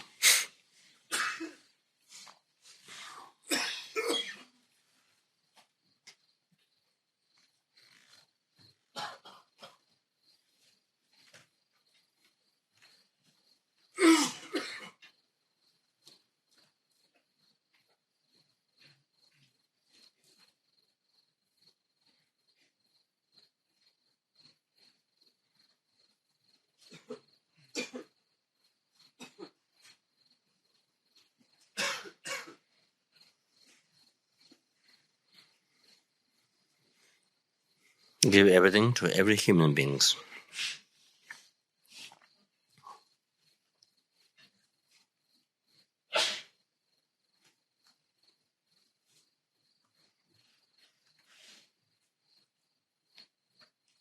And give everything to every Sura beings. 3-time merits, all the result, happiness, upbringing, enlightenment, once embodied in the form of wish, grand jewel, and all the possessions. Give everything to all the Asura beings.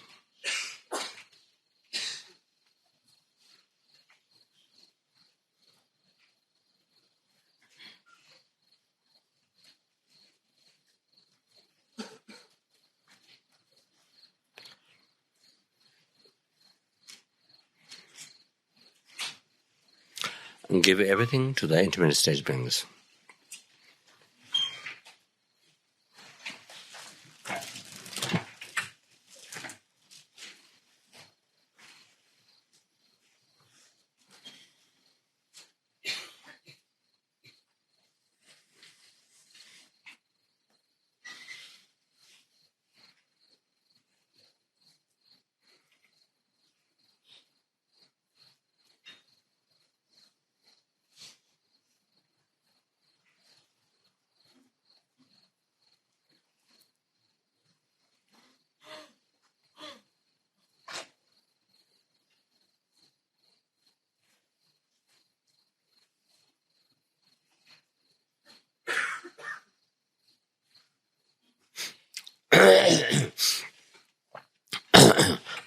They receive everything, whatever they need, whatever they want, whatever they need is guru teachings, all those things which to free them from suffering causes, brings to enlightenment. So, so they receive everything, whatever they want, whatever they need.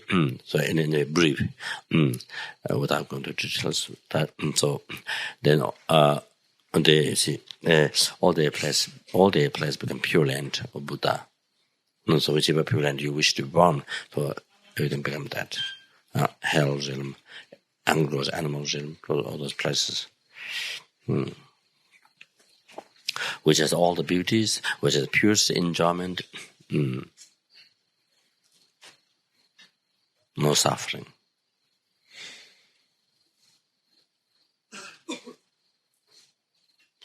And all this caused them to actualize path, method, wisdom. All this enjoyment caused them to actualize path, method, wisdom, and cease all the developments, and they all become enlightened in the daily Dharma practices.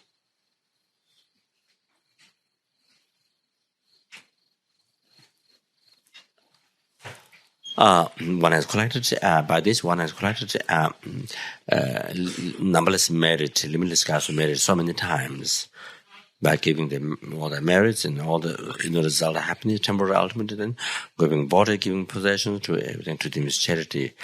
So one collected limitless class of merit so many times. So due to this, whatever suffering that's in them may ever happen on me, whatever happiness may I have, may ever happen towards all the sentient beings.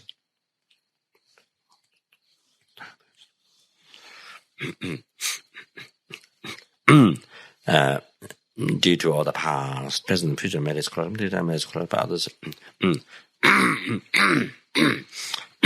may I able to offer scarce or limited scarce benefit to all the sentient beings teaching Buddha, like Lama Tsongkhapa, by having the same quality with me as Lama Tsongkhapa has from now on in every second to be able to benefit sentient beings like that, like Lama Tsongkhapa.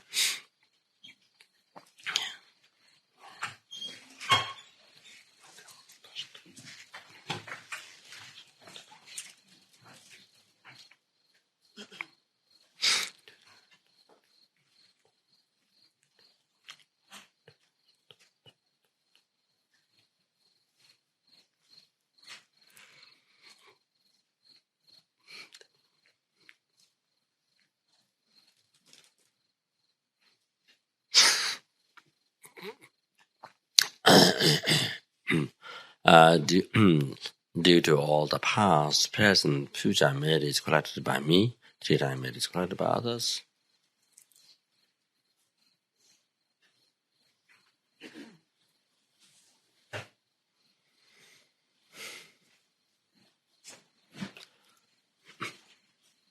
that which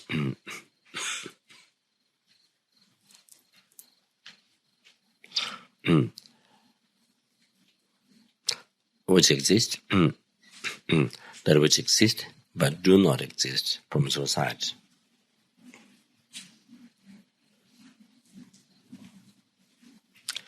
That which are totally empty.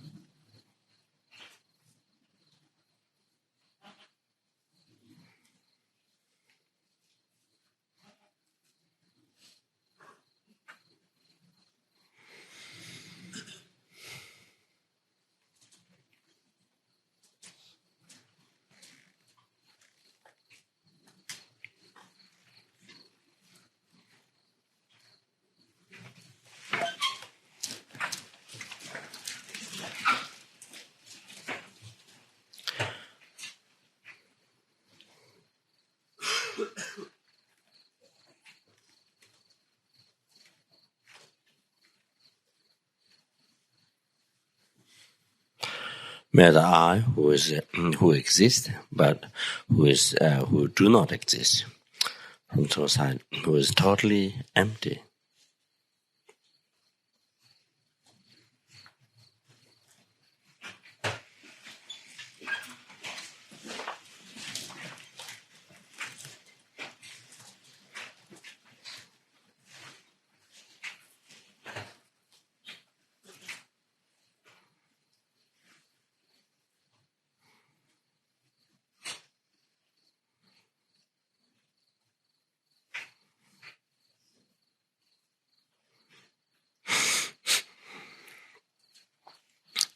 achieve Tara's enlightenment, which exists, but totally empty.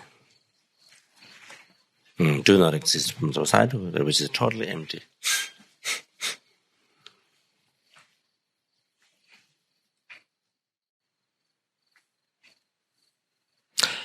And lead all the sentient beings who exist but do not exist from their own side, who are totally empty.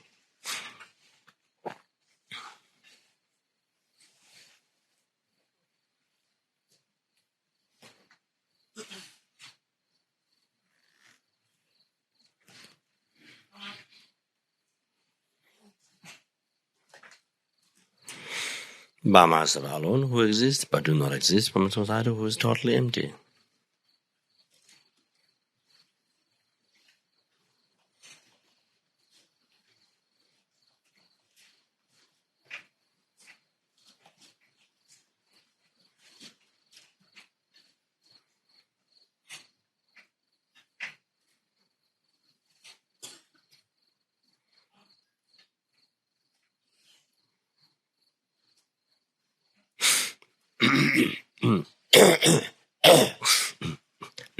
When we meditate on the emptiness like this, or Dharma Kaya, like that,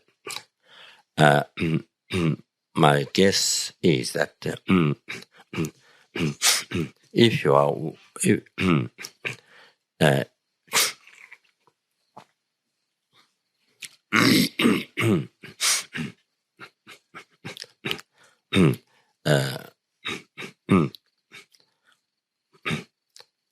what to say?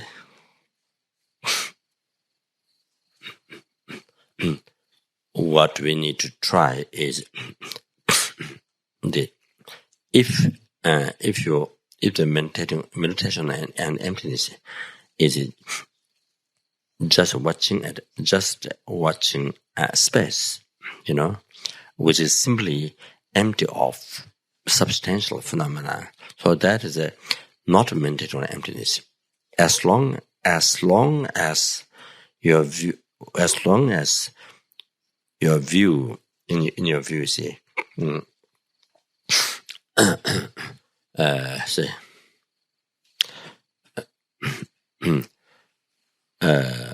you see, this is what is the appearance that we have is not. What you see is not emptiness. It's a conventional truth. It's a conventional truth. It's not ultimate truth. It's a conventional truth. It's just a space. It's just simply ordinary emptiness. The absence of substantial physical phenomena. So it's just seeing ordinary emptiness. It's not emptiness. Emptiness, which is you see, this ordinary emptiness of substantial phenomena. So you are not meditating on emptiness of the truly existence. You see, see.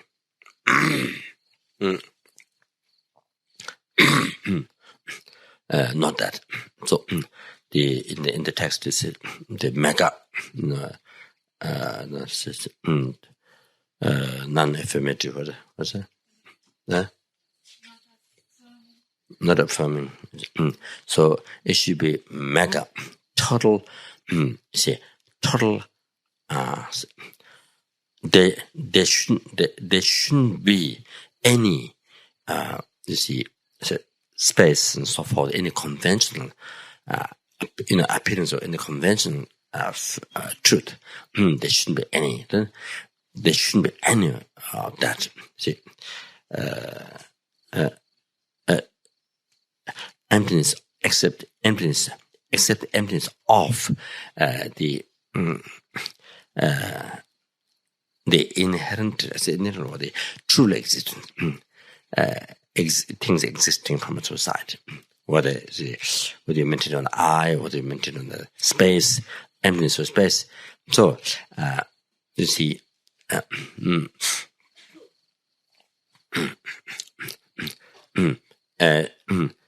total emptiness. Emptiness of that. Things. Emptiness of. Emptiness of.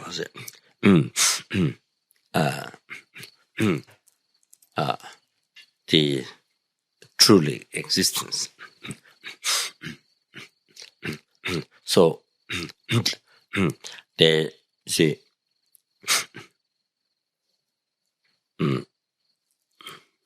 the understanding is what one sees that is like total emptiness, not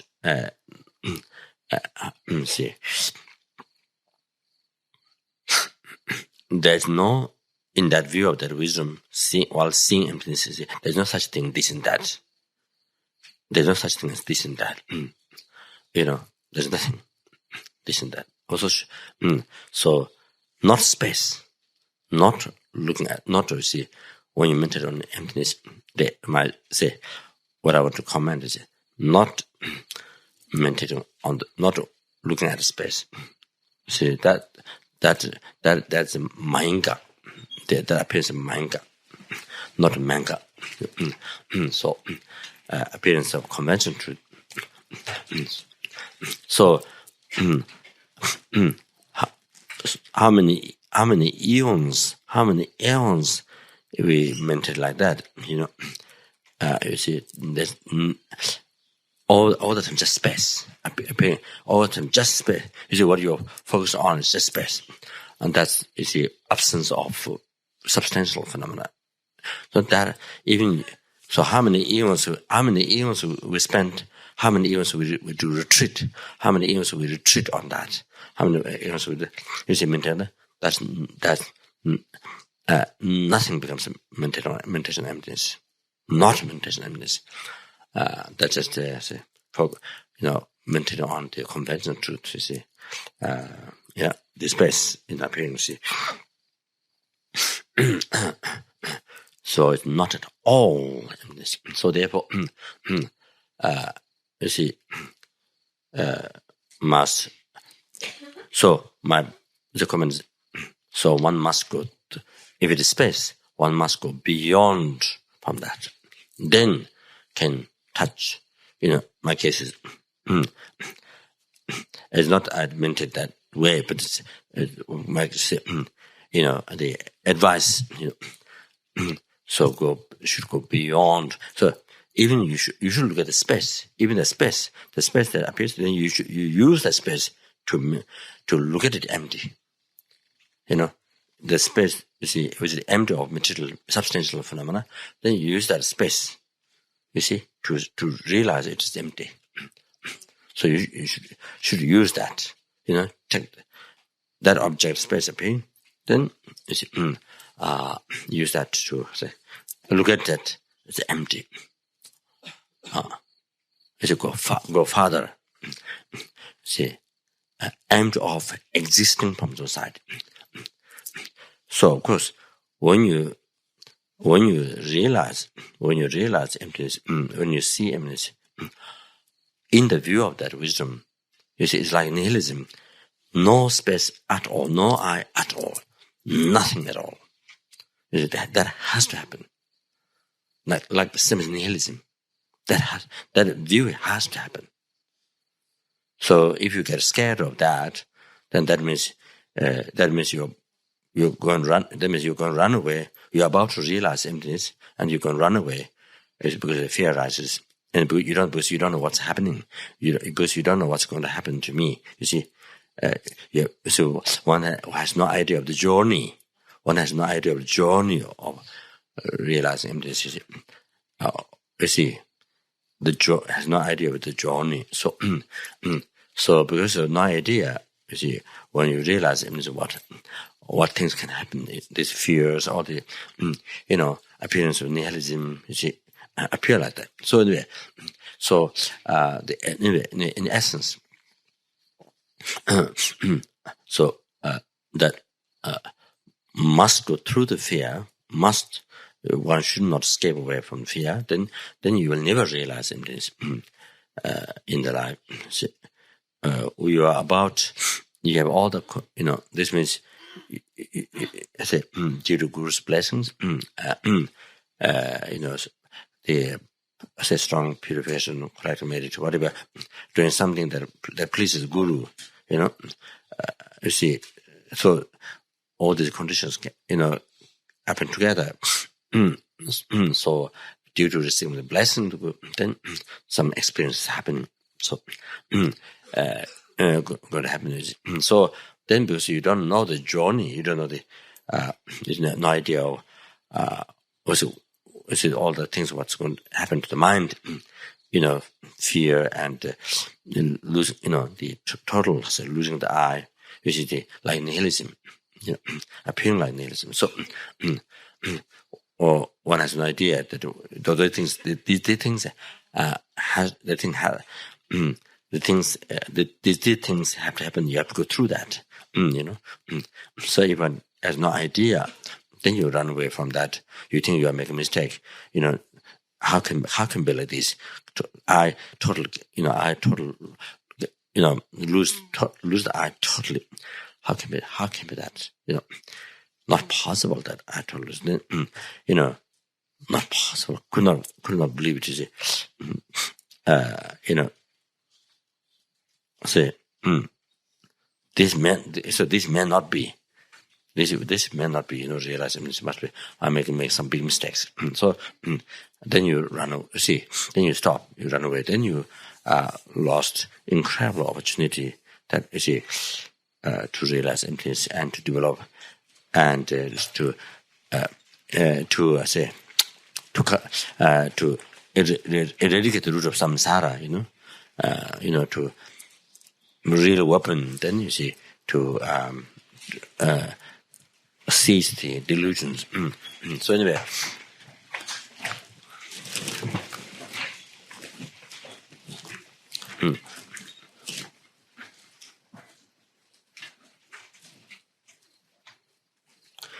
So,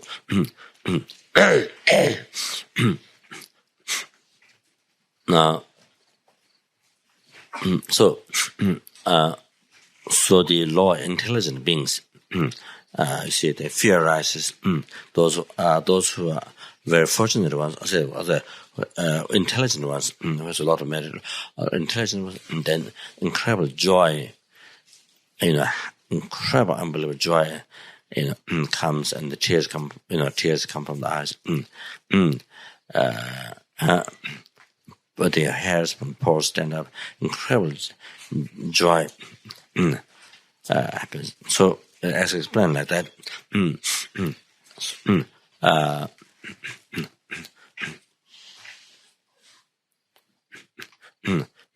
so when the fear arises, one must go through the fear. Like crossing the bridge, like crossing the river bridge, you have to go other side. So you have to go through the fear, must go through the fear.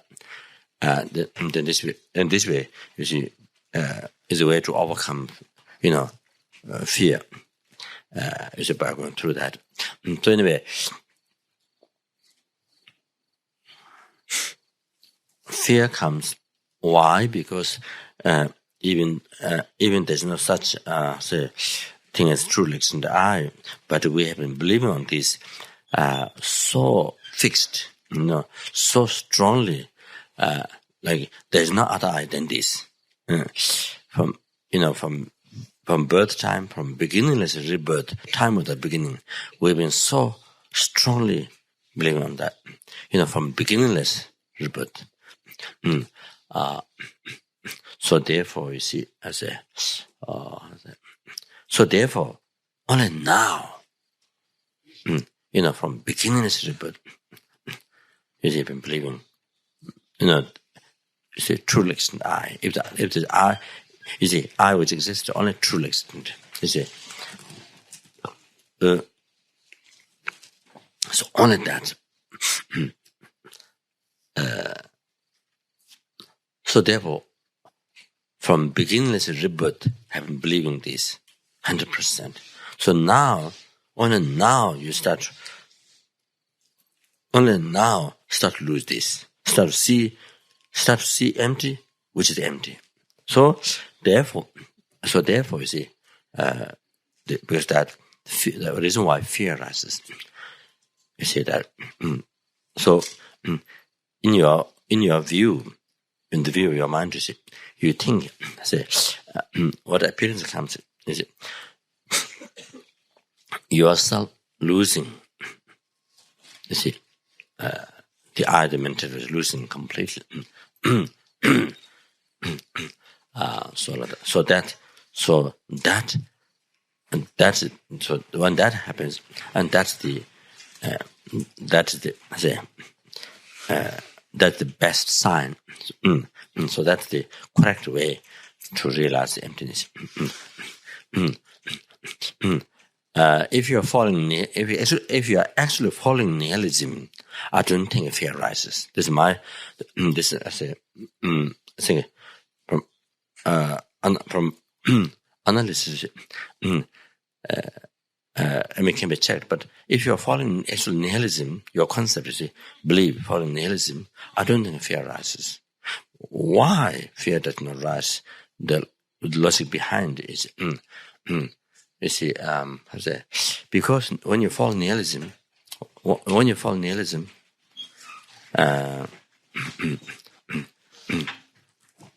this is what I think. When you follow nihilism, you see, it doesn't hurt the ignorance. You know, when you believe no I exist. You see, when you follow nihilism, it doesn't harm the ignorance. It doesn't hurt. It doesn't harm the object of ignorance. Truly existent I. It doesn't harm. So therefore, it doesn't harm the ignorance. So therefore, you see, truly existent.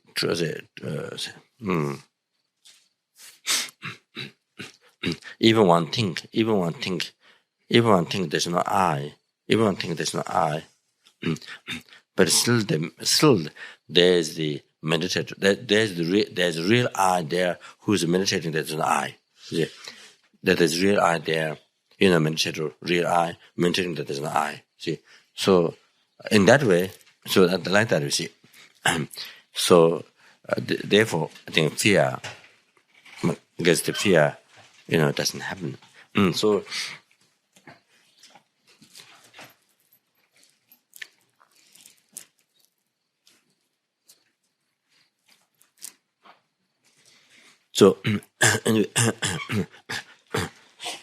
So fear rising is that means your meditation is correct in the right direction. So anyway, one must go through the fear and let the I to be totally let it to be totally let it to be lost or completely. You see, let it to be lost completely. In reality, you must know. In reality, one must know that I know there's no way I to become non-existent. There's no way that I become non-existent. No way. Because why? Because the aggregates base is existing all the time. Aggregates is existing all the time. The continuity of the aggregates. There's always consciousness existing. The aggregates, the consciousness always existing. Continuity of that, and that goes to enlightenment. That goes to enlightenment. Even after you become Buddha, there's still continuity of that consciousness. Aggregates, the base to be labeled I is still there. Even after you become Buddha. So therefore, the base, the continuity of aggregates is always exists. Continuity of aggregates. So therefore, the I that is labeled, depending on that, is always exists. So therefore, the I become non-existent. That that is impossible, never happens. So therefore one should know before these reasonings, these philosophies, reasonings, one has known before. So then when this experience comes, you know that, then you see, you know that, and why this experience happening, losing I, why? Because that is the sign, you see, on the middle level, I, there is a inherently existent, you see, appearance, you see, that inherently existence, the extra thing, projected on the middle level I. So it is showing, it's showing from your experience, this extra thing on the middle level I doesn't exist. It's not there. So it's showing that, you see, to you, the extra thing is not there. So this is proving when you have, in the Mahamudra commentary by Ketan Jamala, in the special Mahamudra commentary, that you see, the Islam explained that. So it's identifying with that. So one must go through that. See, let it completely lost. Then go through the fear, like crossing bridges. Then let it completely lost. So, what is losing? You have to understand? What is losing is not. What is losing? What you are seeing, non-existent, is not mere level I. It's the inherently existent I. So you see, what you're seeing losing is that. So this you have to have this recognition. This is the understanding before. Then you have no problem when you actually, when you go through the journey. You see, so you have all the idea of, you see, how to go, how to go about. So there's no fear. I mean, so you say, yeah. Sort of this. Then, so when the I totally become non-existent, totally lost, nothing slides there. So in your view, like nihilism, exactly nihilism in the view.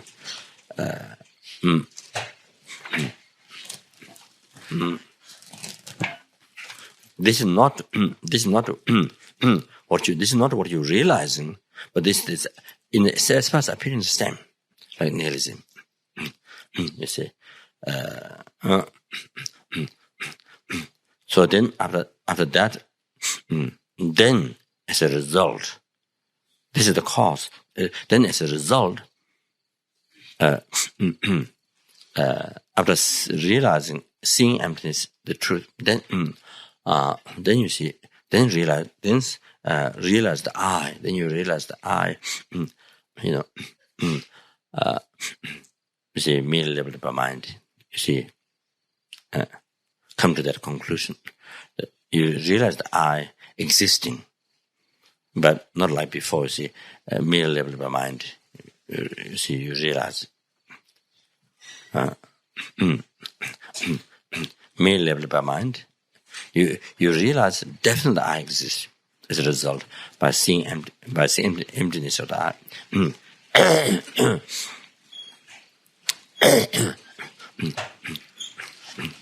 And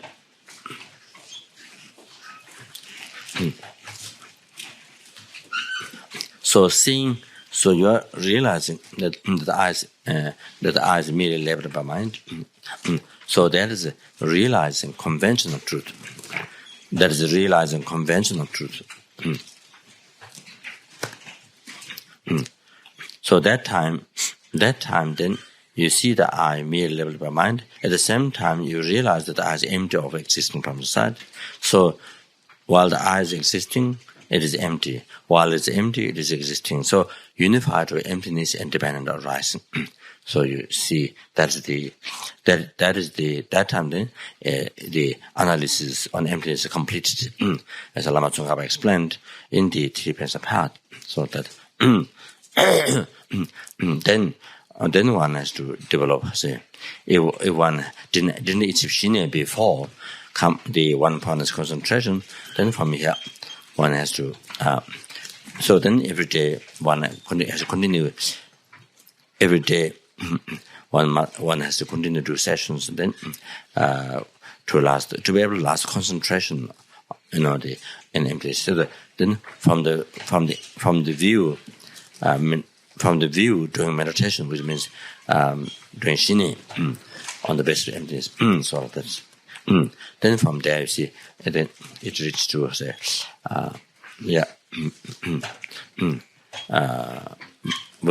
then the renunciation of samsara,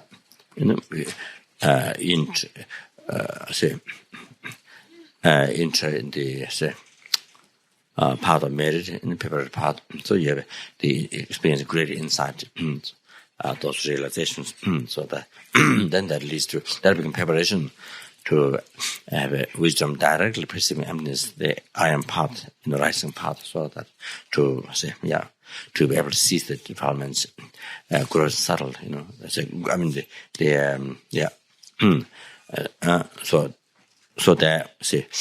The disturbing thought developments. Then, of course, then with the bodhicitta, then able to see the subtle developments so that.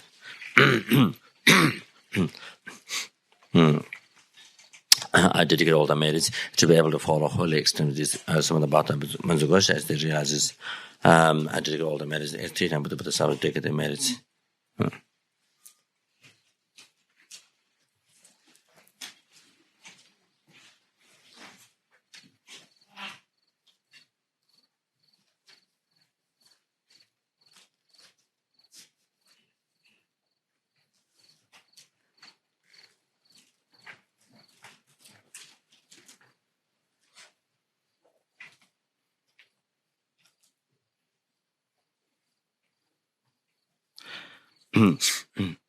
General teaching of Buddha, particular teaching of Lama Tsongkhapa, may be spread in all the directions, may be flourish forever in this world, by complete exercise of one's heart, and also family members, and all of us here, all the students, benefactors in this FPMT organization, then those give up their life to organize doing service, just in the teaching of Buddha, also in their hearts.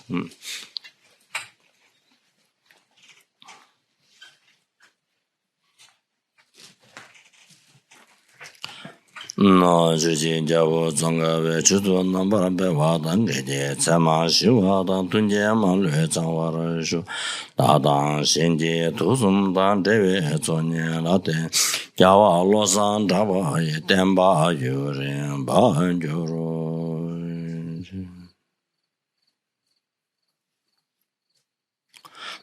I'm sorry, talking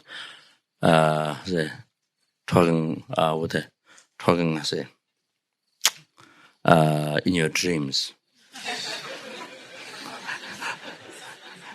Talking in your dreams. Half dreams.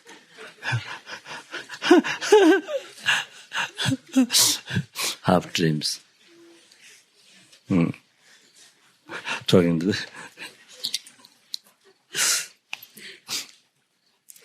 I think I'm talking to myself.